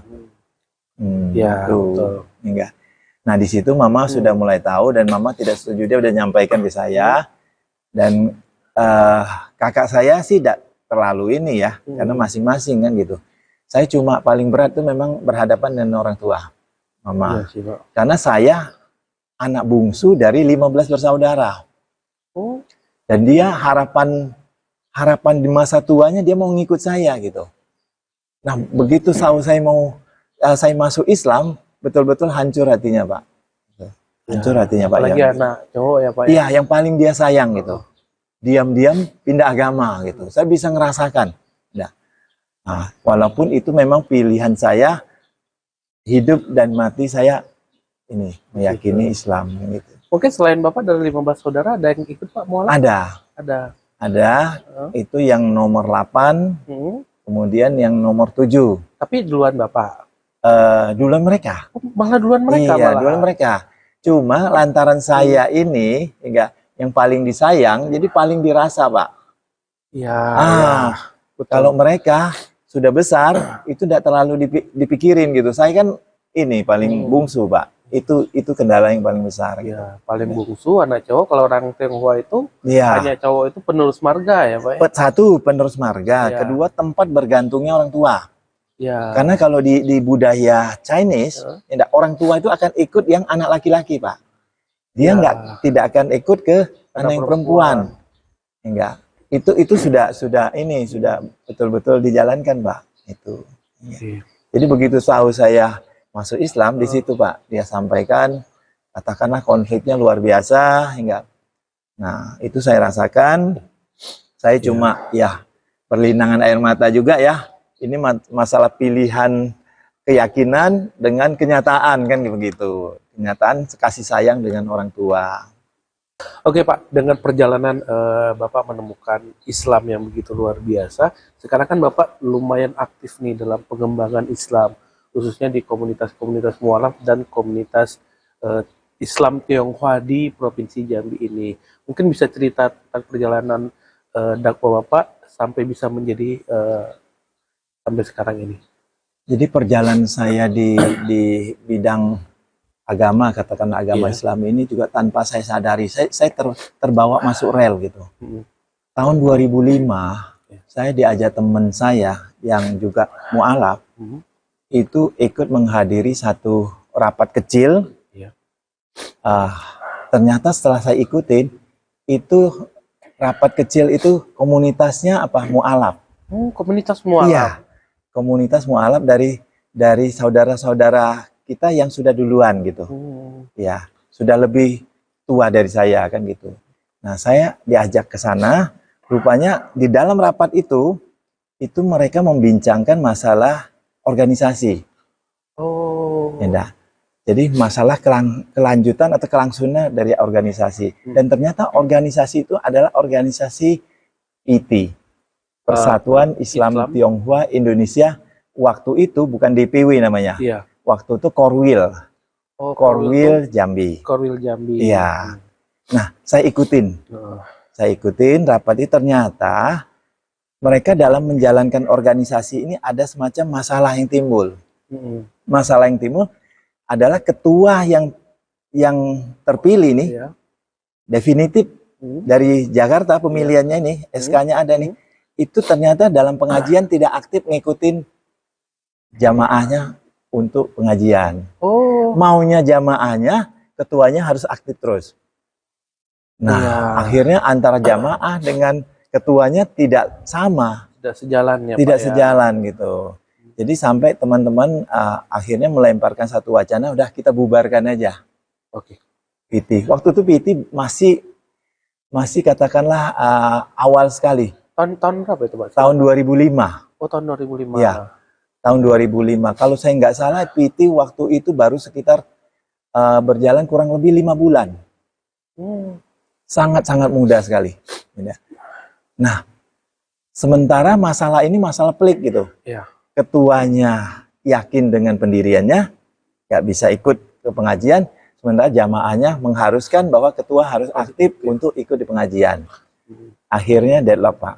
Nah, tadi teman bilang, udah kita bubarkan aja, kita seperti biasa aja dari rumah ke rumah kan gitu. Jadi minta pendapat saya sampaikan. Rasanya sayang gitu ya. Ini organisasi sudah ada di Jambi nih. Iya. Nah, Jakarta sudah percayakan di Jambi, kok tiba-tiba karena masalah kepengurusan dibubarkan. Saya sampaikan gitu. Enggak. Apa tidak ada jalan lain kan gitu. Ya kalau memang pengurusnya katakanlah tidak sinkron, ya kan bisa ganti pengurus. Intinya gitu. Ya enggak. Nah, disitulah saya kenal pertama kali dengan PT, Persatuan Islam Tionghoa Korwil Jambi. Nah, pada saat itu tidak lama lagi ada namanya apa ini namanya, rapat untuk pemilihan seluruh Indonesia, Muktamar. Oh, Muktamar, Ketua PT se-Indonesia ya, iya, jadi Muktamar yang ketiga waktu itu.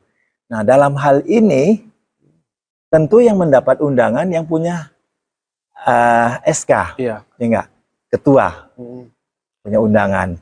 Sementara teman-teman ini maunya saya yang mewakili warga untuk ke Surabaya, enggak. Ah, sedangkan saya nggak punya undangan. Akhirnya teman-teman berusaha mencarikan undangan itu. Enggak. Akhirnya teman kita Pak Haji David, mungkin kenal ya Pak Haji David. Jamaah Tabligh ya, Pak? Iya, itulah yang membuka jalan untuk ke Surabaya. Beliau dapat undangan dan saya dengan beliau yang berangkat ke Surabaya. Nah, waktu di Surabaya lakukan muktamar, ini ada sedikit kerancuan nih. Di Jambi kok wakilnya ada 2 nih. Ya. Satu wakilnya berdasarkan SK, satunya atas amanah dari jamaah gitu, atau warga kan gitu. Nah, tapi alhamdulillah cukup bijak di dalam sidang itu, akhirnya dua-dua dikasih suara, kesempatan untuk suara. Jadi Jambi ada wakilnya ada 2, saya dan Pak satu lagi Pak Ferry Budiman, Insinyur Ferry Budiman kalau saya nggak salah ingat. Nah, dalam perjalanan sehingga terpilihlah ketua waktu itu Haji Trisno Adi Tantiono, orang Jember saat itu. Itu ketua PT seluruh Indonesia. Ya. Nah, pada saat Muktamar 3 selesai, waktu santai, saya diajaklah jalan ke Masjid Muhammad Cengho Surabaya. Nah, inilah cikal bakal Masjid Laksamana Cengho Jambi. Saya yang waktu dulu nggak tahu ada masjid di Surabaya, sehingga berkunjunglah ke sana, sempat foto-foto bersama dengan Pak Anton Medan, Ustadz Anton Medan pada saat itu. Ya. Yang kemudian rupanya menjadi ketua DPP PT juga, yang sudah almarhum, enggak. Nah, itulah nasib membawa kita kemana kita nggak tahu. Nah, setelah saya dikenalkan dengan Masjid Muhammad Cengho, saya kagum, enggak. Kagumnya luar biasa. Loh, kok boleh ya masjid tapi bentuknya kok kayak kelenteng? Enggak, kok saya kan udah aneh karena saya memang dari Buddha. Konghucu. Konghucu kan tempat ibadahnya kan kelenteng gitu. Jadi disitulah saya tahu bahwa budaya selama tidak bertentangan dengan akidah itu diizinkan atau diperbolehkan. Dan lebih saya tertariknya lagi dan kagumnya fungsi daripada masjid itu sendiri. Enggak. Masjid itu sendiri merupakan pertemuan dari warga baik yang Muslim Tionghoa, Muslim non Tionghoa, dan katakanlah yang penduduk ini Indonesia asli yang dari lahir sudah Islam, enggak. Dan dalam saat-saat misalnya berkumpul untuk bakti sosial, ini ngumpul semua dan nyatu mereka. Ini kan satu yang luar biasa nih. Yang waktu itu di Jambi kan tidak kita ketemukan. Enggak. Nah, dari sanalah mulai tertanam cita-cita saya kapan ini di Jambi ada, enggak. Dan singkat ceritanya begitu pulang sampai di Jambi, saya sampaikan laporan saya ke jamaah. Katakanlah kawan-kawan yang ngirim saya tadi. Ini loh hasilnya, ketuanya udah terpilih. Beres, saya pikir beres urusan saya. Kenapa? Saya udah sampaikan amanahnya ke teman-teman. Monggo, silakan lanjutkan. Ternyata teman-teman masih pegang yang lama. Tidak. Anda jadi ketua atau bubar.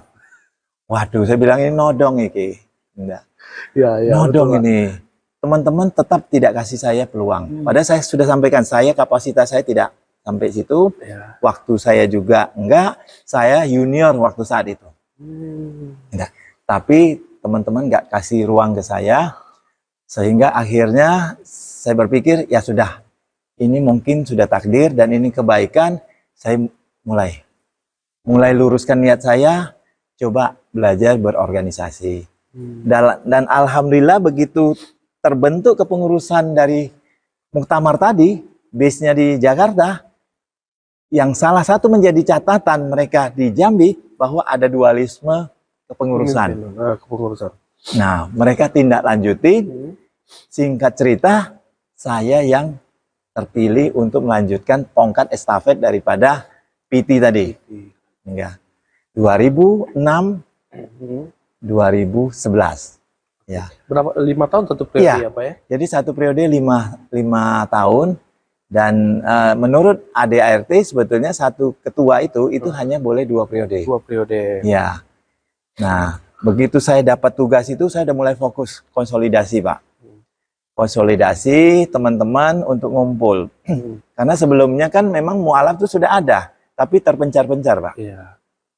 Udah terpencar-pencar, ini gimana supaya bisa ngumpul. Enggak. Dan salah satu kendala kita adalah memang masalah tempat, Pak. Kita saat itu hanya bisa dari rumah ke rumah. Cuma kalau dari rumah ke rumah kan kadang-kadang ada privasi, ada rumah yang kadang-kadang juga mohon maaf sempit kan nggak enak kita. Enggak. Dan itulah salah satu kendala yang kita jalani.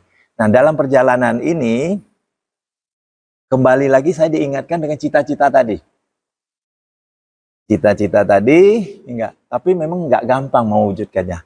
Satu, tempatnya di mana, dukungannya bagaimana. Karena mohon maaf pada saat itu di 2006, mualafnya itu ekonomi kita pada pas-pasan, Pak. Pada pas-pasan. Dan mohon maaf, kita kan pindah agama, kebanyakan teman-teman juga tidak bawa embel-embel, Pak.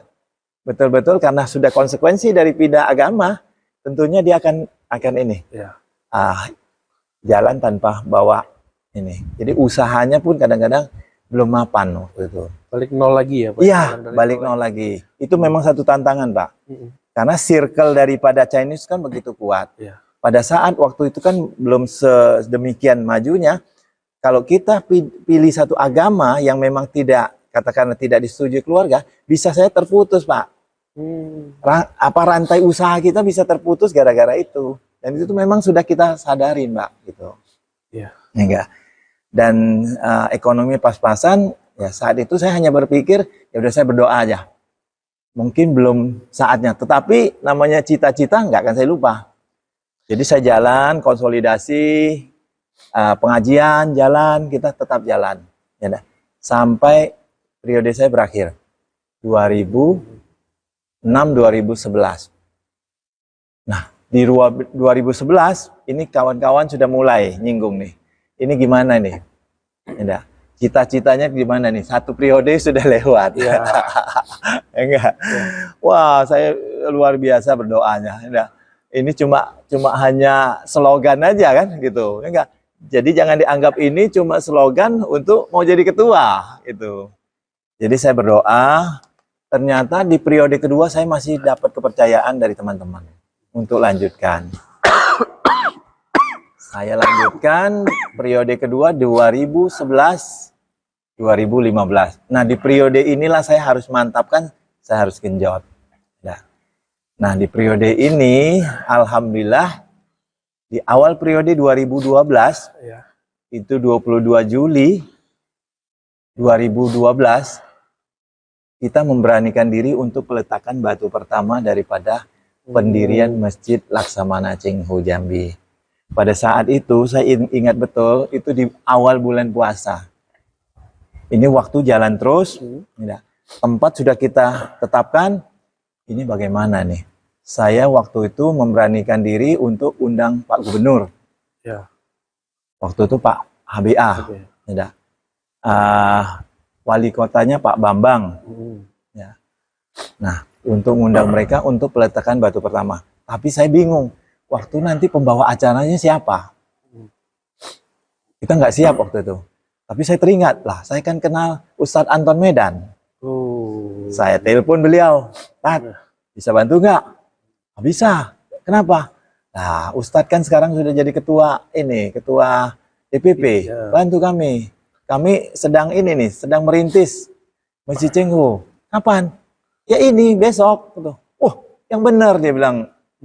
Pak Rusli, benar lah Pak, saya sudah undang gubernur nih Pak, Bapak jangan malu-maluin kami.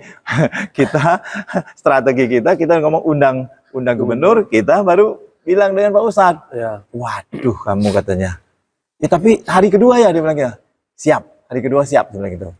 Nah sehingga waktu itu saya bilang terus terang, Tad, mohon maaf ya, kami ini baru mulai bergerak, jadi akomodasinya Ustadz tahulah sendiri. Paham ya Tad? Waduh dia bilang gitu. Nodong lagi. Tapi gini saja, yang lain saya sendiri. Kamu pokoknya booking kan saya 2 hotel, dia bilang gitu di situ. Waktu itu di Ratu. Hotel Ratu. Siap Pak, saya bilang gitu. Siap Pak Ketua. Jadi, kalau hotel 2 kita siap gitu. Sehingga kita booking kan beliau datang dan adakanlah peletakan batu pertama. Nah itu cikal bakal dari perjalanan daripada pendirian Masjid Cengho. Berarti datang gubernur dan wali kota waktu itu? Iya, lengkap. Gubernur, wali kota, ketua DPRD tingkat 1 Pak Effendi Hatta kalau nggak salah. Kemudian ketua MUI Pak Hadri Hasan. Ya, kemudian dari wakil dari Polda. Ada Kakanwil Departemen Agama sekarang. Wah, Kakanwil sekarang Pak Mahbub ya. Pak Mahbub. Jadi peletakan batu pertama itu 22 Juli 2012. Memberanikan di peletakan. Begitu peletakan, waduh, ini sudah mulai gerak. Kan? Sementara modal masih kurang Pak. Pada saat itulah kita minta bantuan dari Pemda. Dapat Pak? Alhamdulillah kucur Pak. Dapat 100 juta. Masya Allah. Alhamdulillah. Itu dari provinsi dan dari kota? Dari provinsi Pak. Provinsi. Kota tidak terpikir waktu itu. Langsung secara simbolis diserahkan dan itulah modal awal kami bergerak, Pak. Modal awal. Nah, seharusnya 2012 enggak, itu kan cepat itu pembangunannya. Ya. Nah, cepat pembangunannya, tetapi lagi-lagi kami balik ke modal, Pak. Ya dah. Kan kami ini modalnya santing, Pak. Modal nekat, memberanikan diri. Yakin? Yakin. Kalau tanya yakin, yakin, Pak. Ya dah. Tapi ternyata kan tidak segampang itu. Jadi sambil jalan kita berdoa terus, Pak. Gimana nih ya dah? Ya Allah, ya dah, izinkanlah kami selesaikan tanggung jawab kami ya dah, untuk bangun ini. Berarti bangun ini selesai tahun? Bangunan ini launchingnya ya di 21 Februari. Mohon maaf, 12 Februari 2021. Bayangkan berapa COVID. jauh? Ya. Dari 12 ke 21, 9 tahun, Pak. Waktu itu COVID juga ya, Pak ya? Begitu 2021 COVID, Pak. Ya. Masuk COVID. Jadi masuk COVID. Jadi saya sampai begitu lama tuh saya setiap kali ketemu Pak Gubernur malu saya. Kenapa? Ditanyain, sudah belum, siap belum masjid kita? Ya Pak, guyur gitu. Itu yang berani saya ngomong gitu. Nah, jadi kalau ketemu, waduh, belum disapa saya udah malu duluan, Pak gitu. Ya. Nah, jadi padahal perhatiannya kan luar biasa. Ya. Kita ditanyain itu maksudnya baik kan gitu. Cuma kitanya yang malu kan gitu. Mau datangi beliau masa datang terus kan gitu. Ya enggak? Jadi 12 Februari 2021 dan itu kita pilih memang berdasarkan ini. Itu hari Imlek. Oh iya. Kita pilih memang di Imlek hari itu dan di hari Jumat. Subuh kita startnya. Enggak. Nah, subuh startnya di Imlek. Makanya semalam kami adakan acara itu dalam rangka milad juga. Jadi syukuran. Tadi malam, iya dah. Ya? Jadi milad gitu dalam rangka syukuran ya dah. Jadi setiap kali kami ketemu Imlek, kami akan ingat, ulang tahun Cingho. Cingho. Nah, kan gampang tuh. Ya enggak. Jadi itu Pak, perjuangan itu 9 tahun Pak. Dan sempat mangkrak itu sekitar 3 tahun. 3 tahun karena kehabisan dana Pak kami. Kehabisan dana, tidak sampai ada satu ini media pers yang membunyikan di teks running TV itu Masjid Cengho hanya dibangun tiangnya. Saya ini Pak, saya protes. Bukan hanya tiangnya yang dibangun Pak, baru tiangnya yang terbangun. Itu dua hal yang berbeda Pak. Jangan Bapak pelintir. Kalau hanya tiangnya terbangun berarti ini ada apa-apanya nih.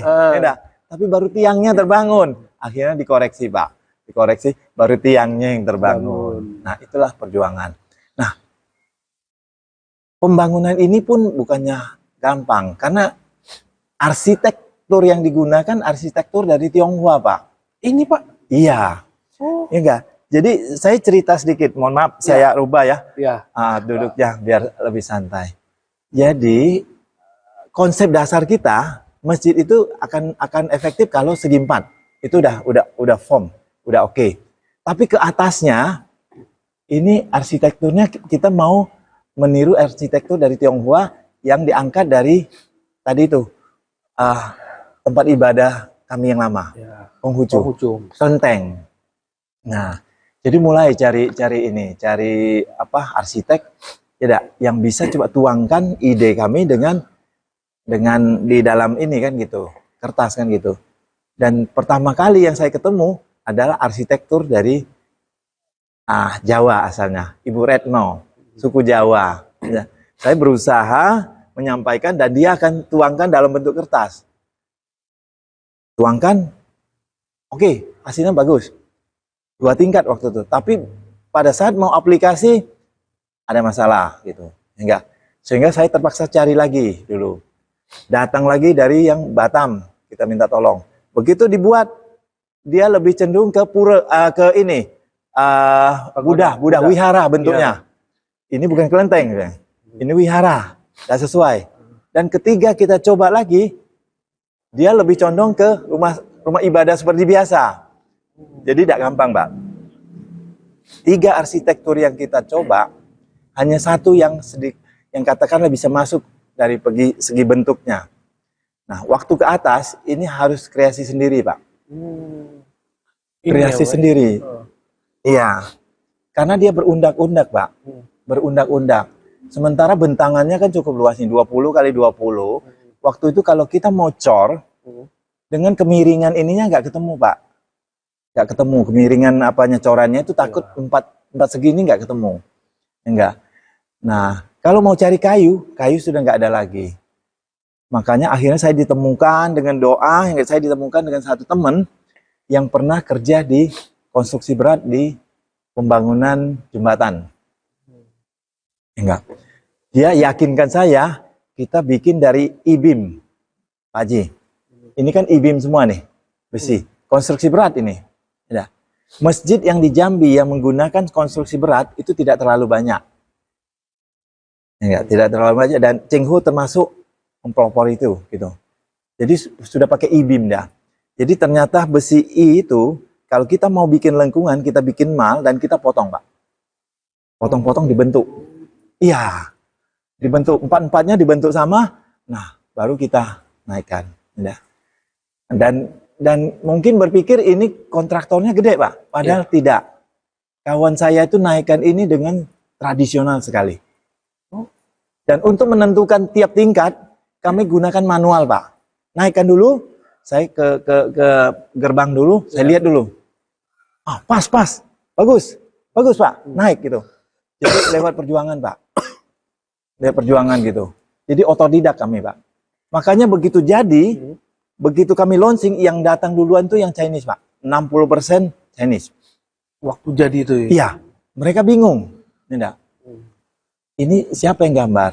Nah, kita gimana menjelaskannya? Ada Ibu Retno yang gambar. Tapi sebenarnya gambarnya memang waktu ke atasnya kita kreasi sendiri gitu, Pak. Gitu. Sehingga bentuk ini, mohon maaf, kalau disandingkan dengan bentuk kelenteng, kita nggak kalah, Pak. Ya. Boleh Bapak lihat kelenteng yang di Jambi, kita sandingkan nggak kalah. Nah, itulah kebesaran Allah, Pak. Ya. Lagi-lagi kita dengan keterbatasan finansial, tapi nilai kita apa, tujuan kita terwujud, Pak. Alhamdulillah luar biasa. Ya. Jadi sekarang Masjid Cengho ini jadi sarana dakwah ya, Pak ya? Untuk perkenalan Islam juga. Iya, jadi ini memang kami fokus, terutama pengurus fokus ya. Kami dulu mau masuk Islam, dikenalkan dengan Islam kan sulit kami. Mau masuk Islam kami harus mencari siapa yang bisa bantu proses itu. Dan kami teringat ke situ. Dan fokus kami dengan pendirian ini, kami akan bantu katakanlah saudara-saudara kami yang akan datang untuk masuk Islam. Gitu. Satu, kedua, ini juga merupakan media dakwah. Media dakwah memperkenalkan Islam secara lemah lembut, Pak. Secara lemah lembut. Karena kami kan dari komunitas yang berbeda. Kami merasakan betul bahwa Islam untuk di luar penganut daripada Islam itu sendiri kadang-kadang punya bayangan yang berbeda-beda. Ada yang menyamakan Islam itu keras. Ya. Islam itu katakanlah tertutup. Ya.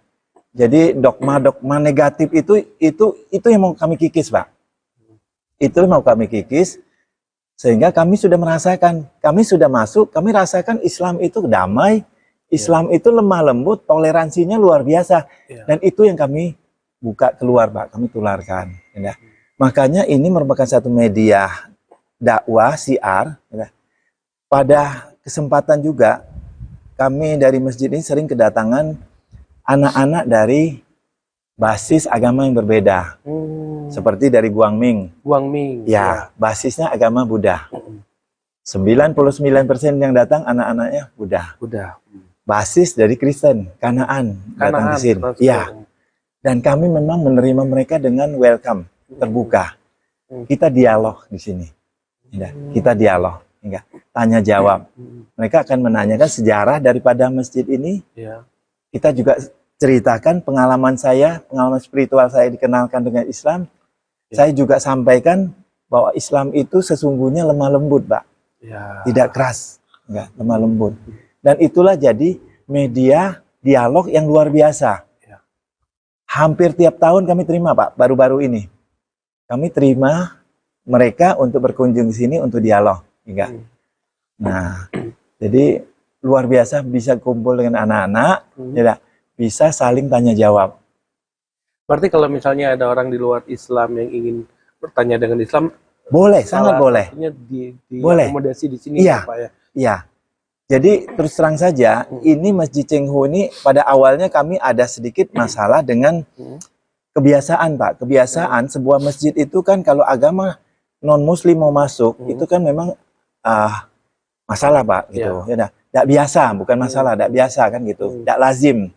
Nah, di Masjid Cengho ini kami harus membuat satu terobosan yang katakanlah mereka boleh masuk dengan catatan berpakaian yang rapi, Pak. Dan memang ada batasan masuk tidak ke depan, sehingga tidak mengganggu orang yang lagi sholat gitu. Seperti Banten pernah masuk. Banten sini, ya, pernah sini. Banten gitu. Dan kami foto sama-sama, Pak. Dengan di Ustadz. dalam, iya, di dalam, di depan ini kami foto sama-sama. Ya. Dan itulah kita harus menyadari bahwa keberagaman itu memang satu hal yang di Indonesia kan memang keberagaman. Gimana keberagaman ini kita rajut jadi ke persatuan, Pak. Jadi persatuan. Dan itu yang sekarang untuk masa depan anak-anak kita, itu yang selalu kita tekankan. Kita tidak boleh menjelekkan agama lain. Nah, kita boleh menginformasikan kelebihan agama kita, tapi tidak boleh menjelekkan agama lain. Agama lain, betul. Ya. Oke, Pak. Berarti sekarang Bapak di PT sudah nggak menjabat ketua lagi? Jadi PT, alhamdulillah, begitu 2016, saya 2 periode, saya patuh ADART, saya pamit minta izin walaupun untuk minta diteruskan, saya bilang cukup saya, dan saya fokus untuk meneruskan janji saya waktu di Surabaya, mimpi saya waktu di Surabaya. Dan alhamdulillah inilah ini ya. Tentu ini semua juga kami lakukan bersama-sama dengan komunitas PT yang lain, ya. Komunitas PT yang lain. Cuma karena Pak Yon sering ketemu saya, itu kebetulan saja, Pak, kebetulan. Teman-teman lain banyak ini. Kalau semalam saya mohon maaf kelupaan. Ya. Kalau nggak kelupaan pasti saya akan undang Pak Yon. Siap. Iya. Berarti sekarang ini ada ini juga, Mbak, kegiatan pendampingan untuk para mualaf yang Bapak lakukan? Jadi setiap kita kan sudah buka pintu lebar-lebar, monggo yang punya niat untuk masuk Islam mualaf, monggo silakan, kasih tahu aja. Nah begitu kasih tahu, kita minta tolong kita temu muka, kita diskusi sampai kami memastikan bahwa dia tidak terpaksa untuk masuk Islam. Dia masuk Islam atas kemauannya sendiri. Sudah kita dapat keyakinan itu, oke, siapkan diri, kita akan bantu. Yang mohon maaf, yang laki-laki yang belum dihitan, kita akan hitankan. Jangan khawatir, masalah biaya segala macam, jangan khawatir. Enggak. Habis itu kita ajarin sampai kepada kita siapkan ini pendampingan untuk menuntunnya syahadat. Nah sehabis itu dia akan balik ke lingkungan, Pak. Betul. Nah kita juga minta kalau dia tidak sibuk, dia balik ke sini untuk kita bina terus. Ya, tapi pengaruh lingkungan juga kuat sekali. Kita harapkan ini bukan jadi tanggung jawab kami aja, tapi lingkungan juga punya tanggung jawab apabila memang ada mualaf di lingkungan tersebut, Pak, gitu. Ya, berarti mulai dari setelah pasca mualaf itu mulai dari pelajaran sholatnya, ngajinya, tetap ada pendampingan ya. Iya. Pak, ya. Jadi kita sini ada 3 tenaga, katakanlah imam maupun marbot ada 3. Kita siap kapan saja.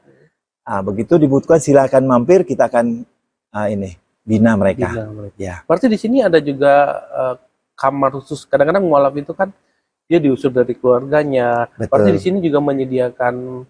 Betul. Jadi katakanlah rumah singgah ya. Rumah singgah gitu. Jadi pernah saya alami satu mualaf yang memang waktu begitu kejadian dia ikrarkan dia mau masuk Islam, itu tantangan dari orang tua luar biasa. Akhirnya sempat dia diusir gitu. Jadi dia diusir, mengingat usianya waktu itu masih muda, 20-21. Waktu itu saya suruh tinggal sendiri, tidak berani, saya kawani dia tidur, Pak. Kawannya dia tidur. Enggak, menjelang kebetulan waktu itu marbot ada yang pulang atau kita temani tidur, ya enggak. Dan kita uruskan semua ininya. Syahadat semuanya kita urus. Sampai keadaan sudah memungkinkan, tenang, kita akan kembalikan gitu. Makanya di sini kita ajari, kalau orang tuanya katakan tidak sependapat, tidak setuju, itu hal yang wajar. Ya. Ya. Islam sendiri ini kan sangat menghormati orang tua. Ya. Kita tidak boleh memusuhi orang tua, tidak boleh. Ya. Justru kita harus tunjukkan dengan kenalnya Islam, kita harus lebih patuh lagi, lebih ini lagi ke orang tua gitu. Ya. Berbakti lagi kepada orang tua. Nah itu berarti ketemu Islamnya yang benar gitu. Ya. Katakan memang Islam itu kan syaratnya memang dari orang tua tidak boleh ngelawan, Pak. Ya. Harus patuh betul, harus berbakti. Nah itu. Betul, Pak. Terakhir Pak, kapan terakhir ada yang bersahadat mungkin yang Bapak bina? Alhamdulillah semalam, Pak. Semalam ya, jam 5:30. Habis maghrib belum. Sebelum maghrib. Ya. Cowok ya Pak ya? Cewek. Oh cewek. Tanggalnya hari ini tanggal berapa nih? Tanggal 14 ya? 14. Kemarin hari Sabtu. 13. Hari ini ya 14 kemarin Pak. 14 sore ya. Jam 5:30 Pak. Jadi kebetulan yang kita sahadatkan adalah ibu dengan anak, ibu punya anak 2 orang, anak cewek 2 orang, ya. Dan dia memang sudah yakin betul mau mualaf, makanya semalam kita sahadatkan Pak di sini. Dia Chinese juga Pak? Chinese. Oh Chinese. Dia dari Hokkien sama dengan saya. Oh. Ya. Jadi katakan yayasan yang sebelum masuk Islam juga sama di Puncak itu Pak. Oh yang di Puncak, oke. Dari situ betul. Ya. Jadi sekarang dalam masa pendampingan lah ibu dan anak-anaknya itu ya Pak. Ya. Jadi kita sudah kenalkan dengan komunitas kita. Kita juga katakanlah nyampaikan ke lingkungan yang terdekat, ya enggak. Kita sama-sama punya tanggung jawab yang sama. Oh, berarti setelah sahadat Bapak juga ke lingkungan rumah? Harus, karena yang ikut ini kan banyak juga dari lingkungan. Oh, ke masjid yang ada di dekat rumah mereka. Tempat tinggal terutama, kawan-kawan terdekat. Nah, itulah yang menjadi pendukung pertama dulu, yang terdekat. Oh, sampai segitunya. Iya, biasanya teman-teman yang muslim atau muslimah yang terdekat, mereka akan ikut nyaksikan sahadatnya ini gitu loh. Mualaf itu ya. Dan disitulah begitu disahadatkan, kita ajarin cara berudu, cara sembahyang berjamaah, sudah mulai ini. Berarti wah ini keren ini. Jadi bukan cuma sekedar mengsahadatkan sudah atau mengajarkan Al-Quran, tapi sampai ke lingkungannya ya. Iya, jadi lingkungannya pun kita juga harus sampaikan, ya, karena ini tanggung jawab tidak sebatas di kita. Tergantung di mana waktu yang ada, lebih ke dekat kemana, di situ punya tanggung jawab Pak. Ya. Kita sama-sama muslim misalnya, tahu-tahu ada tetangga kita yang mualaf, itu tanggung jawab kita Pak. Ya betul. Ya tanggung jawab kita untuk membina dia, menginformasikan apa-apa yang dia butuhkan gitu. Ya. Ya Tribuner, demikianlah bincang-bincang kita dengan Pak Rusli, salah satu pendakwah di Provinsi Jambi yang aktif mendampingi para mualaf dan warga non-muslim yang ingin mengenal tentang Islam. Sampai di sini dulu kawan-kawan, sampai ketemu lagi bersama saya Muhammad Rinaldi dan narasumber saya Pak Rusli. Terima kasih banyak ya Pak ya. Sama-sama Pak Yon. Ya. Assalamualaikum warahmatullahi wabarakatuh. Waalaikumsalam warahmatullahi wabarakatuh. Download Tribun X sekarang, menghadirkan lokal menjadi Indonesia.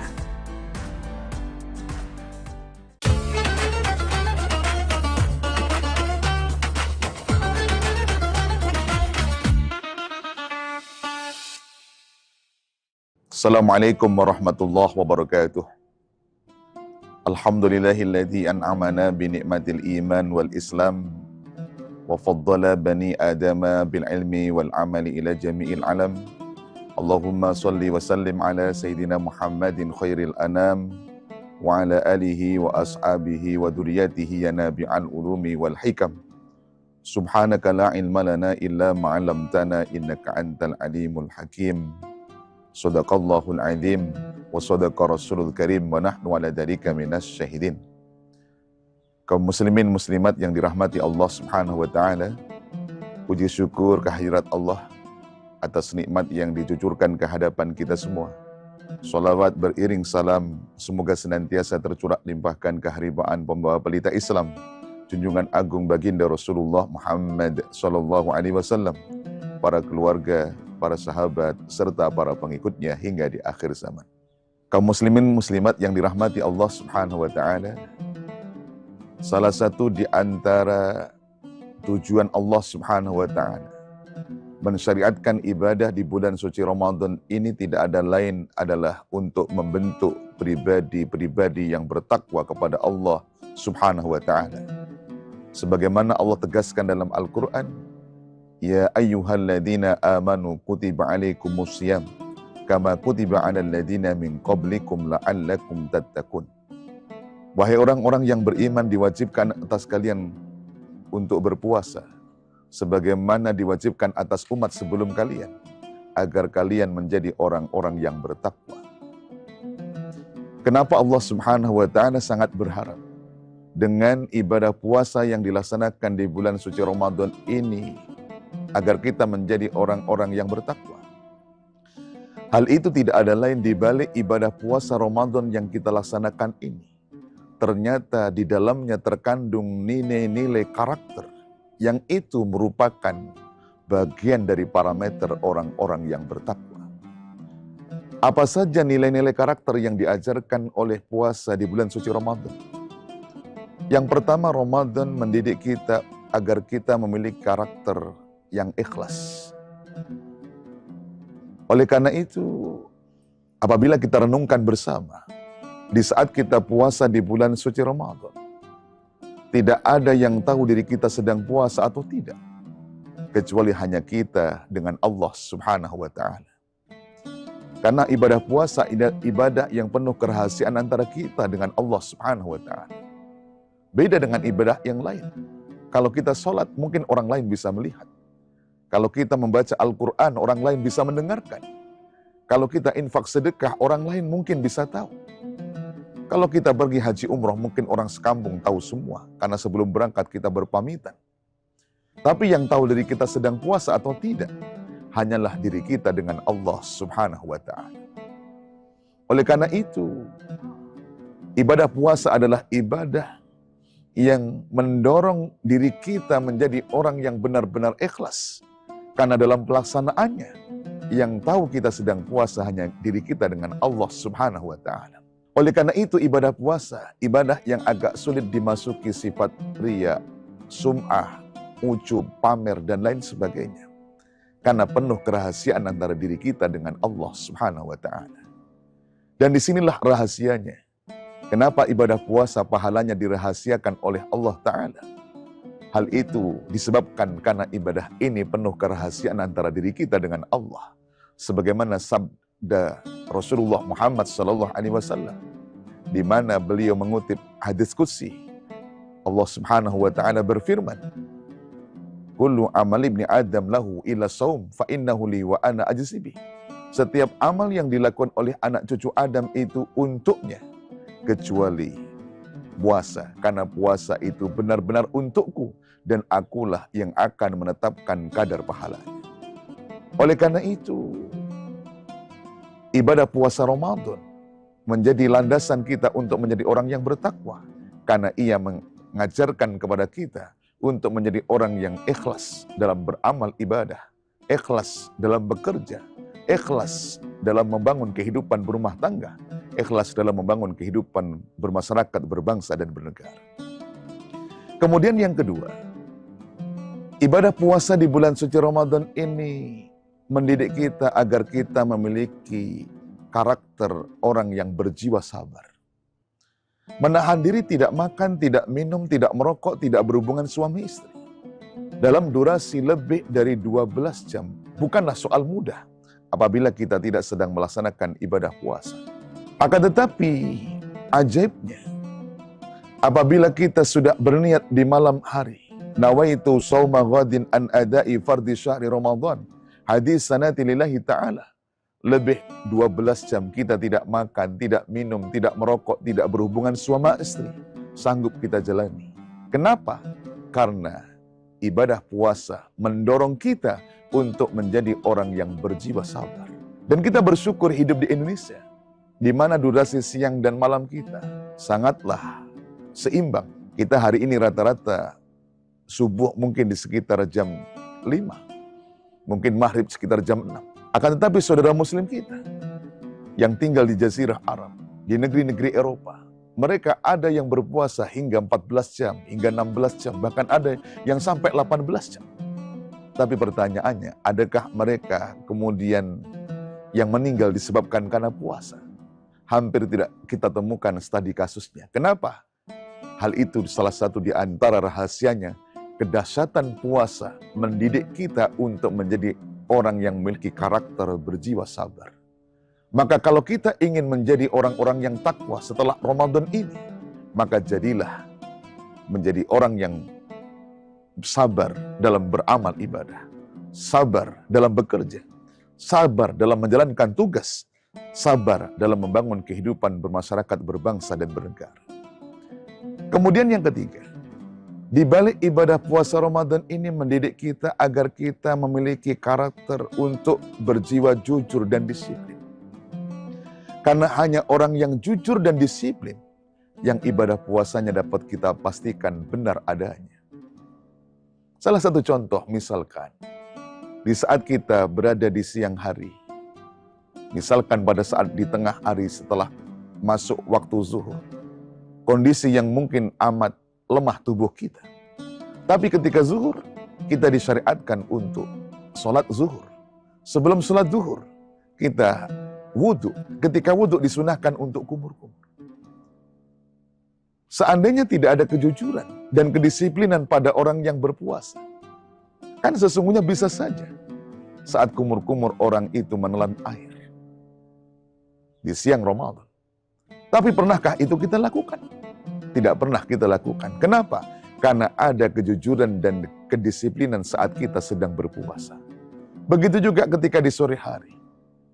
Walaupun di meja makan kita terhidang makanan yang lezat, minuman yang sedap, tapi selama masuk waktu maghrib belum tiba, kita tidak berani makan atau minum makanan tersebut. Kenapa? Karena ada kejujuran dan kedisiplinan dalam hati kita. Kita jujur. Karena apabila itu kita langgar, maka ibadah puasa kita akan batal. Kita jujur, mungkin orang tidak melihat, manusia tidak tahu, tapi Allah Maha tahu kalau itu kita lakukan batal ibadah puasa karena memang belum tiba masanya. Disinilah kejujuran, kedisiplinan diajarkan di dalam ibadah puasa Ramadan. Harapannya bahwa setelah kita usai melaksanakan ibadah puasa Ramadan, menjadi orang yang jujur dalam beribadah, jujur dalam bekerja, jujur dalam membangun hidup dan kehidupan ini. Kemudian yang terakhir, di balik ibadah puasa Ramadan, mendidik kepada kita satu karakter untuk memiliki kepedulian terhadap sesama. Oleh karena itu, di saat di siang Ramadan, kita dalam keadaan lapar, haus, tubuh kita lemah. Hal itu di antara faedahnya, agar kita turut merasakan, begitu juga yang dirasakan oleh fakir miskin, anak yatim, kaum du'afa, yang belum tentu setiap saat ada makanan dan minuman yang dikonsumsi. Sehingga harapannya, ada tumbuh empati sosial terhadap mereka, maka kita diharapkan bisa berbagi di Ramadan ini. Maka setelah ibadah puasa Ramadan usai, ada syariat kita untuk menunaikan zakat fitrah, sebuah simbol pengajaran kepada kita bahwa Ramadan semestinya mengajarkan kepada kita menjadi orang yang peduli terhadap sesama. Begitu juga ketika baginda Rasulullah Muhammad SAW, ketika beliau ditanya, ayul afdal sedekah, sedekah apakah yang paling utama? Baginda Rasulullah Muhammad SAW menjawab, sedekah fi Ramadan, yakni sedekah yang dilakukan pada bulan suci Ramadan. Mudah-mudahan kita bersama oleh Allah Subhanahu wa Ta'ala diberikan kekuatan untuk bisa menyerap energi, nilai-nilai karakter yang ada di Ramadan dengan berjiwa ikhlas, sabar, jujur, disiplin, dan memiliki kepedulian sosial sehingga Ramadan ini bisa menghantarkan kita menjadi pribadi-pribadi yang bertakwa kepada Allah Subhanahu wa Ta'ala. Demikian, terima kasih atas segala perhatian, mohon maaf atas segala kekhilafan. Wallahul muwafiq ila aqwamit thoriq, ihdinas siratal mustaqim, wa'fu minkum, sumassalamualaikum warahmatullahi wabarakatuh. Download Tribun X sekarang, menghadirkan lokal menjadi Indonesia. Nah ini kita lagi menyaksikan ada pesawat yang lagi take off, Tribuners, seru banget. Lihat, yeay! Nih kita lihat ya, dari jarak dekat aja kita bisa lihat gitu loh dengan mata telanjang kalau pesawatnya lagi persiapan landing tuh. Udah sampai di tanah aja tuh pesawat. Lihat kan? Jadi seru banget nih di sini. Di sini kita juga lihat nih pepohonan di samping-samping yang bikin suasana sepoi-sepoi makin nyaman buat betah-betah ada di sini. Dan tentunya karena di sini kamu datang cukup membawa uang parkir aja, alias di sini gak ada biaya tiket sama sekali.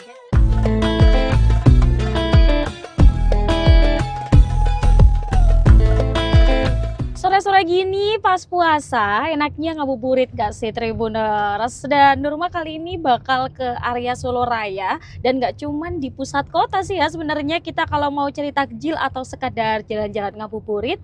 Kali ini Nurma bakal ke salah satu tempat rekomendasi. Jadi di sana kamu bisa ngelihat pemandangan yang super cantik ya di sana. Dan kemana ini arahnya? Kita langsung aja menuju ke sana. Yuk.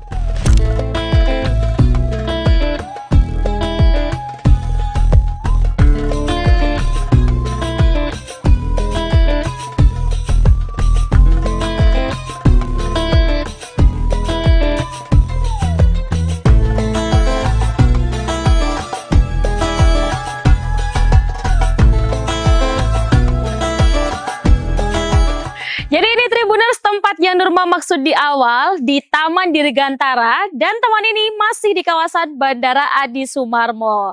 Jadi di kawasan ini kamu bisa banget buat menikmati ngabuburit, menghabiskan waktu, menunggu waktu buka puasa, sambil ngeliat-liat pesawat ada di sini. Jadi buat kamu mungkin yang kangen nih naik pesawat atau pengen menghabiskan waktu bareng keponakan mungkin, bareng anak-anak, dan juga bareng orang tua kalian, langsung ajak aja ke area ini. Ayo ikutin Nurma buat lihat pesawat.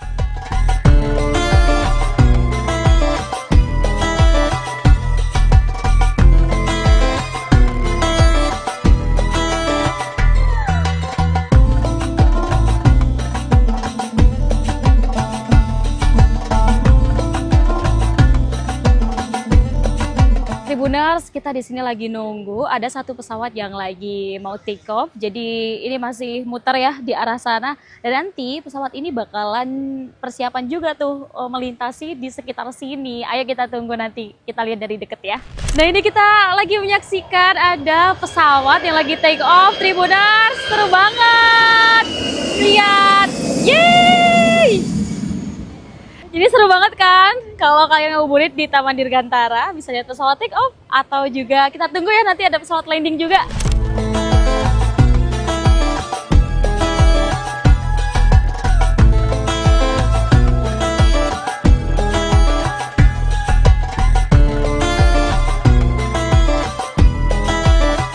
Tadi kita lihat ada pesawat take off dan ternyata ada pesawat landing Tribuners. Nih kita lihat ya, dari jarak dekat aja kita bisa lihat gitu loh dengan mata telanjang kalau pesawatnya lagi persiapan landing tuh. Udah sampai di tanah aja tuh pesawat. Lihat kan?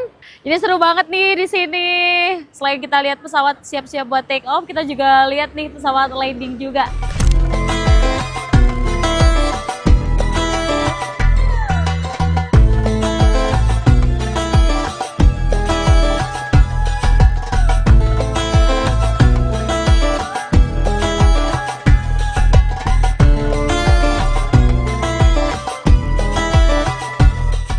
Selamat sore Ibu. Selamat sore Mbak. Oke, ini dari mana sih Bu? Kok kayak rame-rame gini? Dari Boyolali aja Mbak. Oh, dari Boyolali. Ya. Kenalan dulu dong Bu. Ini namanya siapa aja Bu di sini ya? Ini saya Ibu Ari. Ini emang biasanya kalau sore ngabuburit ke sini gitu atau emang lagi ada apa ya niatan gitu ke sini sebaru sekali? Ya sering sih Mbak kesini. Sering ya? Ya. Kenapa sih Bu milih tempat ini jadi ngabuburit? Kalau boleh tahu. Ya kebetulan lagi pengen kesini aja Mbak. Iya. Tadi pas lewat, pengen ngadem aja di sini. Oke, sekalian nunggu waktu buka gitu ya? Iya betul sekali. Oke. Biasanya kalau kesini itu paling ramai jam berapa sih Bu kalau boleh tahu? Ya, biasanya yang enak buat nongkrong habis asar sih, Mbak. Habis asar langsung Ya, ya. iya. Kalau sepengetahuan Ibu, biasanya di sini yang datang apa Bu? Rombongan-rombongan keluarga gitu atau rombongan mungkin kayak ibu-ibunya gini? Atau komplit nih Bu di sini? Ya komplit sih, Mbak. Tapi kebanyakan yang pada bawa anak-anak balita gitu Ya. kan. Ya soalnya buat hiburan anak-anak juga sih. Hiburan Enak. anak-anak juga. Iya. Tapi buat niat utama nongkrong. kesini sambil lihat pesawat itu atau Iya. cuma ngadem aja? Dua-duanya? Yang utama ya lihat pesawatnya itu, Mbak. Lihat pesawat itu Iya. ya. Oke. Udah lihat berapa pesawat Bu dari tadi Bu? Baru 2 itu aja nggak jalan-jalan nih, Mbak. Nggak jalan-jalan. Ya udah nanti tunggu Iya. sampai jalan ya Bu. Iya, oke, siap. Oke. Oke kalau gitu terima kasih Bu. Sampai jumpa lagi. Iya, terima kasih, Mbak. Iya, Sama-sama. sampai jumpa Bu. Di belakang aku ramai banget kan Tribuners. Jadi di sini emang rekomendasi banget buat kamu ngabuburit. Dan untuk suasananya sendiri Nurma ngerasain beneran yang adem. Karena selain kita bisa melihat pesawat, di sini kita juga lihat nih pepohonan di samping-samping yang bikin suasana sepoi-sepoi makin nyaman buat betah-betah ada di sini. Dan tentunya kita sebagai warga negara yang baik, jangan lupa jaga kebersihan ya agar teman-teman yang lain nih kalau misalnya ngabisin waktu di sini tetap nyaman juga.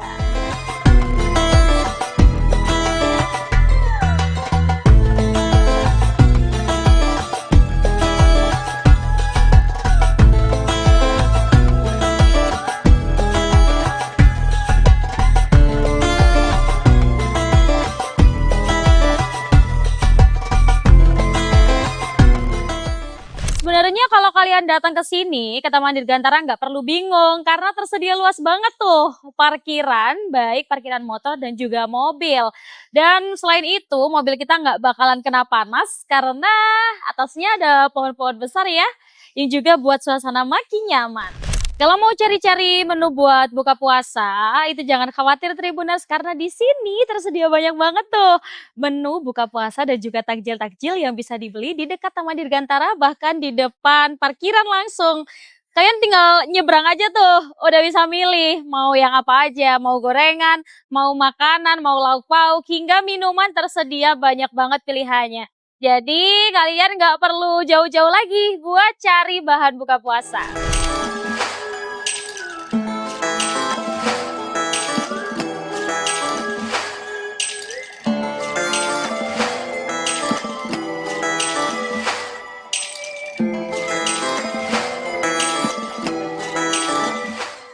Ternyata ngabuburit nggak melulu di pusat kota Tribuners. Ternyata di Taman Dirgantara kita juga bisa menghabiskan waktu dengan asyik dan menikmati waktu ngabuburit sampai waktu berbuka tiba. Dan tentunya kamu kesini bisa banget mengajak orang-orang tersayang bersama dengan anak-anak dan bahkan kita bisa juga ya kayak wisata edukasi di sini. Karena di sini kamu datang cukup membawa uang parkir aja, alias di sini gak ada biaya tiket sama sekali. Jadi tempat ini rekomendasi banget buat kamu menghabiskan waktu dan juga ngabuburit. Sampai jumpa lagi di Ngabuburit Asyik selanjutnya. Download Tribun X sekarang. Menghadirkan lokal menjadi Indonesia.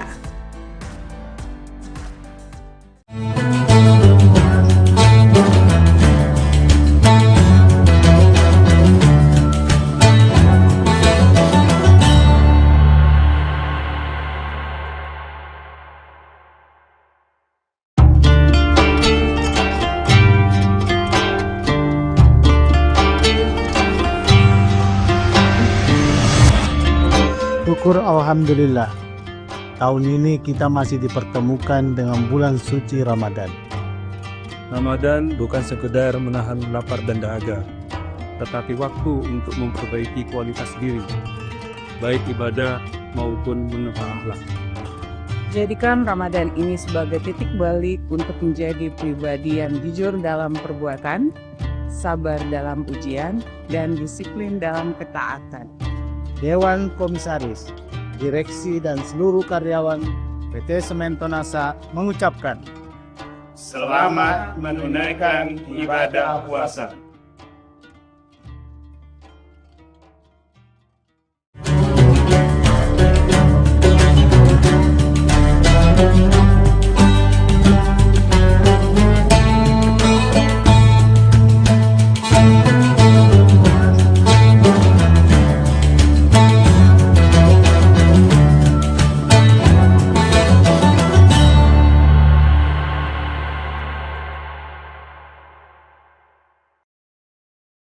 Assalamualaikum warahmatullahi wabarakatuh. Tribuners, bagaimana kabar Anda pada puasa hari ini? Semoga semuanya dalam keadaan sehat walafiat dan juga masih terus konsisten dan istiqomah dalam beribadah. Nah, Tribuners, alhamdulillah hari ini saya Ilu dapat kembali menyapa Tribuners kali ini dalam program Syiar Ramadan yang setiap harinya selama bulan suci Ramadan akan menghadirkan tema-tema yang menarik untuk kita perbincangkan bersama dalam menantikan waktu berbuka puasa. Dan tema kita pada hari ini merupakan cerdas beramal di era modern, dan tema ini akan kita bahas bersama dengan Bapak Ustadz Kiai Haji Sabarudin LC yang sudah hadir bersama kita di studio pada hari ini. Assalamualaikum Pak Ustadz. Waalaikumsalam warahmatullahi wabarakatuh. Baik, kabarnya seperti apa Alhamdulillah. Pak? Alhamdulillah baik dan juga tentunya masih istiqomah. Baik, nah kemudian tema kita merupakan cerdas beramal di era modern. Nah, kita tahu bahwa untuk beramal mungkin di era sekarang ini Pak ada banyak caranya. Namun bagaimana kemudian kita untuk melakukan amal itu atau mendapatkan amal itu dengan tata cara yang benar sesuai dengan mungkin teknologi ataupun juga era modern yang kita jalani saat ini. Silakan. Bismillahirrahmanirrahim. Hamdan wa syukranillah, salatan wa salaman ala rasulillah, amma ba'd. Allah Subhanahu wa taala berfirman, "Wa ma khalaqatul jinna wal insa illa liya'budun." Tidaklah kuciptakan jin dan manusia kecuali untuk menyembah kepada Allah, untuk beribadah kepada Allah. Tentu ketika terdengar nama seorang raja, Raja Salman, atau jika seandainya Tribuners ya ditakdirkan oleh Allah menjadi Raja Salman, kira-kira apa yang terlintas di pikiran kita? Maka yang terlintas di pikiran kita adalah kekayaan yang mungkin tidak habis dengan 7 turunan. Seorang raja yang memiliki kekayaan. Akan tetapi tahukah kita bahwa ternyata Raja Salman ini itu termasuk tipe manusia yang cerdas beramal.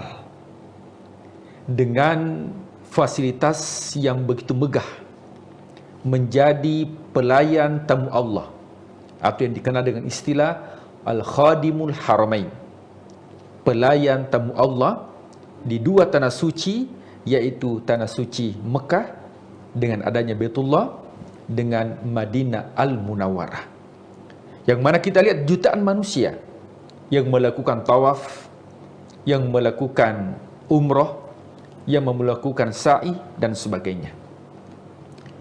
Betapa besar pahala yang didapatkan hanya dengan membuat dan memfasilitasi umat manusia untuk melakukan ibadah kepada Allah. Akan tetapi pahala yang didapatkan tentu cukup sangat besar dengan fasilitas ibadah yang telah dibangun. Inilah konsep cara cerdas beramal. Oleh sebab itu, ya, cerdas beramal ini di era modern itu diringkas supaya kita cepat mendapatkan pahala di sisi Allah Subhanahu wa taala, maka disingkat dengan istilah fast. Ya, fast ini cepat. Tapi bukan hanya cepat mendapatkan pahala, tapi ini merupakan singkatan dari F, itu adalah facility atau fasilitas. Tentunya siapa yang memfasilitasi orang melakukan ibadah kepada Allah, maka tentunya akan mendapatkan sejumlah pahala di sisi Allah Subhanahu wa taala. Man bana lillahi masjidan. Masjid merupakan sarana ibadah. Man bana lillahi masjidan banallahu lahu baitan fil jannah. Siapa yang membangunkan rumah Allah di muka bumi ini, maka akan dibangunkan istana di surga. Maka berapa jumlah orang yang melakukan ibadah sholat di tempat itu, maka juga akan mendapatkan pahala di sisi Allah Subhanahu wa taala yang disebut dengan amal jariyah. Dalam sebuah hadis Rasulullah SAW bersabda, "Idza mata bna Adam inqata amaluhu." Jikalau manusia meninggal dunia, maka terputuslah amalnya. Akan tetapi Rasul tidak mengatakan terputus pahalanya. Memang amal sudah tidak bisa dilakukan karena orangnya sudah meninggal dunia. Akan tetapi kiriman pahala, transferan pahala akan didapatkan. Maka tidak ditemukan ayat ataupun hadis yang mengatakan terputus pahalanya. Yang ada adalah terputus amalnya. Ada 3 golongan disampaikan Rasulullah SAW. Yang pertama, sedekatun jariyah, yaitu sedekah jariyah. Sedekah jariyah ini artinya ada investasi yang kita lakukan, ada sesuatu yang kita lakukan, ada sesuatu yang kita bangun yang dimanfaatkan oleh orang banyak. Selama itu dimanfaatkan dalam kebaikan, maka selama itu pula kita akan mendapatkan pahala. Dan inilah cara cerdas dalam beramal. Digambarkan oleh Rasulullah SAW, siapa yang membuat sumur. Ya, sumur ini merupakan ilustrasi. Mungkin saat sekarang ini itu bukan sumur, tapi ada perusahaan khusus yang mana mengalirkan air di rumah-rumah kita. Maka itu juga bagian dari ladang amal. Bahkan dalam hadis Rasulullah SAW, man barang siapa yaghrisu gharsan, siapa yang menanam pohon, kemudian pohon ini berbuah, burung memakan buah tersebut kecuali baginya mendapatkan sedekah. Hewan saja yang memakan pohon tersebut, buah dari pohon tersebut, bagian dari sedekah. Bagaimana jikalau ada sesuatu yang kita lakukan yang memberikan manfaat bagi orang banyak? Jalanan yang kita bangun, yang kita fasilitasi, jembatan yang kita bangun, yang kita donasikan, selama itu dalam kebenaran dan kebaikan dan digunakan dalam kebaikan, maka itu akan menjadi amal jariyah. Al-Quran, mungkin kita tidak baca Al-Quran, akan tetapi kita mendonasikan Al-Quran. Kemudian Al-Quran itu selama dibaca, maka selama itu pula akan mengalir pahalanya di sisi Allah Subhanahu wa Ta'ala.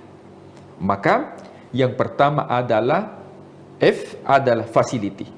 Kalau kita lihat sekarang betapa banyak rumah-rumah Al-Quran, rumah-rumah tahfiz, yang boleh jadi pemilik rumah tersebut bukan ahli Al-Quran, bukan hafiz Al-Quran, akan tetapi memfasilitasi untuk dihafalkan Al-Quran, maka akan mendapatkan pahala sejumlah orang yang membaca atau menghafalkan Al-Quran.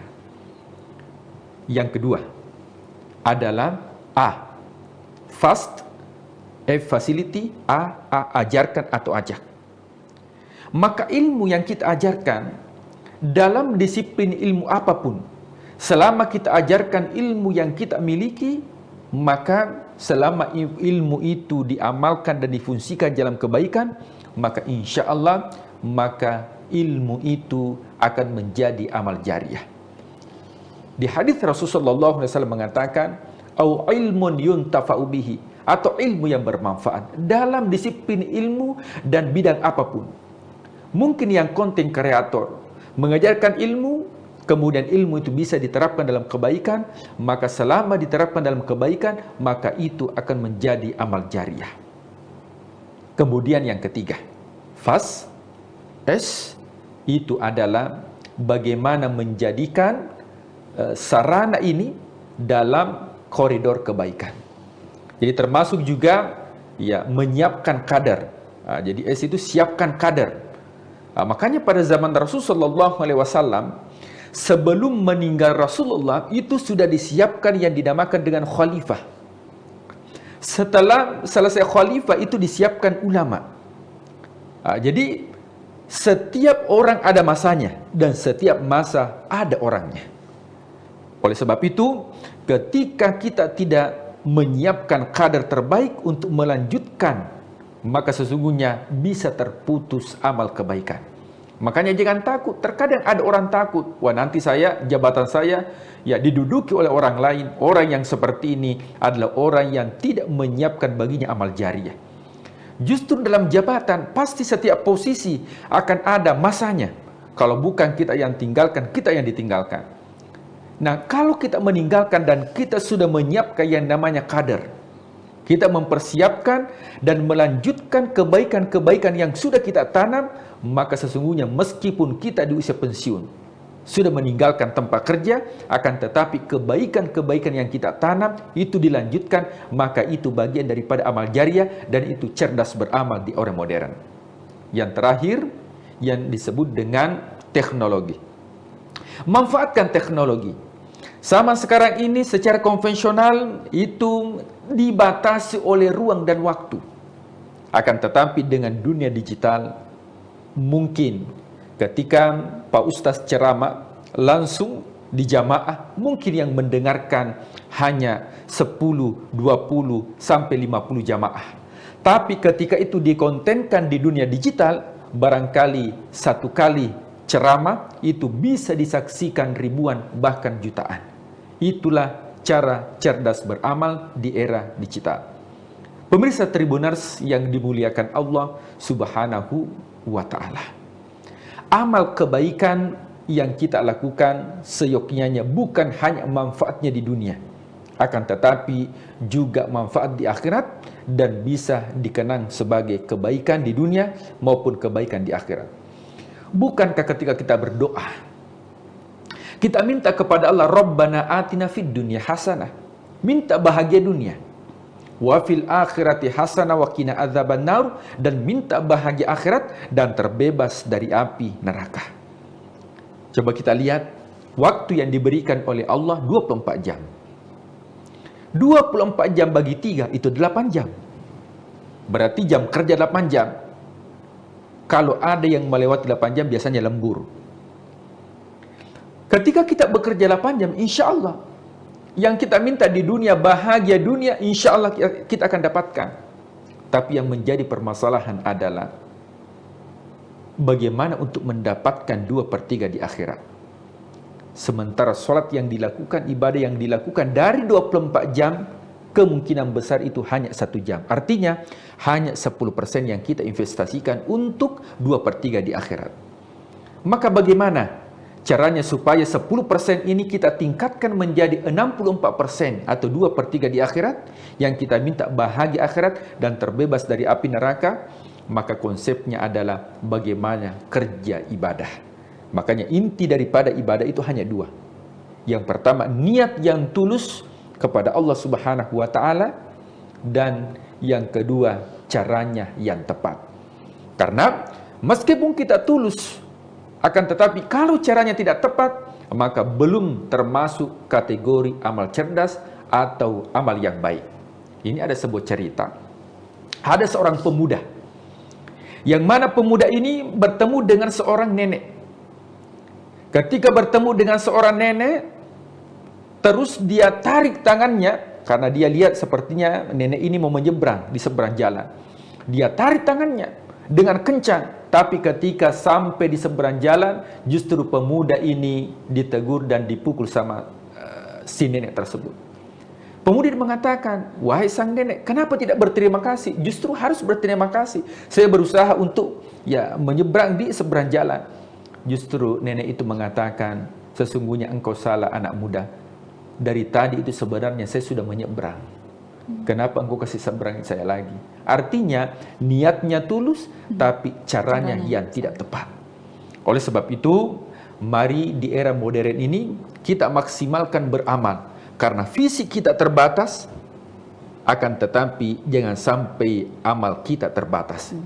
Jangan sampai pahala kita terbatas. Boleh jadi kita hanya duduk di rumah, akan tetapi pahala itu mengalir seperti halnya orang yang berinvestasi. Dan kita dianjurkan untuk berinvestasi dalam kebaikan dengan konsep fast. Apa itu fast? Yaitu dengan cepat. Yang pertama, fasilitas yang kita fasilitasi dalam kebaikan. Yang kedua, ajarkan atau ajak. Mari kita ajarkan ilmu yang kita miliki. Kemudian yang ketiga, siapkan kader. Karena segala sesuatu, jabatan pasti ada orangnya, setiap masa pasti ada orangnya, dan setiap orang pasti ada masanya. Bagaimana kita meninggalkan tempat kerja kita, akan tetapi kebaikan yang kita tanamkan itu dilanjutkan orang-orang yang datang setelah kita. Dan yang terakhir adalah manfaatkan teknologi, karena sesungguhnya itulah ladang amal yang berjalan meskipun kita sudah meninggalkan alam dunia, karena ada istilah jejak digital kebaikan. Wallahu a'lam bishawab. Ya baik, jadi yang paling penting adalah tadi ada rumus yang diberikan oleh Pak Ustadz, yaitu fas ya Pak Ustadz ya. Kemudian juga dalam beramal ataupun juga kita dalam berbuat itu, yang penting pertama adalah niatnya yang baik dan juga caranya yang baik. Jangan sampai di era yang serba modern ini kita apa-apa serba di konten ya Pak Ustadz ya. Jangan sampai kita niatnya beramal ataupun juga bersedekah, tapi karena kontennya yang salah mungkin menimbulkan pamer, iri hati dan lain sebagainya, itu juga bisa jadi bumerang bagi kita. Jadi semoga kita lebih bijak lagi dalam melakukan kebaikan, karena sekarang tantangannya begitu banyak Pak Ustadz ya. Media ini ataupun juga teknologi ini selain mempermudah tapi juga satu sisi punya keburukan begitu. Semoga kita semua terhindar dari mara bahaya. Terima kasih Pak Ustadz ya sudah memberikan sharing-sharingnya pada hari ini, dan juga semoga kita dapat kembali bertemu dalam sesi lainnya, dan tentunya juga untuk memberikan berbagi banyak kebaikan dan juga kisah-kisah inspiratif lainnya. Dan tentunya terima kasih kepada seluruh Tribuners yang sudah menyaksikan program kita pada hari ini. Jangan lupa saksikan beragam program dan berita menarik lainnya, tentunya hanya di kanal YouTube dan Facebook Tribun Timur, mata lokal menjangkau Indonesia. Saya Ludevi Sania beserta narasumber dan juga seluruh kerabat kerja pamit undur diri. Terima kasih. Wassalamualaikum warahmatullahi wabarakatuh. Waalaikumsalam warahmatullahi wabarakatuh.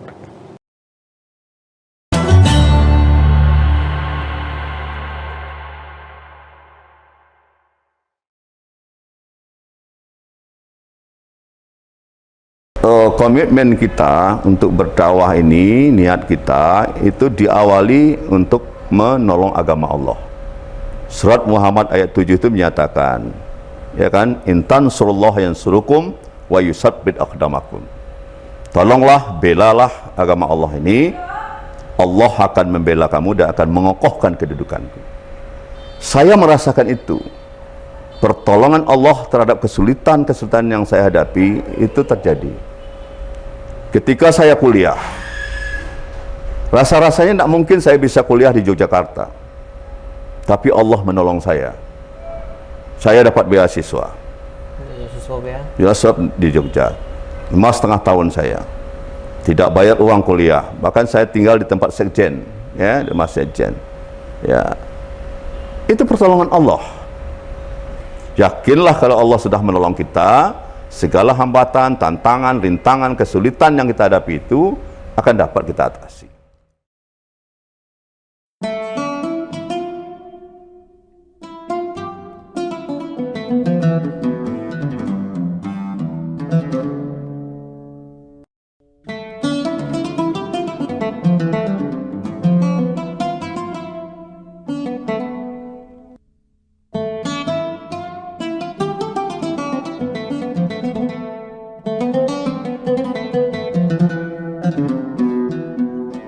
Assalamualaikum warahmatullahi wabarakatuh. Waalaikumsalam warahmatullahi wabarakatuh. Tribunas dimanapun berada, kali ini saya sedang berada dengan Buya Kijal Astri Tanjung. Yes. Yang mana kita di sini ya Tribunas, kita akan banyak berbincang Buya. Iya, siap. Seputar hal-hal yang perjalanan Buya ini Buya selama ini. Selama ini orang tahu ya Buya Kijal ini adalah putra daerah Pasaman nih. Ya, Air Bangis Pasaman Barat. Air Bangis Pasaman Barat itu. Ya. Jadi kita nanti akan mengupas-ngupas semuanya Buya. Buya sendiri adalah salah satu tokoh Muhammadiyah Sumbar Buya. Ya. Dan juga ketua harian Masjid Taqwa Muhammadiyah Sumatera Barat. Dan Tribunas, kita ketahui Masjid Taqwa Muhammadiyah ini sendiri berada di kawasan sekitar Pasaraya Kota Padang, ya, mana kawasan ini adalah kawasan padat penduduk, juga kawasan perputaran ekonomi paling tinggi ya di Kota Padang Bu ya. Betul sekali. Jadi di sini kita sedikit banyak akan mengulas seputar Bu ya. Bu ya nanti bisa perkenalkan dulu Bu ya kepada Tribunas profil Bu ya dari ini Bu ya. Ya, terima kasih. Assalamualaikum warahmatullahi wabarakatuh. Saya Kijal Astri Tanjung, ya, Ketua Masjid Taqwa ya Muhammadiyah Sumatera Barat, dan juga Wakil Ketua Pimpinan Wilayah Muhammadiyah Provinsi Sumatera Barat, dan juga Ketua Badan Pembina Pondok Pesantren Al Kausar Sari Lama 50 Kota, dan juga Wakil Ketua Pengurus Dewan Harian Daerah BPK 45 Provinsi Sumatera Barat. Untuk itu Buya salah satu advokat senior juga ya Buya? Ya, saya juga advokat senior dan juga wakil ketua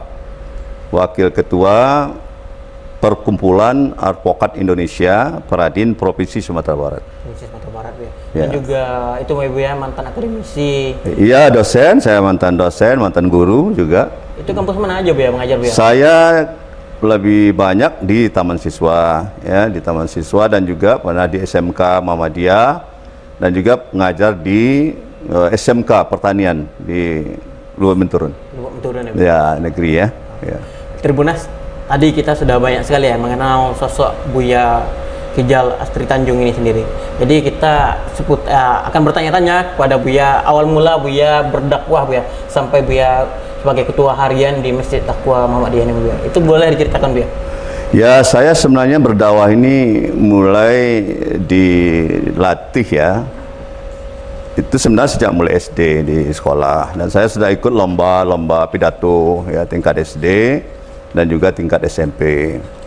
Kemudian di SMA saya juga waktu itu ketua OSIS, ikut juga lomba pidato antar sekolah ya, SMA negeri swasta dan juga madrasah aliyah negeri dan swasta di Masjid Raya Kampung Jawa Dalam ini. Jadi saya mewakili sekolah saya waktu itu, SMA Taman Siswa Padang, untuk ikut lomba pidato. Nah, yang sangat mengesan sekali ketika saya pulang kampung, baru kelas 2 SMA saya diminta untuk menjadi khatib. Ya, khatib di Masjid Raya Nagari Air Bangis, Kecamatan Sungai Sawan Barat. Ya, alhamdulillah pada waktu itu saya jadi khatib Masjid Raya, dan orang banyak ucapkan selamat pada saya waktu itu. Mungkin ada senang atau bagaimana gitu kan. Nah, jadi basic saya sebenarnya di sekolah agama dia nggak ada, tapi saya banyak belajar agama karena saya hobinya membaca dan menulis. Itu hobi saya. Baca Al-Quran itu boleh katakan tiap hari minimal 2 kali sehari lah ya, tertibkan. Jadi saya cuma tamat SD, SMP, kemudian SMA IPA, kemudian sarjana pendidikan fisika, sarjana hukum, dan magister hukum. Magister hukum ya, tapi saya jujur mengatakan koleksi buku saya, ya, baik saya ketika di Jogja aktif di pimpinan wilayah, ya, Ikatan Pelajar Muhammadiyah Yogyakarta, Istimewa Yogyakarta, saya banyak belajar agama itu. Agama ya, dan saya tidak mendikotomi, membedakan antara pendidikan umum dengan pendidikan agama. Bagi saya ilmu itu bermanfaat, ya saya pelajari itu. Jadi memang dari SMA Buya sudah ditunjuk ya Buya? Sudah menyampaikan apalah, tabligh ya, menyampaikan ceramah tausiah. Kalau pulang kampung itu kan masjid banyak di kampung itu. Iya, nah, maka kita tiap masjid itu diminta untuk memberikan ceramah di bulan suci Ramadan terutama itu. Jadi dari SMA sudah ya Buya. Itu apakah memang dari latar belakang keluarga Buya sendiri yang membentuk karakter Buya sampai di sini, atau kayak mana Buya? Pasti ya, itu pasti. Karakter itu memang dibangun dari keluarga. Saya jujur saya katakan, saya dari keluarga yang sangat Islami ya. Orang tua saya itu memang sangat mencintai masjid. Dia imam masjid di Masjid Raya ya, Air Bangis itu kan. Jadi sajadah apapun beliau itu kadang jadi imam di situ. Walaupun dia tidak bersekolah tinggi, tapi kapasitas keimanan agamanya, dan dia rajin mengikuti pengajian-pengajian ini, baik sama adiknya. Adiknya sendiri itu adalah buya besar juga di kampung, itu Buya Ahmad namanya, tamatan dari Candung juga, itu salah ya, Candung ya. Dan juga di Parabe juga dia ikut. Jadi dia itu banyak mengaji sama adiknya juga, sering diskusi. Dan adiknya ini sering ke rumah kami tiap pagi itu kadang. Iya, minum kopi disediakan oleh emak saya kan. Itu diskusi terus persoalan agama. Bapak saya ibu saya, emak saya itu justru guru agamanya, termasuk guru besar juga dia Bang Isen, namanya Buya Madinin Muhammad. Itu tiap mengaji terus ibu saya itu, emak saya itu dengan Buya Madinin itu. Kadang ada perbedaan materi kaji lah itu kan. Itu jadi diskusi. Itu apakah yang turun ke dakwah itu hanya Buya, anak orang tua? Oh enggak. Kakak saya sebenarnya juga sangat memotivasi saya, sangat mendorong saya. Yang ngajak saya aktif di IPM Kota Padang itu, saya kan sekolahnya di SMA Taman Siswa. Iya, Buya. Tapi dia yang ngajak saya menjadi pengurus IPM Kota Padang, Ikatan Pelajar Muhammadiyah Kota Padang. Nah, mulai itulah saya aktif. Termasuk di Jogja, saya juga dimotivasi supaya saya ke Muhammadiyah, ke pusat untuk aktif di Ortom, ya, Ortom, Organisasi Otonom Muhammadiyah. Nah, pulang pun saya dari Jogja, dia minta saya masuk di pengurus Pemuda Muhammadiyah. Sampailah 4 periode saya di Pemuda Muhammadiyah itu. Nah, wakil ketua terakhir dan kemudian jadi ketua. Jadi ketua pimpinan wilayah Pemuda Muhammadiyah Provinsi Sumatera Barat. Itu tahun berapa tuh, Buya? Itu tahun 98 sampai 2002. 2002. Iya, 98 mulainya. Jadi Buya memang berproses dari bawah ya? Dari bawah kita memang dari bawah. Ya. Jadi peran kakak Buya ini sangat membentuk sebagai saat ini di Muhammadiyah ya, karakter Muhammadiyah. Saya rasa kakak saya itu perlu kita teladani. Dia seorang organisatoris dan juga pernah juga jadi ketua pengurus masjid ini. Ini fotonya ada itu yang baju biru itu. Itu namanya Buya? Haji Sahruji Tanjung ya, Haji Sahruji Tanjung, dan beliau pernah di DPRD provinsi dan juga pernah di MPR dan DPR RI. Beliau itu memang sangat memberikan tauladan, memberikan motivasi kepada adik-adiknya untuk melakukan pergerakan lah ya, pergerakan di Muhammadiyah ini, gerakan amar ma'ruf nahi munkar, tajdid ini. Dan itu pun ketika dia masih kuliah di IAIN waktu itu, dia sudah pulang itu tetap ya darahnya itu darah Muhammadiyah itu. Pemuda-pemuda sana itu ya mulai dari lagu, didikan subuh, apapun diajarkan ke kita itu loh. Jadi semangat juang dia itu yang mungkin mengalir juga kayak kita itu kan. Nah, jiwa keorganisasiannya itu. Termasuk adik saya yang putri tamat PGA di Gunung Pengilun kan. Nah, itu juga dakwah terus dia itu di Asia. Kakak saya yang di atas saya betul itu pengurus Asia. Iya, pengurus Asia di kampung itu kan. Jadi artinya Buya berapa saudara? Jadi saya sebenarnya 6 bersaudara, tinggal 5. Yang tua kakak saya itu baru meninggal kemarin, dah meninggal dia. Jadi tinggal 2, kakak saya laki-laki 1 lagi jadi datuk di sana. Jadi datuk suku Tanjung. Datuk Raja Ahmad ya. Saya dulu ditawari juga jadi datuk udah berapa kali, tapi saya karena berada di Padang, saya nggak mau karena prinsip saya gini. Untuk apa kita memangku sebuah jabatan kalau kita tidak melakukan ya tugas-tugas dan tanggung jawab yang diberikan. Amanah itu kan diminta pertanggungjawabannya. Jadi memang banyak perjalanan Buya. Buya ini sendiri dikenal orang sebagai mubalik nih Buya. Di balik mubalik nih bagi apa Buya dikenal masyarakat luas nih Buya? Ya mungkin orang pernah kenal saya juga di partai politik ya. Karena bagaimanapun saya cukup pendiri, inisiator PAN Sumatera Barat salah seorang. Dan juga pernah jadi wakil ketua 2 periode dan juga pernah jadi ketua ya, DPW PAN Sumatera Barat gitu kan. Jadi artinya Buya aktif juga di politik ya? Oh, saya aktif, pernah calon wakil gubernur juga saya. Pernah ya waktu pemilihan langsung ya. Itu tahun berapa? Bukan waktu pemilihan perwakilan dewan ya. Itu tahun berapa tuh? Itu tahun 2002 kalau tidak salah. Iya. Jadi inisiator pendirian DPW PAN Sumbar ini Buya salah satunya? Iya, saya masuk salah seorang ya. Jadi sempat jadi wakil dan jadi ketua puncak? Iya, pernah jadi ketua DPW PAN Sumatera Barat. Betul. Ya di Tribunas itu kita tahu ya Buya ini di selain mubalik di belakangnya juga aktif sebagai politikus. Nah, begitu juga ketika di mahasiswa ya. Saya di samping IPM DIY itu, saya aktif di kampus.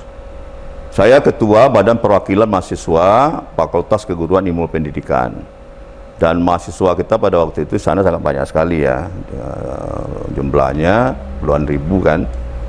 Nah, saya juga sebagai anggota resimen mahasiswa Mahakarta. Tahun 83 saya jadi anggota resimen di bawah Gombong.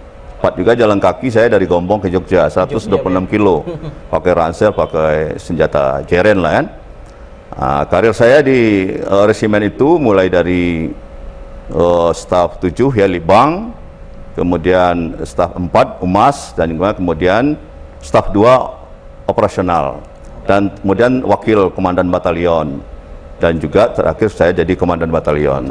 Ya, batalion membawahi 14 perguruan tinggi swasta di daerah istimewa Yogyakarta.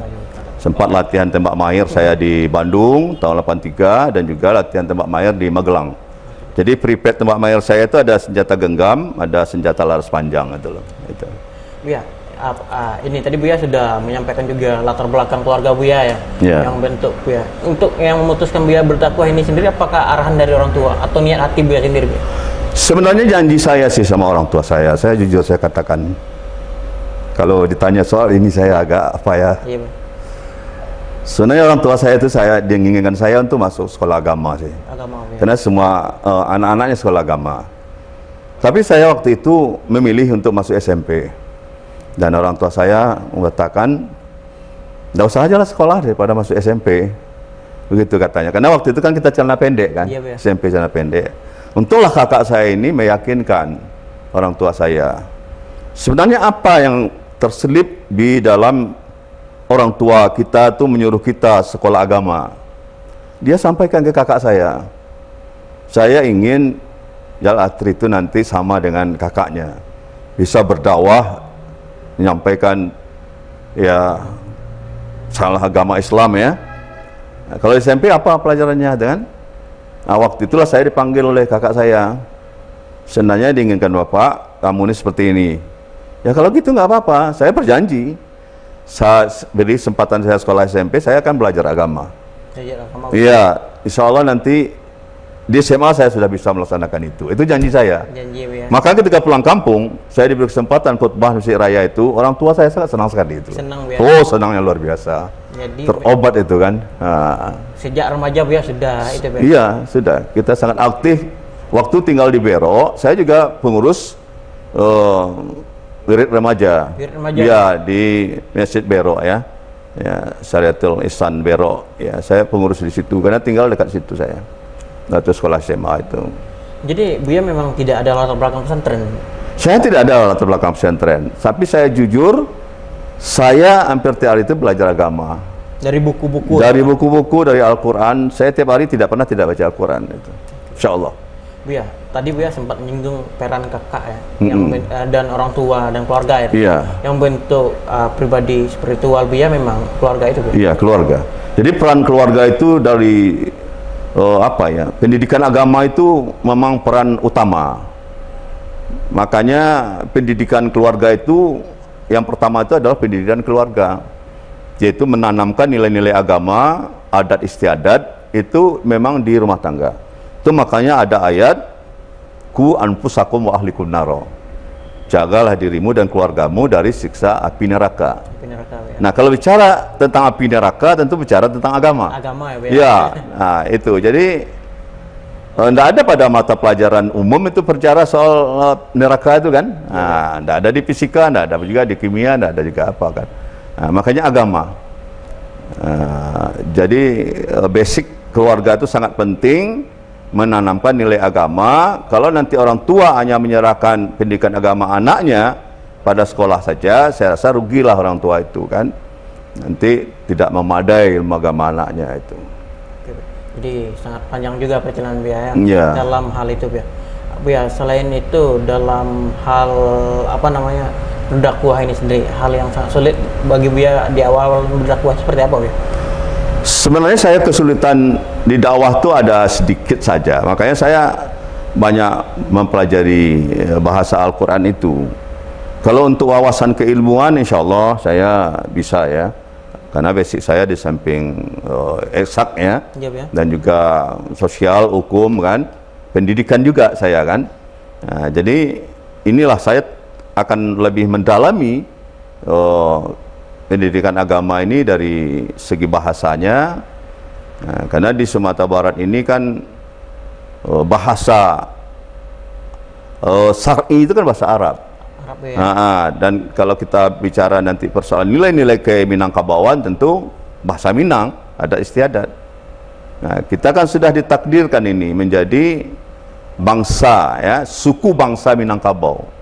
Sumatera Barat ini suku bangsa kan cuma dua, suku bangsa Minangkabau dan suku bangsa Mentawai. Nah, selaku suku bangsa Minangkabau, kita memiliki sebuah filosofi adat Basandi Syarak, Syarak Basandi Kitabullah. Dan filosofi ini sudah diakui secara regulasi kebijakan, yaitu di dalam Undang-Undang Nomor 17 Tahun 1922. Pada pasal 5C itu sangat dijelas di situ, keistimewaan Sumatera Barat itu memiliki filosofi adab bahasa Syarak, syarak bahasa kitabullah. Itu. Buya, ini sedikit lagi nih Buya, juga menyinggung hal yang sangat merubah Buya, membentuk karakter Buya seperti ini, seperti apa Buya? Mungkin bisa dijelaskan kepada Tribuners Buya. Saya karakter kepribadian saya ini sebenarnya dibentuk oleh keluarga saya sendiri.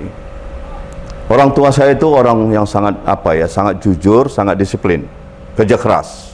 Dia seorang petani cuma, tapi ibadah ini betul dia jaga betul ini. Bangun subuhnya ke masjidnya kan, pulang dia untuk membangunkan saya itu dia tidak pernah menyuruh saya sholat, tidak, tapi dia ngaji dekat saya pulang subuh itu. Kalau juga tidak bisa saya bangun subuh itu karena mengaji beliau, jendela tempat kamar saya dibuka sendiri itu, ini udah terang ini. Begitu cara dia didiknya itu dengan cara halus, tidak pernah dia sedikit kekerasan ngajar kita, nggak pernah. Dia dengan santun mengapakan anak-anaknya itu, termasuk mengaji juga begitu. Nyuruh kita mengaji sudah maghrib itu. Dulu kan ngaji pakai lampu togo ya. Nah itu saya pulang mengaji itu biar tahu Anda ya. Saya kerja di pantai dulu di pasir itu kan. Nah ya di air bangis itu saya kerja ya, di pelelangan ikan itu kerja tempat mama. Ya mulai membalah ikan, mencabut isang ikan, mengasin ikan, membasuh, menjemur, kemudian kering menyusun untuk dijual ke Padang. Itu pekerjaan saya. Kelas 4 SD saya sudah bisa membeli sepeda ponding RRT itu. Kelas 4 SD. Karena saya digaji oleh mama saya itu untuk kerjaan. Kalau Buya kecil itu situasi kehidupan Buya bagaimana Buya? Apakah masih ya saya memang terpengaruh oleh kerja keras orang tua saya. Orang tua ya. Jatuh kecil itu waktu SD itu sampai SMP saya sudah bersawah sendiri saya. Bersawah sendiri. Dikasih oleh orang tua saya tuh, garap sama kamu itu sawah itu. Ya. Saya menabih sendiri, saya tanam sendiri, saya panen sendiri. Kebun juga saya berkebun cengkeh sendiri saya. Cengkeh sendiri saya. Cuma pas saya mau sekolah ke Padang, cengkeh waktu itu jatuh harganya. Nah, jatuh harganya, akhirnya saya pun tidak memikirkan itu lagi. Saya pikir sibuk dengan pendidikan aja lagi kan. Jadi kalau soal bertani, saya bersawah, saya beladang, ya, kebun durian kita, kebun rambutan kita, kebun apalah muda ya, mentimun, cabai, semua kita lakukan. Kebun jariang, bertonton itu jariang kita itu, dan juga batap ini. Wah itu puasa itu sangat laris sekali itu. Oh itu pusatnya tempat kita itu di Air Bangis. Ya itulah pekerjaan kita. Jadi kita terpengaruh dengan kerja keras orang tua itu yang membuat kita mendorong kita untuk. Nah sampai saat ini itu pula yang mendorong kita ndak berhenti bekerja itu loh. Dilihat di organisasi ini. Aktif ya. Iya. Kejar ke sana, kejar ke sini, ke sini. Kadang sudah sidang harus ke sana. Nggak pulang kita, kalau udah pergi ke rumah tuh malam aja pulangnya lagi. Iya, iya. Jadi memang mewakafkan diri ya. Iya, seperti itu yang maksimalkan. Karena ada merasa berdosa kita punya sebuah jabatan, kita tidak melaksanakan tugas itu. Ya. Iya, itu. Buya, saat ini umur sudah 66 tahun ya, Buya? Iya, betul. Buya, dari 66 tahun ini sendiri Buya pernah merasa nggak? Secara langsung Buya merasa Allah pernah menegur dalam perjalanan Buya ini sendiri agar Buya lebih itu. Yang saya rasakan selama umur 26 ini memang kaki saya itu kurang dapat menyeimbangkan posisi badan saya itu loh. Entah karena berat badan. Kalau sakit-sakit lain salah saya nggak ada. Cuma kaki saya ini sering kesemutan. Kesemutan. Iya itu. Jadi kadang harus dipoles dulu dengan minyak atau menstabilkan. Nah, ada dokter menyarankan supaya saya mengurangi berat badan gitu kan. Nah, tapi kalau soal selera makan, soal semangat, itu masih kuat. Cuma kaki saja yang jadi masalah. Ya saya rasa memang kata orang penuaan itu dimulai dari kaki. Ya. Makanya kita terima saja. Tapi tetap kita memelihara dan menjaga kesehatan kaki kita itu dengan mengobat. Kadang kita terapi, itu kan, kita lakukan. Kadang obat minum, itu kan. Nah, itu. Buya, terkait peralihan Buya dari ke Mubalik ini sendiri, apakah ada pernah orang dekat Buya atau teman-teman Buya menentang, mengarahkan Buya fokus kepada akademisi atau jenisnya? Dan kenapa juga Buya memilih Muhammadiyah sebagai wadah? Karena kita ketahui bukan hanya Muhammadiyah ya, NU juga ada dan ormas Islam lain juga. Ya saya memang dari awal memang di Muhammadiyah, tidak pernah organisasi lain kan. Jadinya sampai sejak mulai kita start tuh memang di Muhammadiyah. tentang materi dakwah saya itu memang mungkin agak komprehensif ya. Ya, tidak hanya persoalan, kadang saya bicara soal akidah, kadang saya soal ibadah juga, kadang saya bicara soal pentingnya ilmu, ya, pentingnya penegakan hukum, pentingnya nilai-nilai adat istiadat dan budaya. Makanya mungkin wawasan saya seperti itu. Dan tiap hari saya menulis. Kalau enggak 2, 1 sehari ada tulisan saya. Ada tulisan saya. Nah, hari ini 2 nih tulisan saya, termasuk ke Prabowo kan. Tentang Baginda Aziz Khan ini, karena sudah cukup lama kan. Nah, jasa beliau sudah luar biasa itu. Nah, kalau untuk apa namanya perolehan Buya ke Mubalik ini, adakah yang menentang Buya? Apakah ada orang dekat Buya menyuruh fokus saja sebagai advokat atau fokus saja sebagai akademisi? Sampai sekarang belum ada orang yang melarang saya untuk berdakwah ya. Dan kalau ada orang yang melarang saya berdakwah, saya rasa dia sesat. Sesat dia kalau dia melarang saya berdakwah. Berhentilah berdakwah, tidak usahlah khotbah, tidak usahlah sebagai mubalik, kan sudah ada gawainya sebagai tenaga profesional, sebagai advokat. Advokat itu sebenarnya kita kan berdakwah juga, menegakkan hukum kan, memperjuangkan hak-hak publik. Kadang masyarakat yang tidak mampu, dia ingin memperjuangkan hak dia untuk mengontrak advokat, uang nggak ada, itu kita bantu. Saya sering membantu klien saya, ya kadang 2 juta, kadang 3 juta, pakai uang saya aja dulu. Itu iya, kalau kalah dia ya udah, saya kalau kalah ya sudah, habislah uang saya. Tapi nanti kalau dia menang ya dibalikkan uangnya, gitu aja. Tapi dia puas, rasa kita udah memperjuangkan hak dia, itu kan. Nah, itu kadang ada advokat yang saya bina juga, heran dia kok mau meminjamkan uangnya sama klien. Ya, itulah salah satu kewajiban kita di dalam penegakan hukum itu, memperjuangkan hak rakyat, gitu kan. Jadi ada yang berbayar, ada yang tidak berbayar, itu biasa itu. Biasa ya. Iya, sama juga dengan mubalik kita ini. Kalau dibayar transportasi itu alhamdulillah, kalau enggak apa-apa juga. Di Masjid Taqwa ini juga seperti itu. Zuhur mubaliknya dibayar, asar tidak ada. Nah, tidak ya. Iya. Kalau untuk ini Buya, ini Buya termasuk orang yang sangat sibuk juga ya, aktivitas Buya. Pengorbanan terbesar bagi Buya seperti apa Buya? Apakah ada yang dikorbankan kayak waktu sama keluarga dan anak ini Buya khususnya? Itu seperti apa Buya? Saya sangat bangga dengan keluarga saya, istri saya sangat memahami kesibukan saya. Mungkin karena istri saya ini kan juga bapaknya orang organisasi juga, yang pernah juga di DPRD di Sijunjung ya, pernah ketua Elkam juga, pernah juga di KNPI. Jadi karena kakaknya juga orang organisatoris lah ya. Nah, jadi dia memahami tentang saya. Nah, dan dia memang orangnya sangat sangat memperhatikan kepentingan saya. Untuk tugas-tugas saya itu dia selalu tanya, besok apa kegiatan gini-gini. Termasuk pakaian saya itu ditanya, besok apa. Begitu luar biasanya kalau istri saya itu. Dukungannya luar biasa. Dan juga dukungan dari anak-anak. Tak satu pun anak-anak itu yang melarang saya untuk berdakwah, ya tidak ada satupun. Yang dia larang di usia saya yang seperti ini, dia melarang saya udah berhentilah untuk kegiatan politik praktis. Nah, jadi bukan berarti di politik saya tidak mengikuti perkembangan. Saya ikuti perkembangan, head politik itu penting, tapi keluarga saya melarang saya untuk aktif di politik praktis. Menjadi pengurus partai, menjadi calon, ini sebagainya, itu memang saya dilarang udah. Nah, fokuslah ke Muhammadiyah, fokuslah ke taman siswa, kegiatan sosial lainnya gitu. Jadi Buya tadi sempat menyinggung ya di awal ceramah Buya itu di SMA di salah satu masjid. Masjid Raya, masjid terbesar di kampung saya. Kampung Buya. Itu ceramah Buya seperti apa yang Buya sampaikan itu? Waktu itu saya menyampaikan tentang nilai-nilai keislaman dan Pancasila waktu itu. Jadi pentingnya tauhid, pentingnya kemanusiaan. Nilai kemanusiaan itu tidak boleh ditempatkan di bawah nilai materi.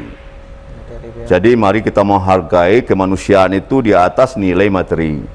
Jangan sampai karena materi kita mengabaikan kawan, mengabaikan keluarga, ya kan? Nah, kemanusiaan itu ditempatkan di bawah nilai Tuhan. Gitu. Nilai Tuhan. Nah, itu yang penting.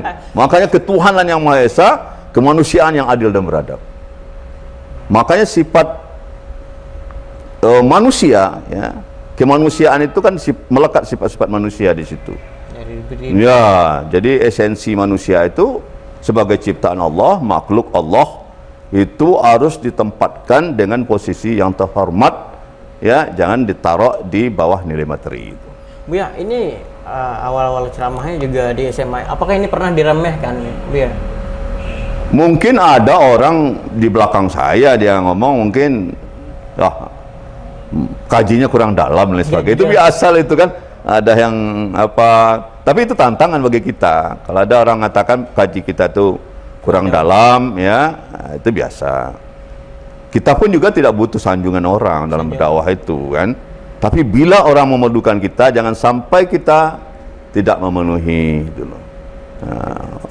Buya, kalau perjalanan panjang Buya dari 66 tahun ini, Buya, tantangan terbesar berdakwah di Padang Sumbar secara luas ini seperti apa, Buya? Mungkin bisa diceritakan, Buya, agar bisa jadi inspirasi juga bagi anak-anak muda saat ini, Buya.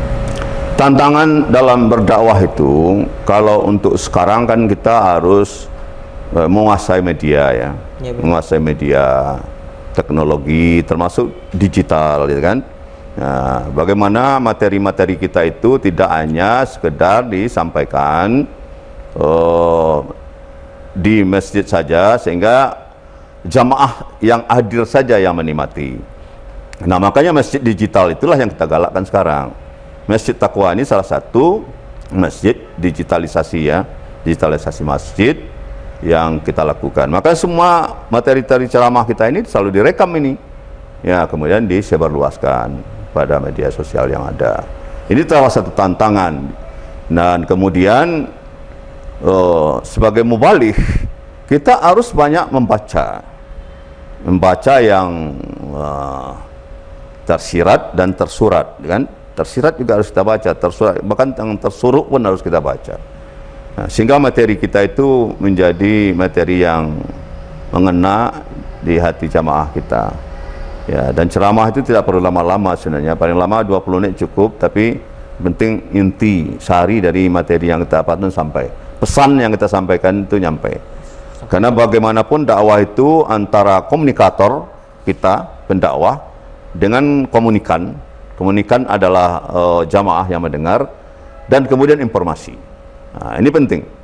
Jadi komunikator, komunikan, pesan yang disampaikan, nah, itu harus dikemas dengan baik. Kemudian media. Nah, media, sebagus apapun pesan yang kita sampaikan, kalau tidak disebarkan oleh media, ya kan, itu tidak akan efektif, ya, efektif, dan jangkauannya itu terbatas kalau hanya didengar oleh yang adil saja. Makanya media ini penting, dakwah di media ini penting. Maka juru dakwah harus berteman dengan orang-orang media, ya, supaya bisa disebarkan materi kita itu. Nah, akhirnya nanti kita akan tahu dampak dari materi kita ini apa. Bisa diukur nanti, itu kan bisa dinilai bagaimana tanggapan orang terhadap materi kita di media, kan bisa dilihat. Iya, Bang. Nah, itu makanya. Buya, ini juga panjang juga, Buya, mengenai materi-materi dakwah. Apakah Buya pernah terpikir nggak, Buya, ingin berhenti berdakwah ini, Buya? Wah, sampai sekarang belum saya memikirkan dakwah. Justru saya sekarang ingin melakukan revitalisasi, penguatan dakwah saya. Apakah itu dakwah bil hal maupun dakwah bil lisan, apakah itu dakwah melalui digital, dakwah komunitas, dan juga dakwah kultural. Nah, itu harus kita masuk di semua. Jadi justru kita tidak boleh berhenti berdakwah itu. Berdakwah itu berhentinya kita udah mati aja gitu kan. Karena kita mengajarkan ilmu pada orang lain. Nah, kalau momen yang paling mengharukan dalam berdakwah itu seperti apa yang pernah Buya rasakan, Buya? Sepanjang perjalanan Buya ke daerah-daerah memberikan dakwah ini, Buya? Ya, kita haru sambutan. Sambutan dari masyarakat. Misalnya kita ada pengajian bulanan. Ya, bulanan Muhammadiyah di kabupaten kota itu umumnya kan ribuan juga yang hadir kan di masjid-masjid itu. Mereka itu mendengarkan materi kita itu dan juga menyerap apa yang kita sampaikan. Dan juga ada saatnya juga kita berdakwah di tempat-tempat yang sepi, tidak banyak orang. Karena saya juga pernah menjadi ketua, ya, lembaga pengembangan cabang dan ranting Muhammadiyah. Saya juga ke cabang-cabang dan ranting itu. Iya, 2,5 tahun saya berangkat sudah Jumat ini sore, nanti pulangnya Ahad malam. Ahad malam, Bisa perjalanan itu 3 titik sampai 4 titik itu. Siap, Ya, kita bermalamnya di rumah ketua ranting, ketua cabang. Ya, dan kita tidak merepotkan apa di kamar di apa sih cukup kok, di ruang tamu aja. Dimintakan tikar ya kita tidur di situ. Buya, tadi Buya sempat menyinggung terkait dakwah saat ini, Buya. Seperti Masjid Muhammadiyah Taqwa di Pasaraya ini sudah mulai digitalisasi, Buya. Iya, betul. Apakah perlu dakwah ini menyesuaikan juga, Buya, di tengah media sosial, gencar media sosial, Buya? Itu menurut Buya seperti apa, Buya? Iya, jadi kita kan fakta menunjukkan Masjid Taqwa ini kan tidak seperti dulu jemaahnya. Iya, Buya. Kalau dulu Jumat itu penuh sesak sampai di lantai 3. Nah, di lantai 3 itu orang juga penuh. Nah, sekarang lantai 2 saja ya kan? Iya. Nah, makanya melalui media inilah kita sebar. Karena masjid makin bertambah juga kan? Nah, jadi jangkauan dengan media ini kan jauh lebih lebih banyak dibanding mereka yang datang di sini. Nah, namun demikian bagaimana kita menggunakan teknologi digital ini dengan sebaik-baiknya untuk mengemas materi-materi yang mungkin bermanfaat ya bagi masyarakat, dan itu bisa didengar ya dan bisa dibaca oleh masyarakat kita itu. Ya, ini juga Tribuners, kita sangat panjang ya membahas dari Buya Kijal Astri Tanjung, perjalanan dari bawah, bagaimana dia membentuk karakter dia dari bawah, memang dari bawah tanpa ada dukungan manapun, Buya, memang dari bawah prosesnya. Dan dari mimbar juga Buya sampai saat ini membantu masyarakat, Buya. Buya, kita sudah masuk di titik akhir, Buya. Mungkin ada yang ingin disampaikan kepada generasi muda, Buya, agar generasi muda ini bisa mengikuti cara Buya berdakwah ini. Ya, jadi komitmen kita untuk berdakwah ini, niat kita itu diawali untuk menolong agama Allah. Surat Muhammad ayat 7 itu menyatakan, ya kan, intan surullah yang surukum wa yusabbit aqdamakum. Tolonglah, belalah agama Allah ini, Allah akan membela kamu dan akan mengokohkan kedudukanku. Saya merasakan itu. Pertolongan Allah terhadap kesulitan yang saya hadapi itu terjadi ketika saya kuliah. Rasa-rasanya tidak mungkin saya bisa kuliah di Yogyakarta, tapi Allah menolong saya. Saya dapat beasiswa di Jogja 5,5 tahun. Saya tidak bayar uang kuliah, bahkan saya tinggal di tempat sekjen, ya, di Mas Sekjen. Ya, itu pertolongan Allah.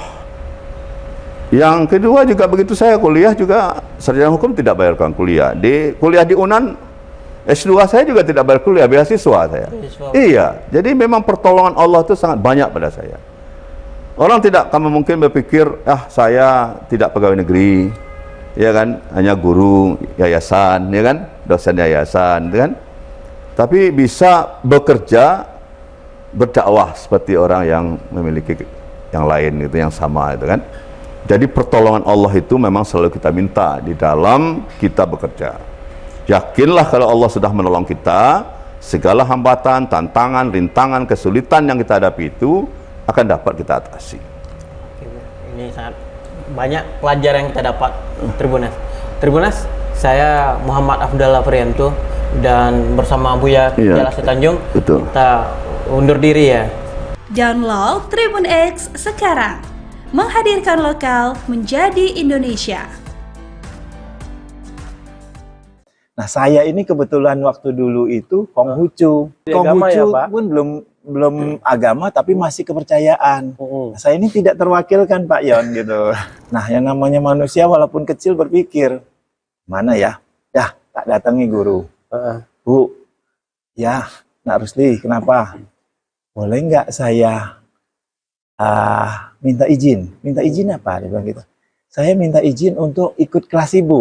Loh, Nak Rusli kan agama Konghucu, ini Islam loh, dia bilang gitu. Benar, cuma kan Konghucu nilainya dari mana, Bu? Saya bilang gitu. Nah, sejak itu saya bergabunglah di kelas belajar agama Islam. Alhamdulillah, nilai saya nggak kalah dengan teman-teman yang agama Islam. Saya punya nilai 8, Pak. Bahkan mungkin yang Islam ada yang lebih rendah. Ada yang di bawah itu. Ada yang di bawah itu. Nah, disitulah saya tidak tahu, rupanya itu adalah awal dari nasib saya di kemudian hari. Ini saya bukan dalam artian tidak mengatakan agama saya atau kepercayaan saya yang ini kurang baik atau tidak. Saya hanya menceritakan perkembangan saya punya spiritual gitu. Pengalaman lah Pak ya. Betul gitu.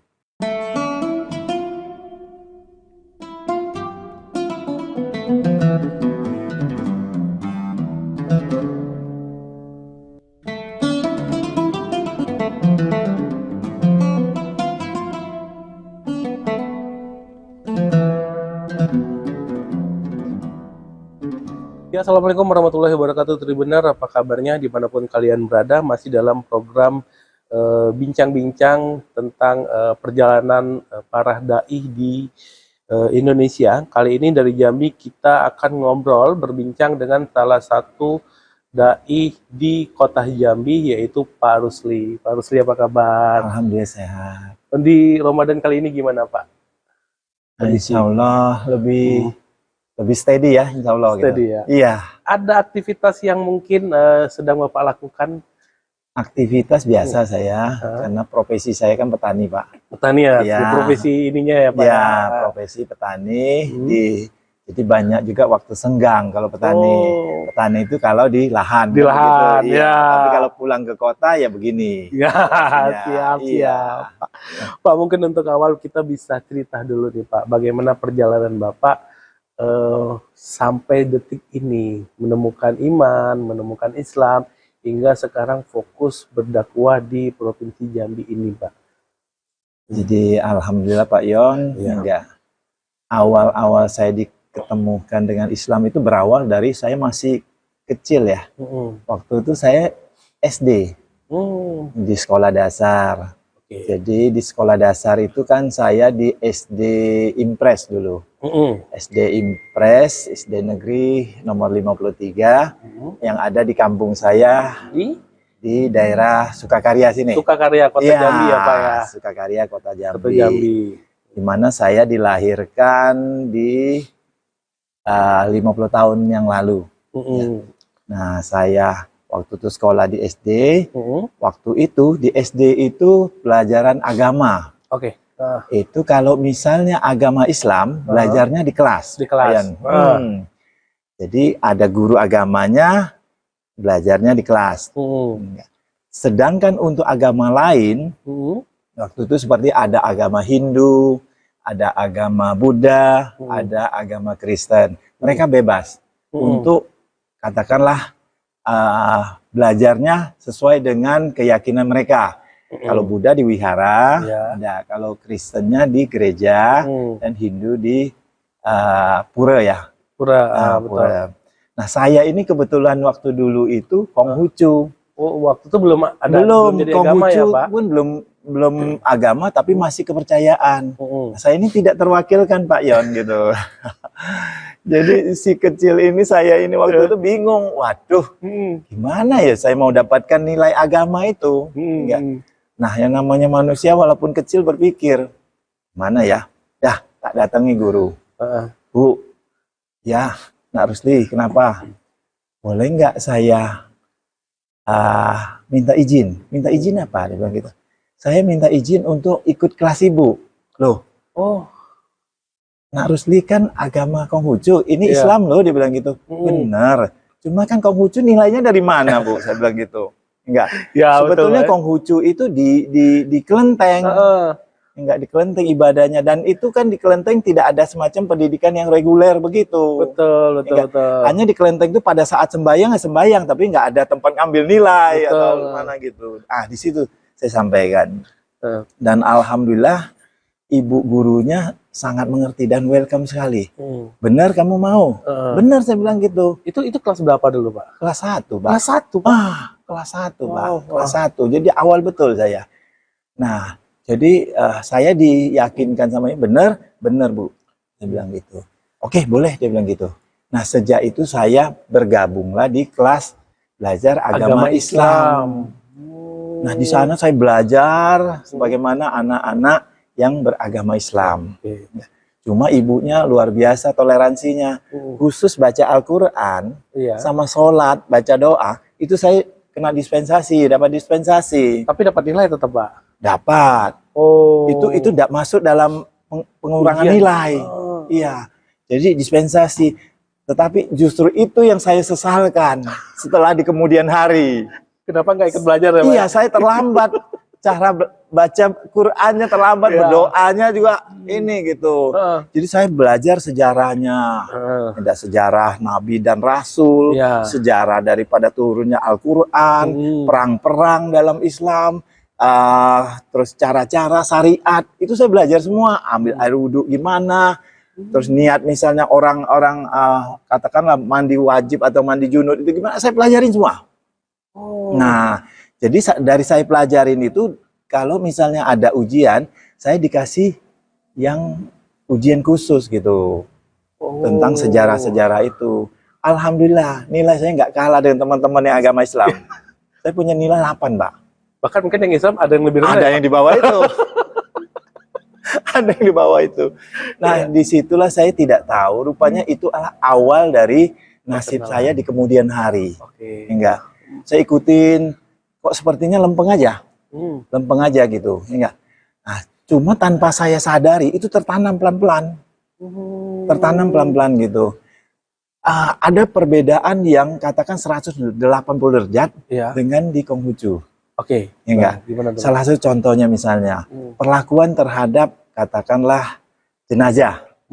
Tidak, jenazah apa itu orang tua ataupun saudara gitu. Kalau di agama Konghucu itu kita berdoanya minta dia yang selamatkan kita. Nah, ini kan terbalik nih 180 derajat nih. Kalau di Islam kan terbalik gitu. Kita yang minta sama Tuhan untuk menyelamatkan, ampuni dosanya. Yang sudah meninggal ya. Iya. Nah, di sini pelan-pelan loh kok berbeda. Nah, rupanya hal ini yang lama-lama membekas. Ya. Kalau waktu kecil mungkin nalarnya kan nggak begitu jalan itu. Ya, tapi begitu besar, mulai besar nalarnya udah mulai jalan. Rasional atau tidak. Nah, ini saya bukan dalam artian tidak mengatakan agama saya atau kepercayaan saya yang ini kurang baik atau tidak. Saya hanya menceritakan perkembangan saya punya spiritual gitu. Pengalaman lah, Pak ya. Betul gitu. Nah, setelah saya jalani sampai tamat SD, mohon maaf SD. Nah, giliran saya mau lanjut lagi, ini gimana lagi nih? Ketemu lagi masalahnya nih. Enggak, ketemu lagi masalahnya. Tapi saya tetap menghadap guru yang agama Islam. Saya sampaikan juga. Enggak. Dan lanjut, alhamdulillah lanjut gitu. Jadi lanjut silahkan gitu. Jadi saya perdalam terus, Pak. Perdalam terus agama Islam hingga sampai kepada saya ke SMA waktu itu. Kelas 1. Jadi saya SD-nya di SD 53 Negeri, Impres, di Sukakarya. Kemudian SMP-nya di SMP 8 Negeri juga. Juga di daerah sini. Kemudian SMA saya ke SMA Negeri 1. Satu tuh favorit itu. Favorit waktu itu, alhamdulillah masuk kan gitu. Enggak. Jadi di kelas 1 belajar agama seperti biasa. Enggak seperti biasa. Nah, kebetulan saya waktu itu ada sedikit ini saya harus pindah. Ada sedikit problem, saya harus pindah ke Palembang. Nah, akhirnya saya pindah ke Palembang. Nah, di Palembang ini saya bukan masuk negeri lagi. Saya diterima di SMA Metodis Palembang. Metodis 1. Protestan, ya? Metodis ya. Metodis. Ya, dia khusus memang Kristennya Metodis gitu. Ya, kalau Protestan tersendiri kelihatannya. Nah, di kilometer 3,5 tuh. Nah, di sini berbeda nih.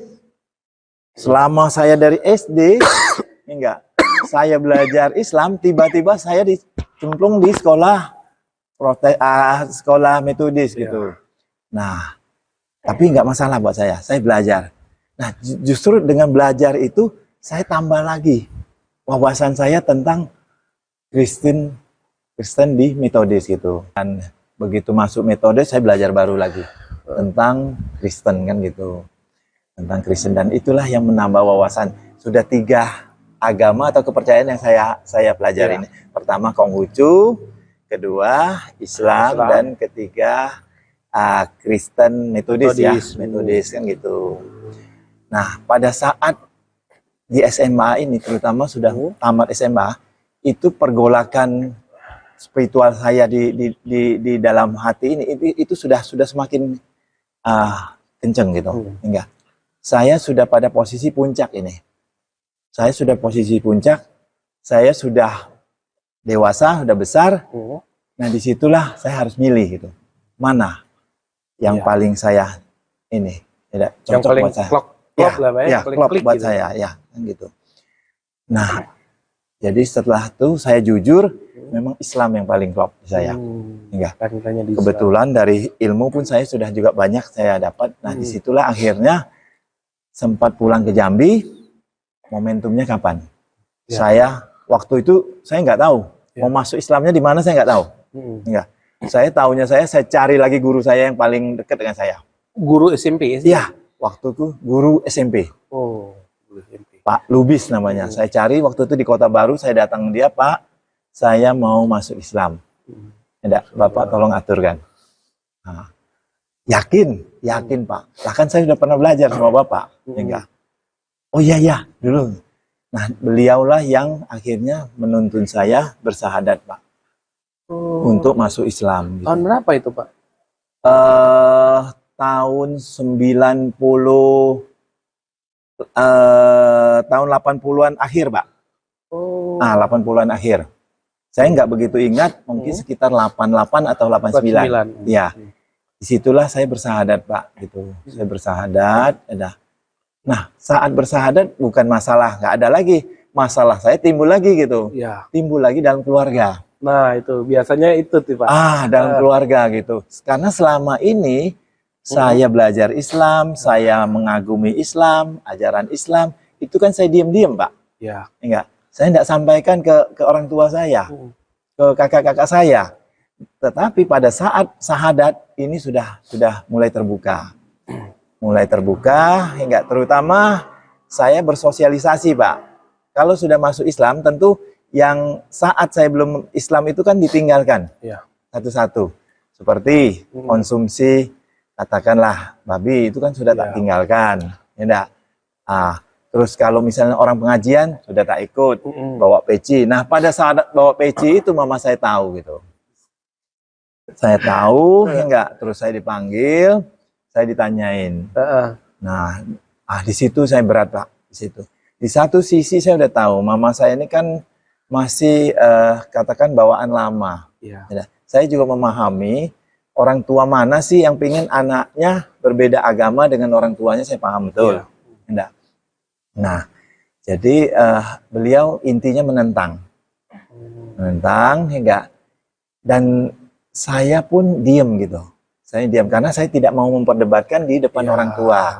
Saya takut menyakiti hatinya. Saya terima, saya diam, apa yang dia ngomong ya saya diamkan aja. Paling saya bawa pergi, Pak. Saya bawa pergi, enggak. Nah, saya cerita balik nih.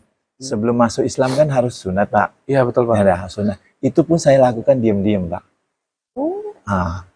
Karena kalau saya lakukan terbuka, heboh, Pak, nanti, Pak. Iya, betul, Pak. Jadi saya lakukan diam-diam, saya cari dokter, saya buat janji, enggak. Sampai saya dihitan, saya masih kerja seperti biasa, Pak. Dan di rumah saya rawat sendiri, makanan yang harus saya pantang sendiri, itu saya lakukan, Pak. Gitu. Sehingga dari pihak keluarga nggak tahu, Pak. Itu berapa lama, Pak? Pihak keluarga sampai tahu dari bersahadat sampai tidak lama. Pada saat saya sudah mau masuk ke lingkungan Islam ini, tentu kan kalau ada yasinan kan saya ikut, Pak, gitu. Nah, di saat itu saya udah mulai kelihatan. Dan orang tua memang tidak setuju gitu. Kenapa harus milih Islam? Kenapa tidak milih yang lain gitu? Karena yang Islam kan berbedanya frontal nih, terutama masalah makanan kan begitu. Dan minuman ya. Iya. Satu, kedua, mohon maaf, ritualnya kan kalau kita sudah masuk Islam kan ritual lain nggak boleh lagi kita ikuti, ya enggak. Nah, di situ frontalnya. Tapi kalau agama lain, ya enggak, kan masih mohon maaf, masih dari segi makanan masih sama. Betul. Enggak. Nah, di situ mama sudah mulai tahu dan mama tidak setuju, dia udah nyampaikan ke saya. Dan kakak saya sih tidak terlalu ini ya, karena masing-masing kan gitu. Saya cuma paling berat itu memang berhadapan dengan orang tua, mama. Iya sih, Pak. Karena saya anak bungsu dari 15 bersaudara. Oh. Dan dia harapan di masa tuanya dia mau ngikut saya gitu. Nah, begitu saya masuk Islam, betul-betul hancur hatinya, Pak. Hancur hatinya, Pak. Apalagi anak cowok ya, Pak. Iya, yang paling dia sayang gitu. Diam-diam pindah agama gitu. Saya bisa ngerasakan. Nah, walaupun itu memang pilihan saya, hidup dan mati saya ini meyakini Islam gitu. Mungkin selain Bapak dari 15 saudara ada yang ikut Pak mualaf? Ada. Itu yang nomor 8, kemudian yang nomor 7. Tapi duluan Bapak? Duluan mereka. Malah duluan mereka? Iya, duluan mereka. Cuma lantaran saya ini yang paling disayang, jadi paling dirasa, Pak. Iya.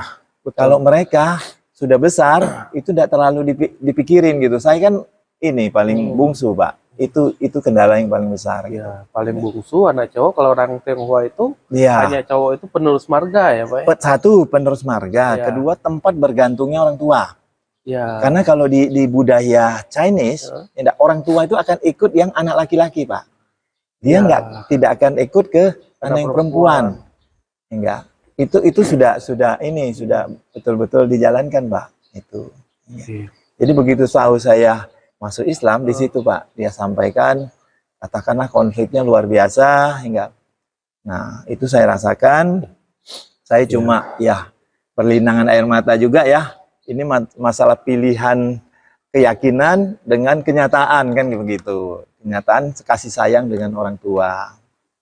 Oke Pak, dengan perjalanan Bapak menemukan Islam yang begitu luar biasa, sekarang kan Bapak lumayan aktif nih dalam pengembangan Islam, khususnya di komunitas-komunitas mualaf dan komunitas Islam Tionghoa di Provinsi Jambi ini.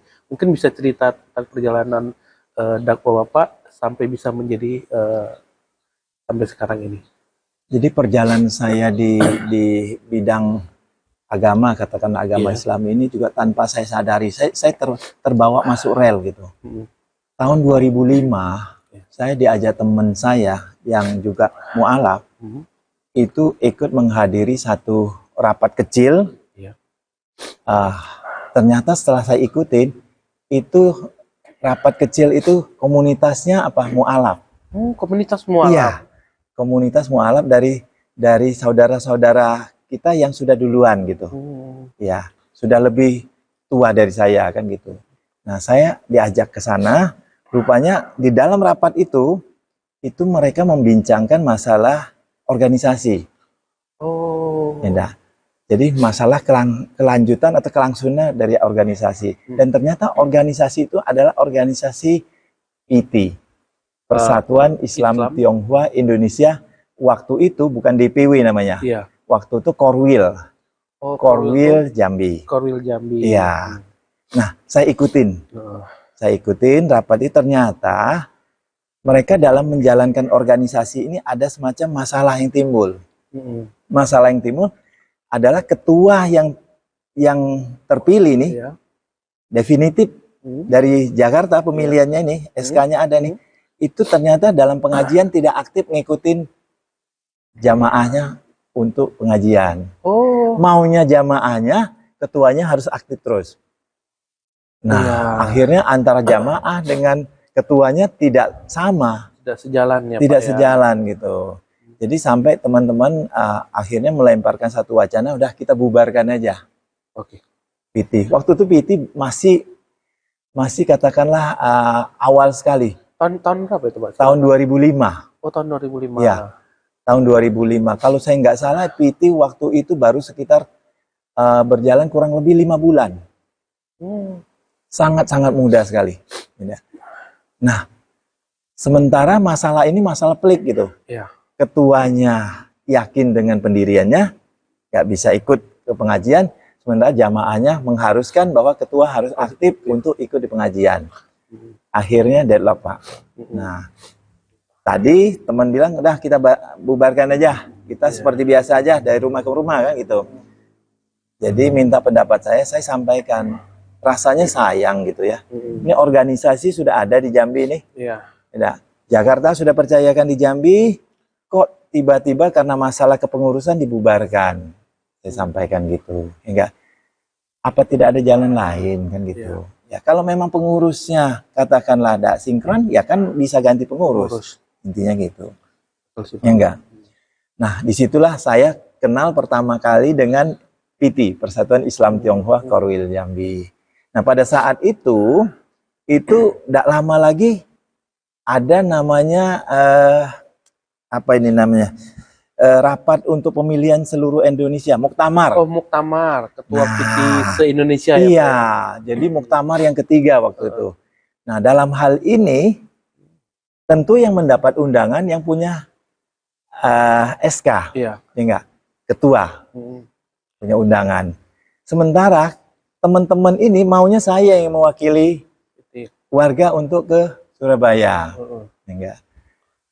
Ah, sedangkan saya nggak punya undangan. Akhirnya teman-teman berusaha mencarikan undangan itu. Enggak. Akhirnya teman kita Pak Haji David, mungkin kenal ya Pak Haji David. Jamaah Tabligh ya Pak? Iya, itulah yang membuka jalan untuk ke Surabaya. Beliau dapat undangan dan saya dengan beliau yang berangkat ke Surabaya. Nah, waktu di Surabaya lakukan muktamar, ini ada sedikit kerancuan nih. Di Jambi kok wakilnya ada 2 nih. Ya. Satu wakilnya berdasarkan SK, satunya atas amanah dari jamaah gitu, atau warga kan gitu. Nah, tapi alhamdulillah cukup bijak di dalam sidang itu, akhirnya dua-dua dikasih suara, kesempatan untuk suara. Jadi Jambi ada wakilnya ada 2, saya dan Pak satu lagi Pak Ferry Budiman, Insinyur Ferry Budiman kalau saya nggak salah ingat. Nah, dalam perjalanan sehingga terpilihlah ketua waktu itu Haji Trisno Adi Tantiono, orang Jember saat itu.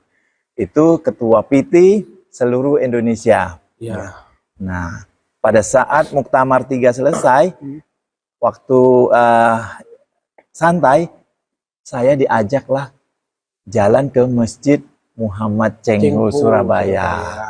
Nah, inilah cikal bakal Masjid Laksamana Cengho Jambi.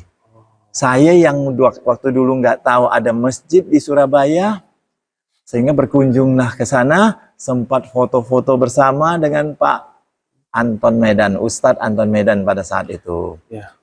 Yang kemudian rupanya menjadi ketua DPP PT juga, yang sudah almarhum, enggak.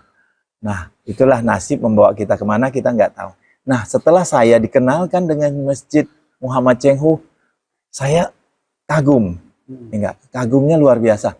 Loh, kok boleh ya masjid tapi bentuknya kok kayak kelenteng? Kalau saya kan nggak aneh, karena saya memang dari Buddha. Konghucu. Konghucu kan tempat ibadahnya kan kelenteng gitu. Jadi disitulah saya tahu bahwa budaya selama tidak bertentangan dengan akidah itu diizinkan atau diperbolehkan. Dan lebih saya tertariknya lagi dan kagumnya fungsi daripada masjid itu sendiri. Enggak. Masjid itu sendiri merupakan pertemuan dari warga baik yang Muslim Tionghoa, Muslim non Tionghoa, dan katakanlah yang penduduk ini Indonesia asli yang dari lahir sudah Islam. Enggak. Dan dalam saat-saat misalnya berkumpul untuk bakti sosial, ini ngumpul semua dan nyatu mereka. Ini kan satu yang luar biasa nih. Yang waktu itu di Jambi kan tidak kita ketemukan. Ya. Nah, dari sanalah mulai tertanam cita-cita saya kapan ini di Jambi. Ada. Enggak. Dan singkat ceritanya begitu pulang, sampai di Jambi, saya sampaikan laporan saya ke jamaah. Katakanlah kawan-kawan yang ngirim saya tadi. Ini loh hasilnya, ketuanya udah terpilih, beres. Saya pikir beres urusan saya. Kenapa? Saya udah sampaikan amanahnya ke teman-teman. Monggo, silakan lanjutkan. Ternyata teman-teman masih pegang yang lama. Tidak. Anda jadi ketua atau bubar. Waduh, saya bilang ini nodong iki. Tidak. Nodong ini.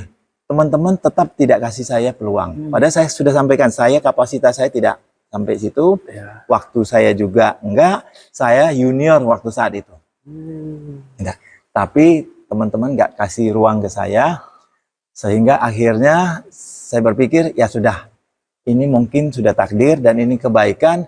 Saya mulai luruskan niat saya, coba belajar berorganisasi.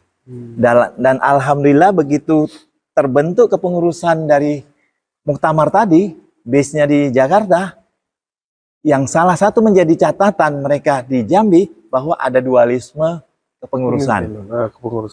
Nah, mereka tindak lanjuti. Singkat cerita, saya yang terpilih untuk melanjutkan tongkat estafet daripada PT tadi. Enggak. 2006, 2011. Ya. Berapa? 5 tahun satu periode ya, Pak ya? Jadi satu periode 5 tahun. Dan menurut ADART sebetulnya satu ketua itu hanya boleh 2 periode. 2 periode. Ya. Nah, begitu saya dapat tugas itu, saya udah mulai fokus konsolidasi, Pak.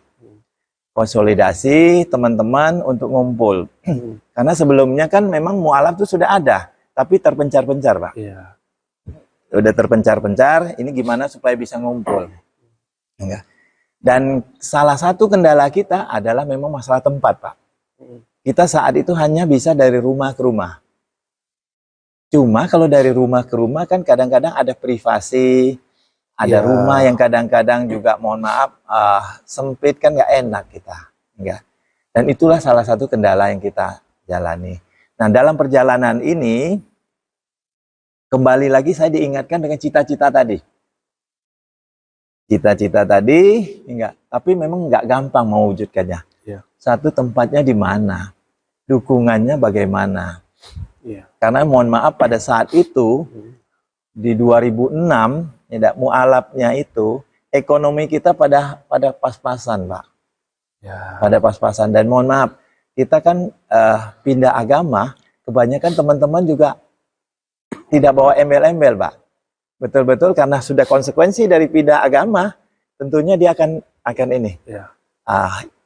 Jalan tanpa bawa ini. Jadi usahanya pun kadang-kadang belum mapan waktu itu. Balik nol lagi ya, Pak? Iya, balik nol lagi. Itu memang satu tantangan, Pak.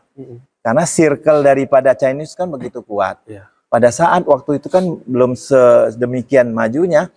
Kalau kita pilih satu agama yang memang tidak, katakanlah tidak disetujui keluarga, bisa saya terputus, Pak. Rantai usaha kita bisa terputus gara-gara itu. Dan itu memang sudah kita sadarin, Mbak, gitu. Enggak. Dan ekonomi pas-pasan, ya saat itu saya hanya berpikir, ya udah saya berdoa aja. Mungkin belum saatnya, tetapi namanya cita-cita nggak akan saya lupa.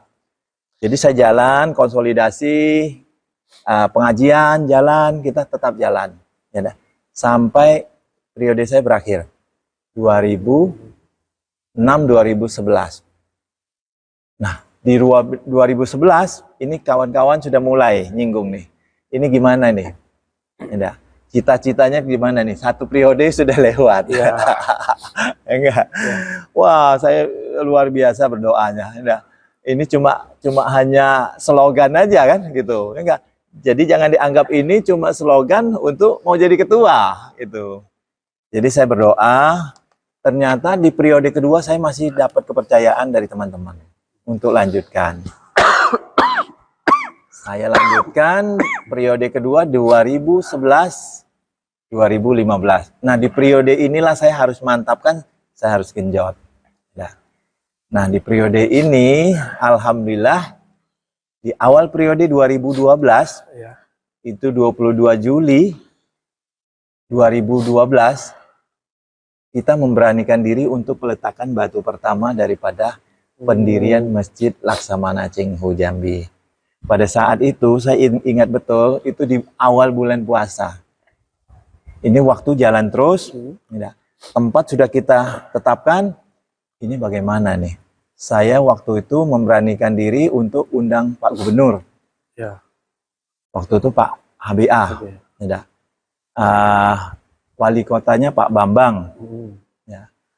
Nah, untuk mengundang mereka untuk peletakan batu pertama. Tapi saya bingung. Waktu nanti pembawa acaranya siapa? Kita nggak siap waktu itu.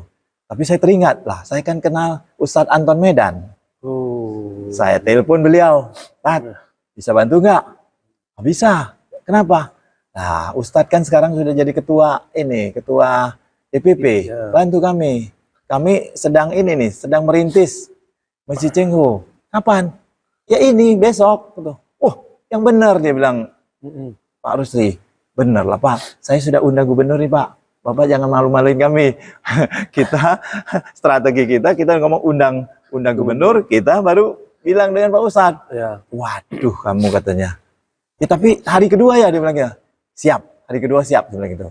Nah sehingga waktu itu saya bilang terus terang, Tad, mohon maaf ya. Kami ini baru mulai bergerak. Jadi akomodasinya Ustadz tahulah sendiri. Paham ya Tad? Waduh dia bilang gitu. Nodong lagi. Tapi gini saja, yang lain saya sendiri. Kamu pokoknya booking kan saya 2 hotel, dia bilang gitu di situ. Waktu itu di Ratu. Hotel Ratu. Siap Pak, saya bilang gitu. Siap Pak Ketua. Jadi, kalau hotel 2 kita siap gitu.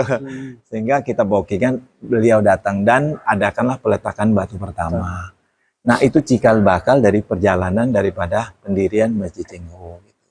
Berarti datang gubernur dan wali kota waktu itu? Iya, lengkap. Gubernur, wali kota, ketua DPRD tingkat 1 Pak Effendi Hatta kalau nggak salah. Kemudian ketua MUI Pak Hadri Hasan. Ya, kemudian dari wakil dari Polda. Ada Kakanwil Departemen Agama sekarang. Wah, Kakanwil sekarang Pak Mahfud ya. Pak Mahfud. Jadi peletakan batu pertama itu 22 Juli 2012. Memberanikan di peletakan. Begitu peletakan, waduh, ini sudah mulai gerak. Ya. Sementara modal masih kurang Pak. Pada saat itulah kita minta bantuan dari Pemda. Dapat Pak? Alhamdulillah kucur Pak. Dapat 100 juta. Masya Allah. Alhamdulillah. Itu dari provinsi dan dari kota? Dari provinsi Pak. Provinsi. Kota tidak terpikir waktu itu. Langsung secara simbolis diserahkan dan itulah modal awal kami bergerak Pak. Modal awal. Nah seharusnya 2012 itu kan cepat itu pembangunannya. Nah, cepat pembangunannya tetapi lagi-lagi kami balik ke modal Pak. Ya kan kami ini modalnya santing Pak. Modal nekat, memberanikan diri. Yakin? Kalau tanya yakin Pak. Ya, tapi ternyata kan tidak segampang itu. Jadi sambil jalan kita berdoa terus Pak. Gimana nih ya Allah, ya izinkanlah kami selesaikan tanggung jawab kami ya untuk bangun ini. Berarti bangun ini selesai tahun? Bangunan ini launchingnya di 21 Februari. Mohon maaf, 12 Februari 2021. Bayangkan berapa jauh? Ya. Dari 12 ke 21, 9 tahun, Pak. Waktu itu Covid juga ya, Pak ya? Begitu 2021 Covid, Pak. Ya. Masuk Covid. Jadi masuk Covid.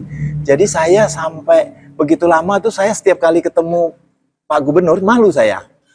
Kenapa? Ditanyain, sudah belum, siap belum masjid kita? Ya Pak, guyur gitu.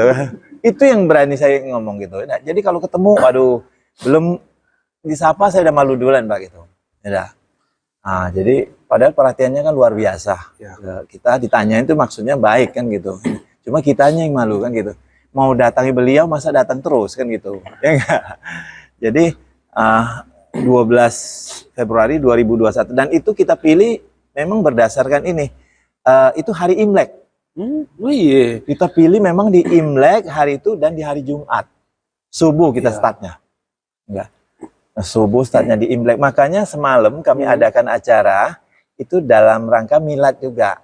Jadi syukuran. Iya dah. Jadi milad gitu dalam rangka syukuran ya dah. Jadi setiap kali kami ketemu Imlek, kami akan ingat, ulang tahun Cengho. Nah, kan gampang tuh. Enggak. Jadi itu Pak, perjuangan itu 9 tahun Pak. Dan sempat mangkrak itu sekitar 3 tahun. 3 tahun karena kehabisan dana Pak kami. Kehabisan dana, tidak sampai ada satu ini media pers yang membunyikan di teks running TV itu Masjid Cengho hanya dibangun tiangnya. Saya ini Pak, saya protes. Iya. Bukan hanya tiangnya yang dibangun Pak, baru tiangnya yang terbangun. Itu dua hal yang berbeda Pak. Jangan Bapak pelintir. Kalau hanya tiangnya terbangun berarti ini ada apa-apanya nih. Tapi baru tiangnya terbangun. Akhirnya dikoreksi Pak. Dikoreksi, baru tiangnya yang terbangun. Nah, itulah perjuangan. Nah, pembangunan ini pun bukannya gampang. Karena arsitektur yang digunakan arsitektur dari Tionghoa Pak. Ini Pak? Iya. Oh. Iya enggak? Jadi saya cerita sedikit, mohon maaf saya rubah ya. Iya. Duduknya biar lebih santai. Jadi konsep dasar kita, masjid itu akan efektif kalau segi 4. Itu udah form, udah oke.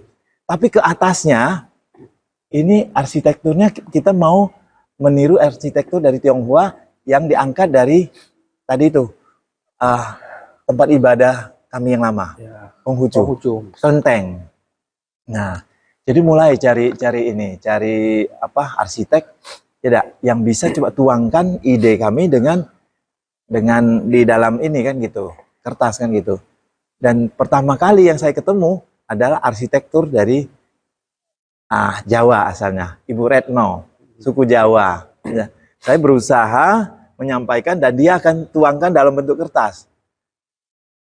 Tuangkan. Oke, hasilnya bagus. 2 tingkat waktu itu. Tapi pada saat mau aplikasi ada masalah gitu. Sehingga saya terpaksa cari lagi dulu. Datang lagi dari yang Batam, kita minta tolong. Begitu dibuat, dia lebih cenderung ke ke ini Buddha wihara bentuknya. Ini bukan kelenteng, ini wihara, tidak sesuai. Dan ketiga kita coba lagi, dia lebih condong ke rumah ibadah seperti biasa. Jadi tidak gampang, Pak. 3 arsitektur yang kita coba, hanya 1 yang katakanlah bisa masuk dari segi bentuknya. Nah, waktu ke atas, ini harus kreasi sendiri, Pak. Kreasi sendiri. Iya. Karena dia berundak-undak, Pak. Berundak-undak. Sementara bentangannya kan cukup luas nih, 20 kali 20. Waktu itu kalau kita mau cor, dengan kemiringan ininya nggak ketemu, Pak. Nggak ketemu kemiringan corannya itu takut 4 segini nggak ketemu. Enggak. Nah, kalau mau cari kayu sudah nggak ada lagi. Makanya akhirnya saya ditemukan dengan doa, saya ditemukan dengan satu teman yang pernah kerja di konstruksi berat di pembangunan jembatan. Enggak. Dia yakinkan saya, kita bikin dari I-beam, Pak Haji. Ini kan I-beam semua nih, besi. Konstruksi berat ini. Ya. Masjid yang di Jambi yang menggunakan konstruksi berat itu tidak terlalu banyak. Ya, tidak terlalu banyak. Dan Cenghu termasuk mempelopor itu. Gitu. Jadi sudah pakai I-beam dah. Jadi ternyata besi I itu, kalau kita mau bikin lengkungan, kita bikin mal dan kita potong, Pak. Potong-potong dibentuk. Iya. Dibentuk, 4-4-nya dibentuk sama. Nah, baru kita naikkan. Ya. Dan mungkin berpikir ini kontraktornya gede, Pak. Padahal tidak. Kawan saya itu naikkan ini dengan tradisional sekali. Dan untuk menentukan tiap tingkat, kami gunakan manual, Pak. Naikkan dulu, saya ke gerbang dulu, saya lihat dulu. Pas. Bagus, Pak. Naik gitu. Jadi lewat perjuangan, Pak. Lewat perjuangan gitu. Jadi otodidak kami, Pak. Makanya begitu jadi, begitu kami launching, yang datang duluan tuh yang Chinese, Pak. 60% Chinese. Waktu jadi itu ya? Iya. Mereka bingung. Ini siapa yang gambar? Nah, kita gimana menjelaskannya? Ada Ibu Retno yang gambar. Tapi sebenarnya gambarnya memang waktu ke atasnya kita kreasi sendiri gitu, Pak. Gitu. Sehingga bentuk ini, mohon maaf, kalau disandingkan dengan bentuk kelenteng, kita nggak kalah, Pak. Ya. Boleh Bapak lihat kelenteng yang di Jambi, kita sandingkan nggak kalah. Nah, itulah kebesaran Allah, Pak. Ya. Lagi-lagi kita dengan keterbatasan finansial, tapi nilai kita tujuan kita terwujud, Pak. Alhamdulillah luar biasa. Ya. Jadi sekarang Masjid Cenghu ini jadi sarana dakwah ya, Pak, untuk perkenalan Islam juga. Iya, jadi ini memang kami fokus, terutama pengurus fokus, Kami dulu mau masuk Islam, dikenalkan dengan Islam kan sulit kami. Mau masuk Islam kami harus mencari siapa yang bisa bantu proses itu. Dan kami teringat ke situ. Dan fokus kami dengan pendirian ini, kami akan bantu katakanlah saudara-saudara kami yang akan datang untuk masuk Islam. Gitu. Satu, kedua ini juga merupakan media dakwah. Media dakwah memperkenalkan Islam secara lemah lembut, Pak. Secara lemah lembut. Karena kami kan dari komunitas yang berbeda. Kami merasakan betul bahwa Islam untuk di luar penganut daripada Islam itu sendiri kadang-kadang punya bayangan yang berbeda-beda. Ada yang menyamakan Islam itu keras. Islam itu katakanlah tertutup. Jadi dogma-dogma negatif itu yang mau kami kikis, Pak. Itu mau kami kikis sehingga kami sudah merasakan, kami sudah masuk, kami rasakan Islam itu damai, Islam itu lemah lembut, toleransinya luar biasa. Dan itu yang kami buka keluar, Pak, kami tularkan. Makanya ini merupakan satu media dakwah, siar. Pada kesempatan juga, kami dari masjid ini sering kedatangan anak-anak dari basis agama yang berbeda. Seperti dari Guangming. Ya, basisnya agama Buddha. 99% yang datang anak-anaknya Buddha. Basis dari Kristen, Kanaan datang ke sini. Ya. Dan kami memang menerima mereka dengan welcome, terbuka. Kita dialog di sini. Kita dialog, tanya jawab. Mereka akan menanyakan sejarah daripada masjid ini. Kita juga ceritakan pengalaman saya, pengalaman spiritual saya dikenalkan dengan Islam. Saya juga sampaikan bahwa Islam itu sesungguhnya lemah lembut, Pak. Tidak keras, lemah lembut. Dan itulah jadi media dialog yang luar biasa. Hampir tiap tahun kami terima, Pak, baru-baru ini. Kami terima mereka untuk berkunjung ke sini untuk dialog. Nah, jadi luar biasa bisa kumpul dengan anak-anak, bisa saling tanya jawab. Berarti kalau misalnya ada orang di luar Islam yang ingin bertanya dengan Islam, boleh, sangat boleh. Boleh. Akomodasi di sini, Iya, Pak, ya. Iya. Jadi terus terang saja, ini Masjid Cengho ini pada awalnya kami ada sedikit masalah dengan kebiasaan, Pak. Kebiasaan sebuah masjid itu kan kalau agama non-Muslim mau masuk, itu kan memang masalah, Pak. Gitu. Tidak biasa, bukan masalah, tidak biasa kan gitu, tidak lazim. Nah, di Masjid Cengho ini kami harus membuat satu terobosan yang katakanlah mereka boleh masuk dengan catatan berpakaian yang rapi, Pak. Dan memang ada batasan masuk tidak ke depan, sehingga tidak mengganggu orang yang lagi sholat gitu. Seperti Bante pernah masuk. Bante sini, pernah sini. Bante gitu. Dan kami foto sama-sama, Pak. Dengan di Ustaz. dalam di dalam di depan kami foto sama-sama. Dan itulah kita harus menyadari bahwa keberagaman itu memang satu hal yang di Indonesia kan memang keberagaman. Gimana keberagaman ini kita rajut jadi ke persatuan, Pak. Jadi persatuan. Dan itu yang sekarang untuk masa depan anak-anak kita, itu yang selalu kita tekankan. Kita tidak boleh menjelekkan agama lain. Kita boleh menginformasikan kelebihan agama kita, tapi tidak boleh menjelekkan agama lain. Agama lain, betul. Oke, Pak. Berarti sekarang Bapak di PT sudah nggak menjabat ketua lagi? Jadi PT, alhamdulillah, begitu 2016, saya 2 periode, saya patuh ADART, saya pamit minta izin walaupun untuk minta diteruskan, saya bilang cukup saya, dan saya fokus untuk meneruskan janji saya waktu di Surabaya, mimpi saya waktu di Surabaya. Dan alhamdulillah inilah ini ya. Tentu ini semua juga kami lakukan bersama-sama dengan komunitas PT yang lain, ya, komunitas PT yang lain. Cuma karena Pak Yon sering ketemu saya, itu kebetulan saja, Pak, kebetulan. Teman-teman lain banyak ini. Kalau semalam saya mohon maaf kelupaan. Ya. Kalau nggak kelupaan pasti saya akan undang Pak Yon. Siap. Iya. Berarti sekarang ini ada ini juga, Mbak, kegiatan pendampingan untuk para mualaf yang Bapak lakukan. Jadi setiap kita kan sudah buka pintu lebar-lebar. Monggo yang punya niat untuk masuk Islam mualaf, monggo silakan. Kasih tahu aja. Nah, begitu kasih tahu, kita minta tolong kita temu muka, kita diskusi sampai kami memastikan bahwa dia tidak terpaksa untuk masuk Islam. Ya. Dia masuk Islam atas kemauannya sendiri.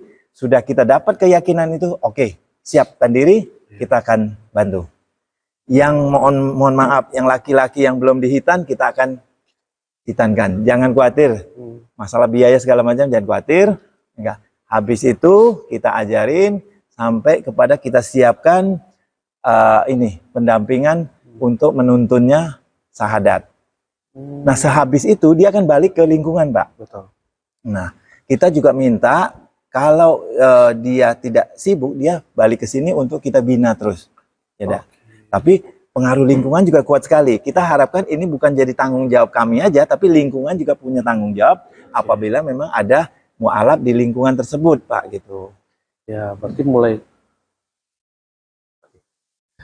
mulai dari setelah pasca mu'alaf itu mulai dari pelajaran sholatnya, ngajinya, tetap ada pendampingan ya. Iya. Pak, ya. Jadi kita sini ada 3 tenaga, katakanlah imam maupun marbot ada 3. Kita siap kapan saja. Begitu dibutuhkan silakan mampir, kita akan bina mereka. Ya. Berarti di sini ada juga kamar khusus. Kadang-kadang mu'alaf itu kan dia diusir dari keluarganya. Betul. Berarti di sini juga menyediakan. Betul. Jadi katakanlah rumah singgah ya. Rumah singgah. Rumah singgah gitu. Jadi pernah saya alami satu mu'alaf yang memang waktu begitu kejadian dia ikrarkan dia mau masuk Islam, itu tantangan dari orang tua luar biasa. Akhirnya sempat dia diusir gitu. Jadi dia diusir, mengingat usianya waktu itu masih muda, 20-21. Waktu itu saya suruh tinggal sendiri, tidak berani, saya kawani dia tidur, Pak. Yeah. Kawani dia tidur. Ya enggak, menjelang kebetulan waktu itu marbot ada yang pulang atau kita temani tidur, ya enggak. Dan kita uruskan semua ininya. Syahadat semuanya kita urus. Sampai keadaan sudah memungkinkan, tenang, kita akan kembalikan gitu.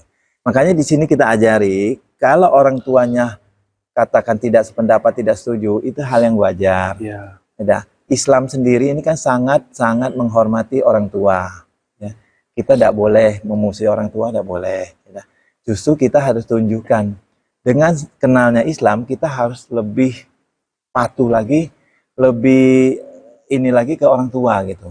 Ya, berbakti lagi kepada orang tua. Nah, itu berarti ketemu Islamnya yang benar gitu. Ya, katakan memang Islam itu kan syaratnya memang dari orang tua tidak boleh ngelawan, Pak. Ya. Harus patuh betul, harus berbakti. Nah itu. Betul, Pak. Terakhir, Pak, kapan terakhir ada yang bersahadat mungkin yang Bapak bina? Alhamdulillah semalam, Pak. Semalam ya, Pak? Ya, jam 5:30. Habis maghrib berarti? Belum. Sebelum maghrib. Ya. Cowok ya, Pak ya? Cewek. Oh, cewek. Tanggalnya hari ini tanggal berapa nih? Tanggal 14 ya? 14. Kemarin hari Sabtu. Hari ini ya 14 kemarin, Pak. 14 sore ya. Jam 5:30, Pak. Jadi kebetulan yang kita sahadatkan adalah ibu dengan anak, ibu punya anak 2 orang, anak cewek 2 orang, ya. Dan dia memang sudah yakin betul mau mu'alaf, makanya semalam kita sahadatkan, Pak, di sini. Dia Chinese juga, Pak? Chinese. Oh, Chinese. Dia dari Hokkien sama dengan saya. Oh. Ya. Jadi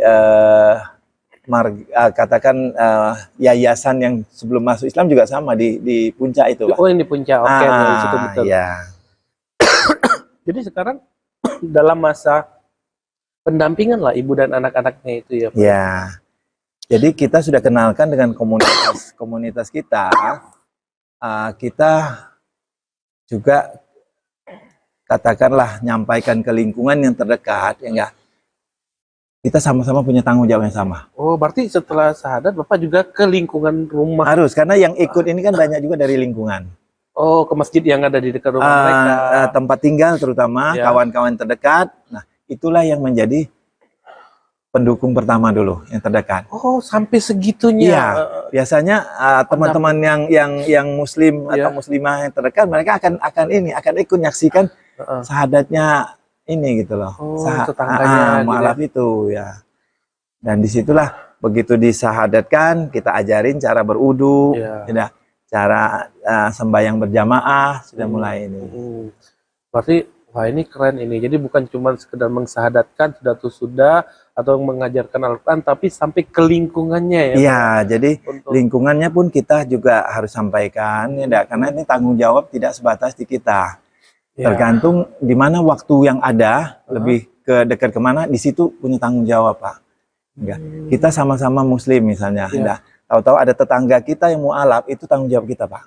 Ya, betul. Ya, tanggung jawab kita untuk membina dia, menginformasikan apa-apa yang dia butuhkan gitu. Ya. Ya, Tribuner, demikianlah bincang-bincang kita dengan Pak Rusli, salah satu pendakwah di Provinsi Jambi yang aktif mendampingi para mualaf dan warga non-Muslim yang ingin mengenal tentang Islam. Sampai di sini dulu kawan-kawan, sampai ketemu lagi bersama saya Muhammad Rinaldi dan narasumber saya Pak Rusli. Terima kasih banyak ya Pak ya. Sama-sama Pak Yon. Ya. Assalamualaikum warahmatullahi wabarakatuh. Waalaikumsalam warahmatullahi wabarakatuh. Download Tribun X sekarang, menghadirkan lokal menjadi Indonesia.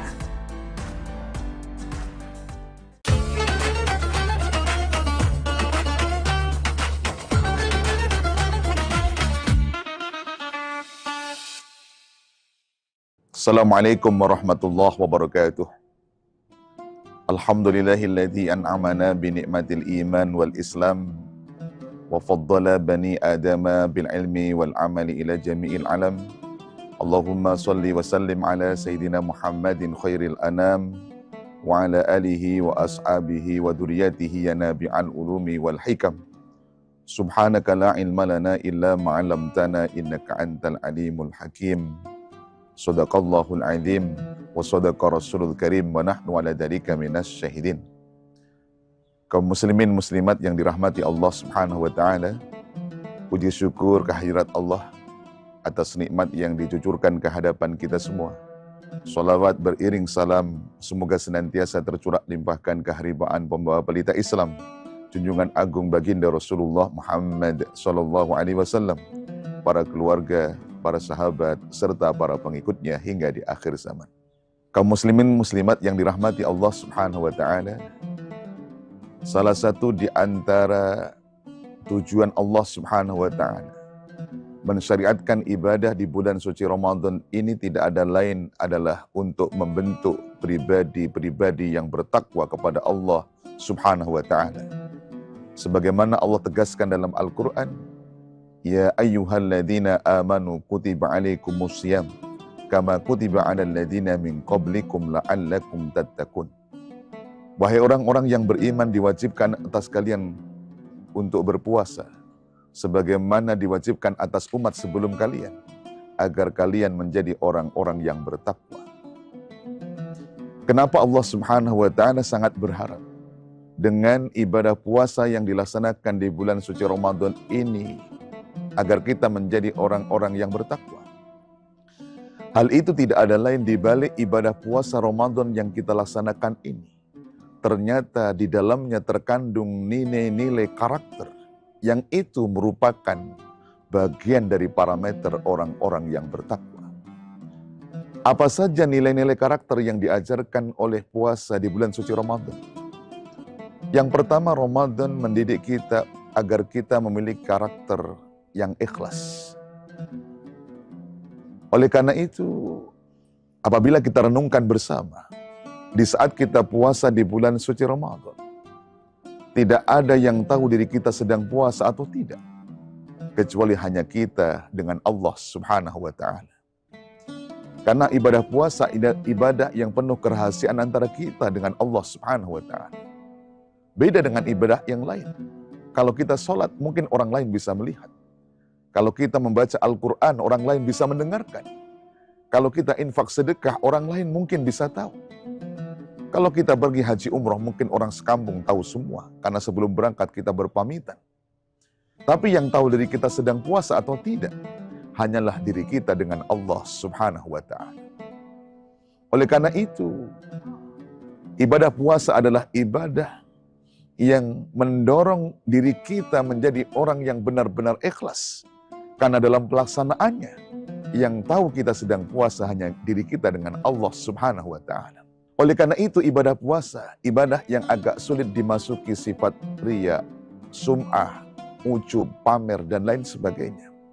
Karena penuh kerahasiaan antara diri kita dengan Allah Subhanahu wa Ta'ala. Dan disinilah rahasianya. Kenapa ibadah puasa pahalanya dirahasiakan oleh Allah Ta'ala? Hal itu disebabkan karena ibadah ini penuh kerahasiaan antara diri kita dengan Allah. Sebagaimana sabda Rasulullah Muhammad SAW, di mana beliau mengutip hadis qudsi. Allah Subhanahu wa Ta'ala berfirman, "Kullu amal ibni Adam lahu illa saum fa innahu li wa ana ajzi bih." Setiap amal yang dilakukan oleh anak cucu Adam itu untuknya, kecuali puasa, karena puasa itu benar-benar untukku dan akulah yang akan menetapkan kadar pahalanya. Oleh karena itu, ibadah puasa Ramadan menjadi landasan kita untuk menjadi orang yang bertakwa, karena ia mengajarkan kepada kita untuk menjadi orang yang ikhlas dalam beramal ibadah, ikhlas dalam bekerja, ikhlas dalam membangun kehidupan berumah tangga, ikhlas dalam membangun kehidupan bermasyarakat, berbangsa, dan bernegara. Kemudian yang kedua, ibadah puasa di bulan suci Ramadan ini mendidik kita agar kita memiliki karakter orang yang berjiwa sabar. Menahan diri tidak makan, tidak minum, tidak merokok, tidak berhubungan suami istri. Dalam durasi lebih dari 12 jam, bukanlah soal mudah apabila kita tidak sedang melaksanakan ibadah puasa. Akan tetapi, ajaibnya, apabila kita sudah berniat di malam hari, nawaitu shauma ghadin an adai fardhi syahri Ramadan, hadis sanati lillahi ta'ala, lebih 12 jam kita tidak makan, tidak minum, tidak merokok, tidak berhubungan suami istri, sanggup kita jalani. Kenapa? Karena ibadah puasa mendorong kita untuk menjadi orang yang berjiwa sabar.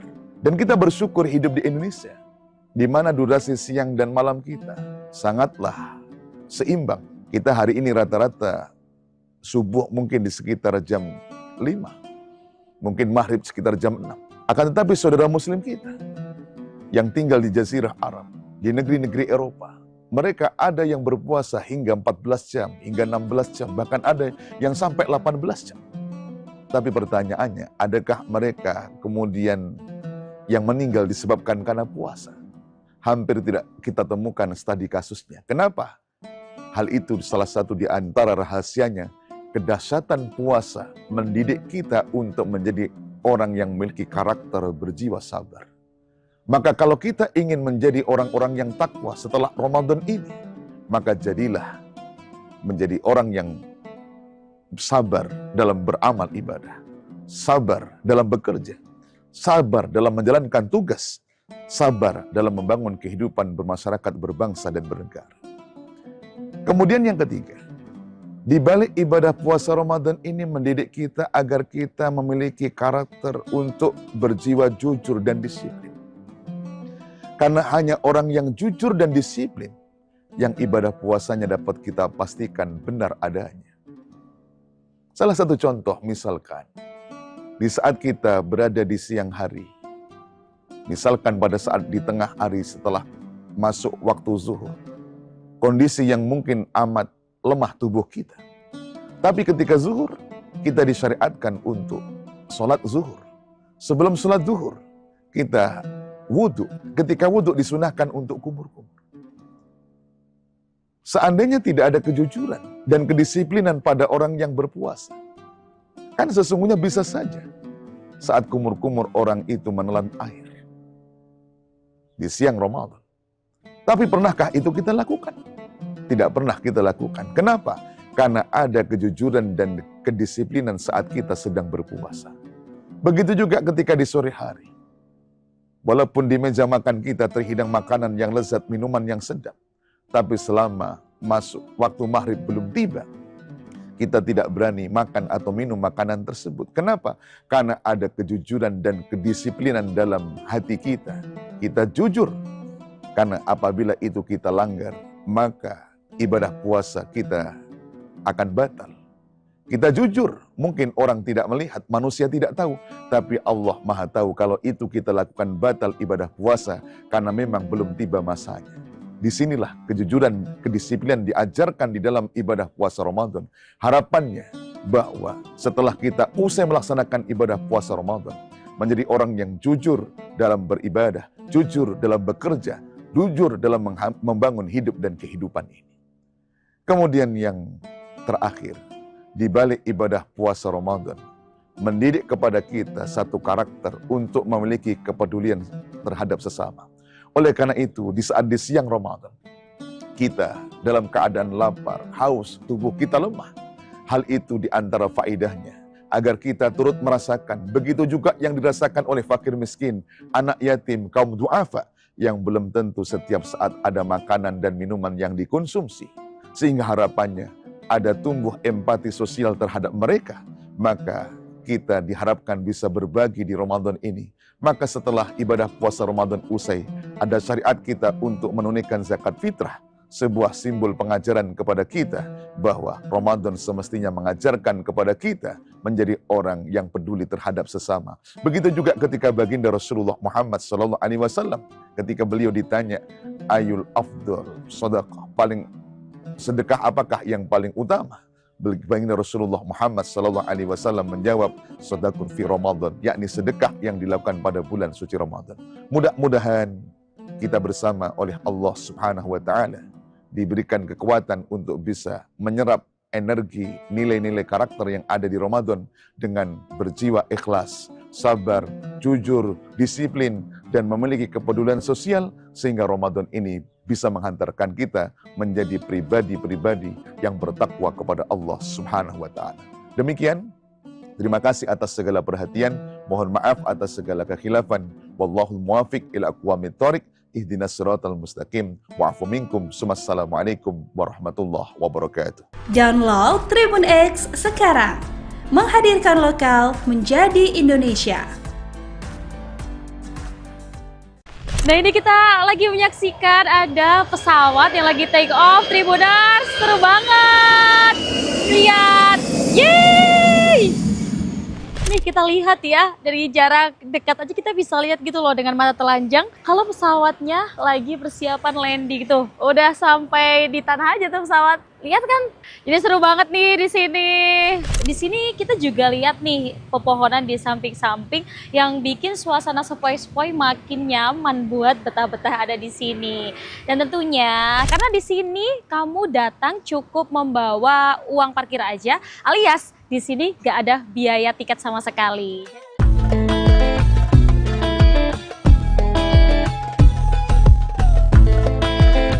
Sore-sore gini pas puasa enaknya ngabuburit gak sih Tribuners? Dan Nurma kali ini bakal ke area Solo Raya, dan gak cuman di pusat kota sih ya sebenarnya kita kalau mau cari takjil atau sekadar jalan-jalan ngabuburit.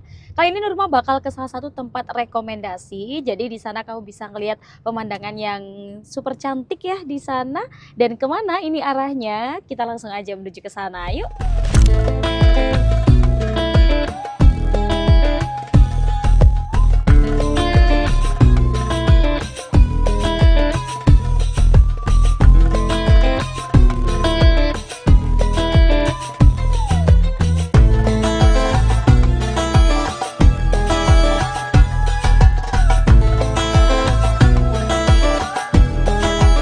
Jadi ini Tribuners tempat yang Nurma maksud di awal, di Taman Dirgantara, dan teman ini masih di kawasan Bandara Adi Sumarmo. Jadi di kawasan ini kamu bisa banget buat menikmati ngabuburit, menghabiskan waktu, menunggu waktu buka puasa, sambil ngeliat-liat pesawat ada di sini. Jadi buat kamu mungkin yang kangen nih naik pesawat atau pengen menghabiskan waktu bareng keponakan mungkin, bareng anak-anak, dan juga bareng orang tua kalian, langsung ajak aja ke area ini. Ayo ikutin Nurma buat lihat pesawat.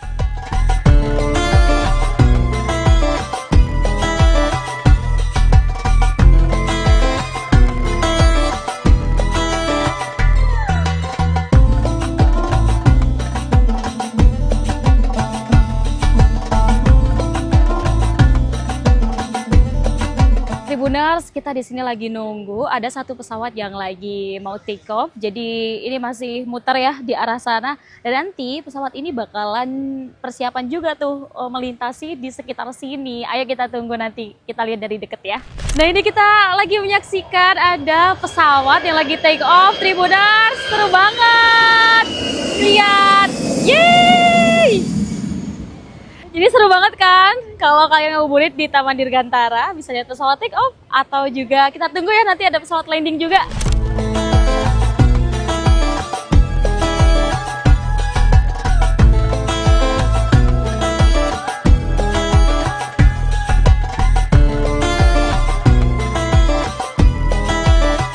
Tadi kita lihat ada pesawat take off dan ternyata ada pesawat landing, Tribuners. Nih kita lihat ya, dari jarak dekat aja kita bisa lihat gitu loh dengan mata telanjang kalau pesawatnya lagi persiapan landing tuh. Udah sampai di tanah aja tuh pesawat. Lihat kan?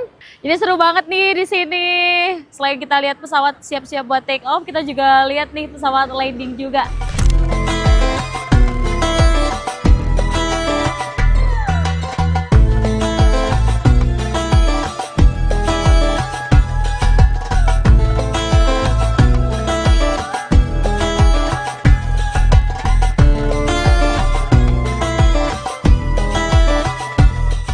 Selamat sore Ibu. Selamat sore Mbak. Oke, ini dari mana sih Bu? Kok kayak rame-rame gini? Dari Boyolali aja Mbak. Oh, dari Boyolali. Iya. Kenalan dulu dong Bu. Ini namanya siapa aja Bu di sini ya? Ini saya Ibu Ari. Ini emang biasanya kalau sore ngabuburit ke sini gitu atau emang lagi ada apa ya niatan gitu ke sini baru sekali? Ya sering sih Mbak kesini. Sering ya? Iya. Kenapa sih Bu milih tempat ini jadi ngabuburit? Kalau boleh tahu. Ya kebetulan lagi pengen kesini aja Mbak. Iya. Tadi pas lewat, pengen ngadem aja di sini. Oke, sekalian nunggu waktu buka gitu ya? Iya betul sekali. Oke, biasanya kalau kesini itu paling ramai jam berapa sih Bu kalau boleh tahu? Ya biasanya yang enak buat nongkrong habis asar sih Mbak. Habis asar langsung Ya, ya? iya. Kalau sepengetahuan Ibu, biasanya di sini yang datang apa Bu? Rombongan-rombongan keluarga gitu atau rombongan mungkin kayak ibu-ibunya gini?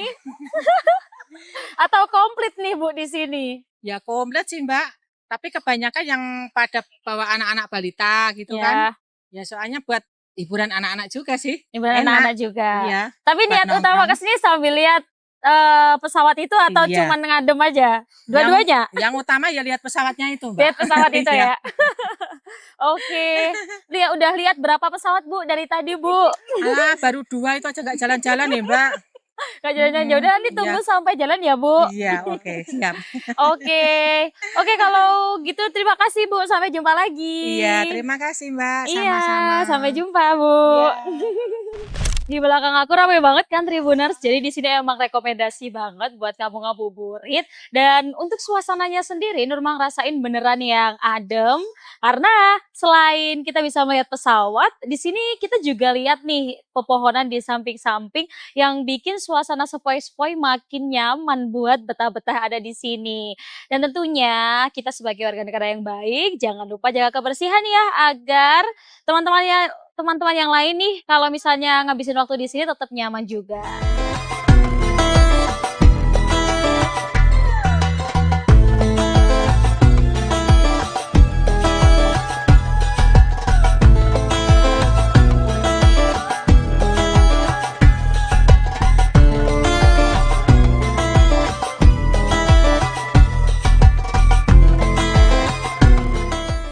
Sebenarnya kalau kalian datang ke sini, ke Taman Dirgantara nggak perlu bingung karena tersedia luas banget tuh parkiran, baik parkiran motor dan juga mobil.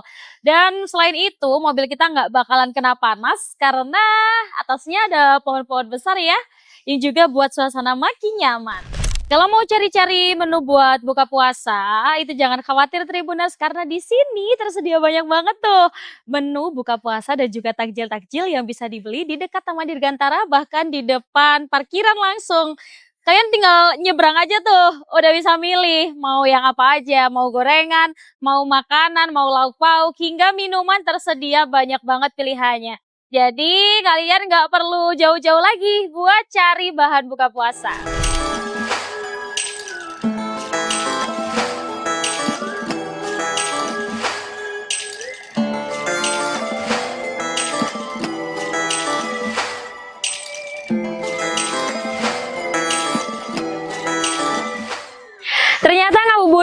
melulu di pusat kota Tribuners, ternyata di Taman Dirgantara kita juga bisa menghabiskan waktu dengan asyik dan menikmati waktu ngabuburit sampai waktu berbuka tiba. Dan tentunya kamu kesini bisa banget mengajak orang-orang tersayang bersama dengan anak-anak, dan bahkan kita bisa juga ya kayak wisata edukasi di sini. Karena di sini kamu datang cukup membawa uang parkir aja, alias di sini gak ada biaya tiket sama sekali. Jadi tempat ini rekomendasi banget buat kamu menghabiskan waktu dan juga ngabuburit. Sampai jumpa lagi di Ngabuburit Asyik selanjutnya. Download Tribun X sekarang. Menghadirkan lokal menjadi Indonesia.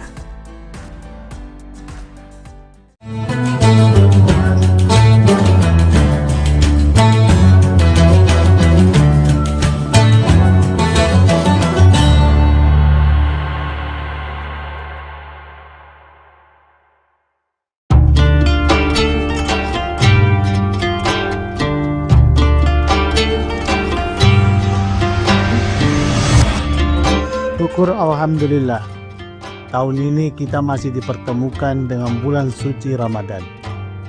Ramadan bukan sekedar menahan lapar dan dahaga, tetapi waktu untuk memperbaiki kualitas diri, baik ibadah maupun menata akhlak. Jadikan Ramadan ini sebagai titik balik untuk menjadi pribadi yang jujur dalam perbuatan, sabar dalam ujian, dan disiplin dalam ketaatan.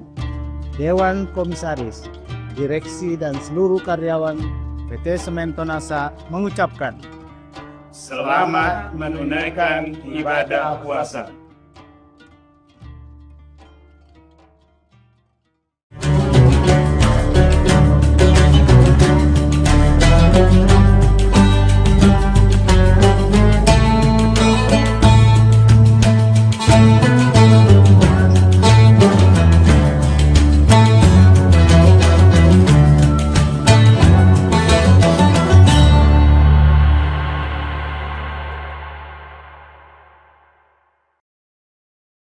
Assalamualaikum warahmatullahi wabarakatuh. Tribuners, bagaimana kabar Anda pada puasa hari ini? Semoga semuanya dalam keadaan sehat walafiat dan juga masih terus konsisten dan istiqomah dalam beribadah. Nah, Tribuners, alhamdulillah hari ini saya Ilu dapat kembali menyapa Tribuners kali ini dalam program Syiar Ramadan yang setiap harinya selama bulan suci Ramadan akan menghadirkan tema-tema yang menarik untuk kita perbincangkan bersama dalam menantikan waktu berbuka puasa. Dan tema kita pada hari ini merupakan cerdas beramal di era modern, dan tema ini akan kita bahas bersama dengan Bapak Ustadz Kiai Haji Sabarudin LC yang sudah hadir bersama kita di studio pada hari ini. Assalamualaikum Pak Ustadz. Waalaikumsalam warahmatullahi wabarakatuh. Baik, kabarnya seperti apa Alhamdulillah. Pak? Alhamdulillah baik, dan juga tentunya masih istiqomah.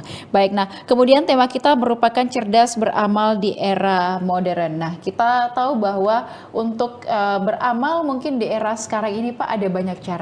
Namun bagaimana kemudian kita untuk melakukan amal itu atau mendapatkan amal itu dengan tata cara yang benar sesuai dengan mungkin teknologi ataupun juga era modern yang kita jalani saat ini. Silakan. Bismillahirrahmanirrahim. Hamdan wa syukranillah, salatan wa salaman ala rasulillah, amma ba'd. Allah subhanahu wa ta'ala berfirman, wa ma khalaqatul jinna wal insa illa liya'budun. Tidaklah kuciptakan jin dan manusia kecuali untuk menyembah kepada Allah, untuk beribadah kepada Allah. Tentu ketika terdengar nama seorang raja, Raja Salman, atau jika seandainya Tribuners ya ditakdirkan oleh Allah menjadi Raja Salman, kira-kira apa yang terlintas di pikiran kita? Maka yang terlintas di pikiran kita adalah kekayaan yang mungkin tidak habis dengan 7 turunan. Seorang raja yang memiliki kekayaan. Akan tetapi tahukah kita bahwa ternyata Raja Salman ini itu termasuk tipe manusia yang cerdas beramal. Dengan fasilitas yang begitu megah, menjadi pelayan tamu Allah, atau yang dikenal dengan istilah Al-Khadimul Haramain, pelayan tamu Allah di 2 tanah suci, yaitu tanah suci Mekah dengan adanya Baitullah dengan Madinah Al-Munawwarah. Yang mana kita lihat jutaan manusia yang melakukan tawaf, yang melakukan umroh, yang melakukan sa'i dan sebagainya. Betapa besar pahala yang didapatkan hanya dengan membuat dan memfasilitasi umat manusia untuk melakukan ibadah kepada Allah. Akan tetapi pahala yang didapatkan tentu cukup sangat besar dengan fasilitas ibadah yang telah dibangun. Inilah konsep cara cerdas beramal. Oleh sebab itu, ya, cerdas beramal ini di era modern itu diringkas supaya kita cepat mendapatkan pahala di sisi Allah Subhanahu wa taala, maka disingkat dengan istilah fast. Ya, fast ini cepat. Tapi bukan hanya cepat mendapatkan pahala, tapi ini merupakan singkatan dari F, itu adalah facility atau fasilitas. Tentunya siapa yang memfasilitasi orang melakukan ibadah kepada Allah, maka tentunya akan mendapatkan sejumlah pahala di sisi Allah Subhanahu wa taala. Man bana lillahi masjidan. Masjid merupakan sarana ibadah. Man bana lillahi masjidan banallahu lahu baitan fil jannah. Siapa yang membangunkan rumah Allah di muka bumi ini, maka akan dibangunkan istana di surga. Maka berapa jumlah orang yang melakukan ibadah solat di tempat itu, maka juga akan mendapatkan pahala di sisi Allah Subhanahu wa taala yang disebut dengan amal jariyah. Dalam sebuah hadis Rasulullah SAW bersabda, "Idza mata ibnu Adam inqata amaluhu." Jikalau manusia meninggal dunia, maka terputuslah amalnya. Akan tetapi Rasul tidak mengatakan terputus pahalanya. Memang amal sudah tidak bisa dilakukan karena orangnya sudah meninggal dunia. Akan tetapi kiriman pahala, transferan pahala akan didapatkan. Maka tidak ditemukan ayat ataupun hadis yang mengatakan terputus pahalanya. Yang ada adalah terputus amalnya.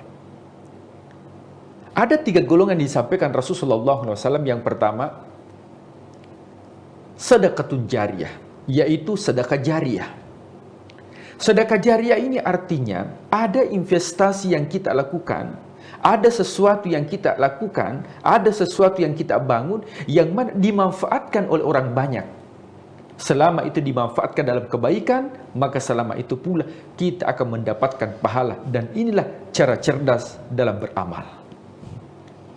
Digambarkan oleh Rasulullah SAW, siapa yang membuat sumur. Ya, sumur ini merupakan ilustrasi. Mungkin saat sekarang ini itu bukan sumur, tapi ada ya perusahaan khusus yang mana mengalirkan air di rumah-rumah kita. Maka itu juga bagian dari ladang amal. Bahkan dalam hadis Rasulullah SAW, man barang siapa yaghrisu gharsan, siapa yang menanam pohon, kemudian pohon ini berbuah, burung memakan buah tersebut, kecuali baginya mendapatkan sedekah. Hewan saja yang memakan pohon tersebut, buah dari pohon tersebut, bagian dari sedekah. Bagaimana jikalau ada sesuatu yang kita lakukan yang memberikan manfaat bagi orang banyak? Jalanan yang kita bangun, yang kita fasilitasi, jembatan yang kita bangun, yang kita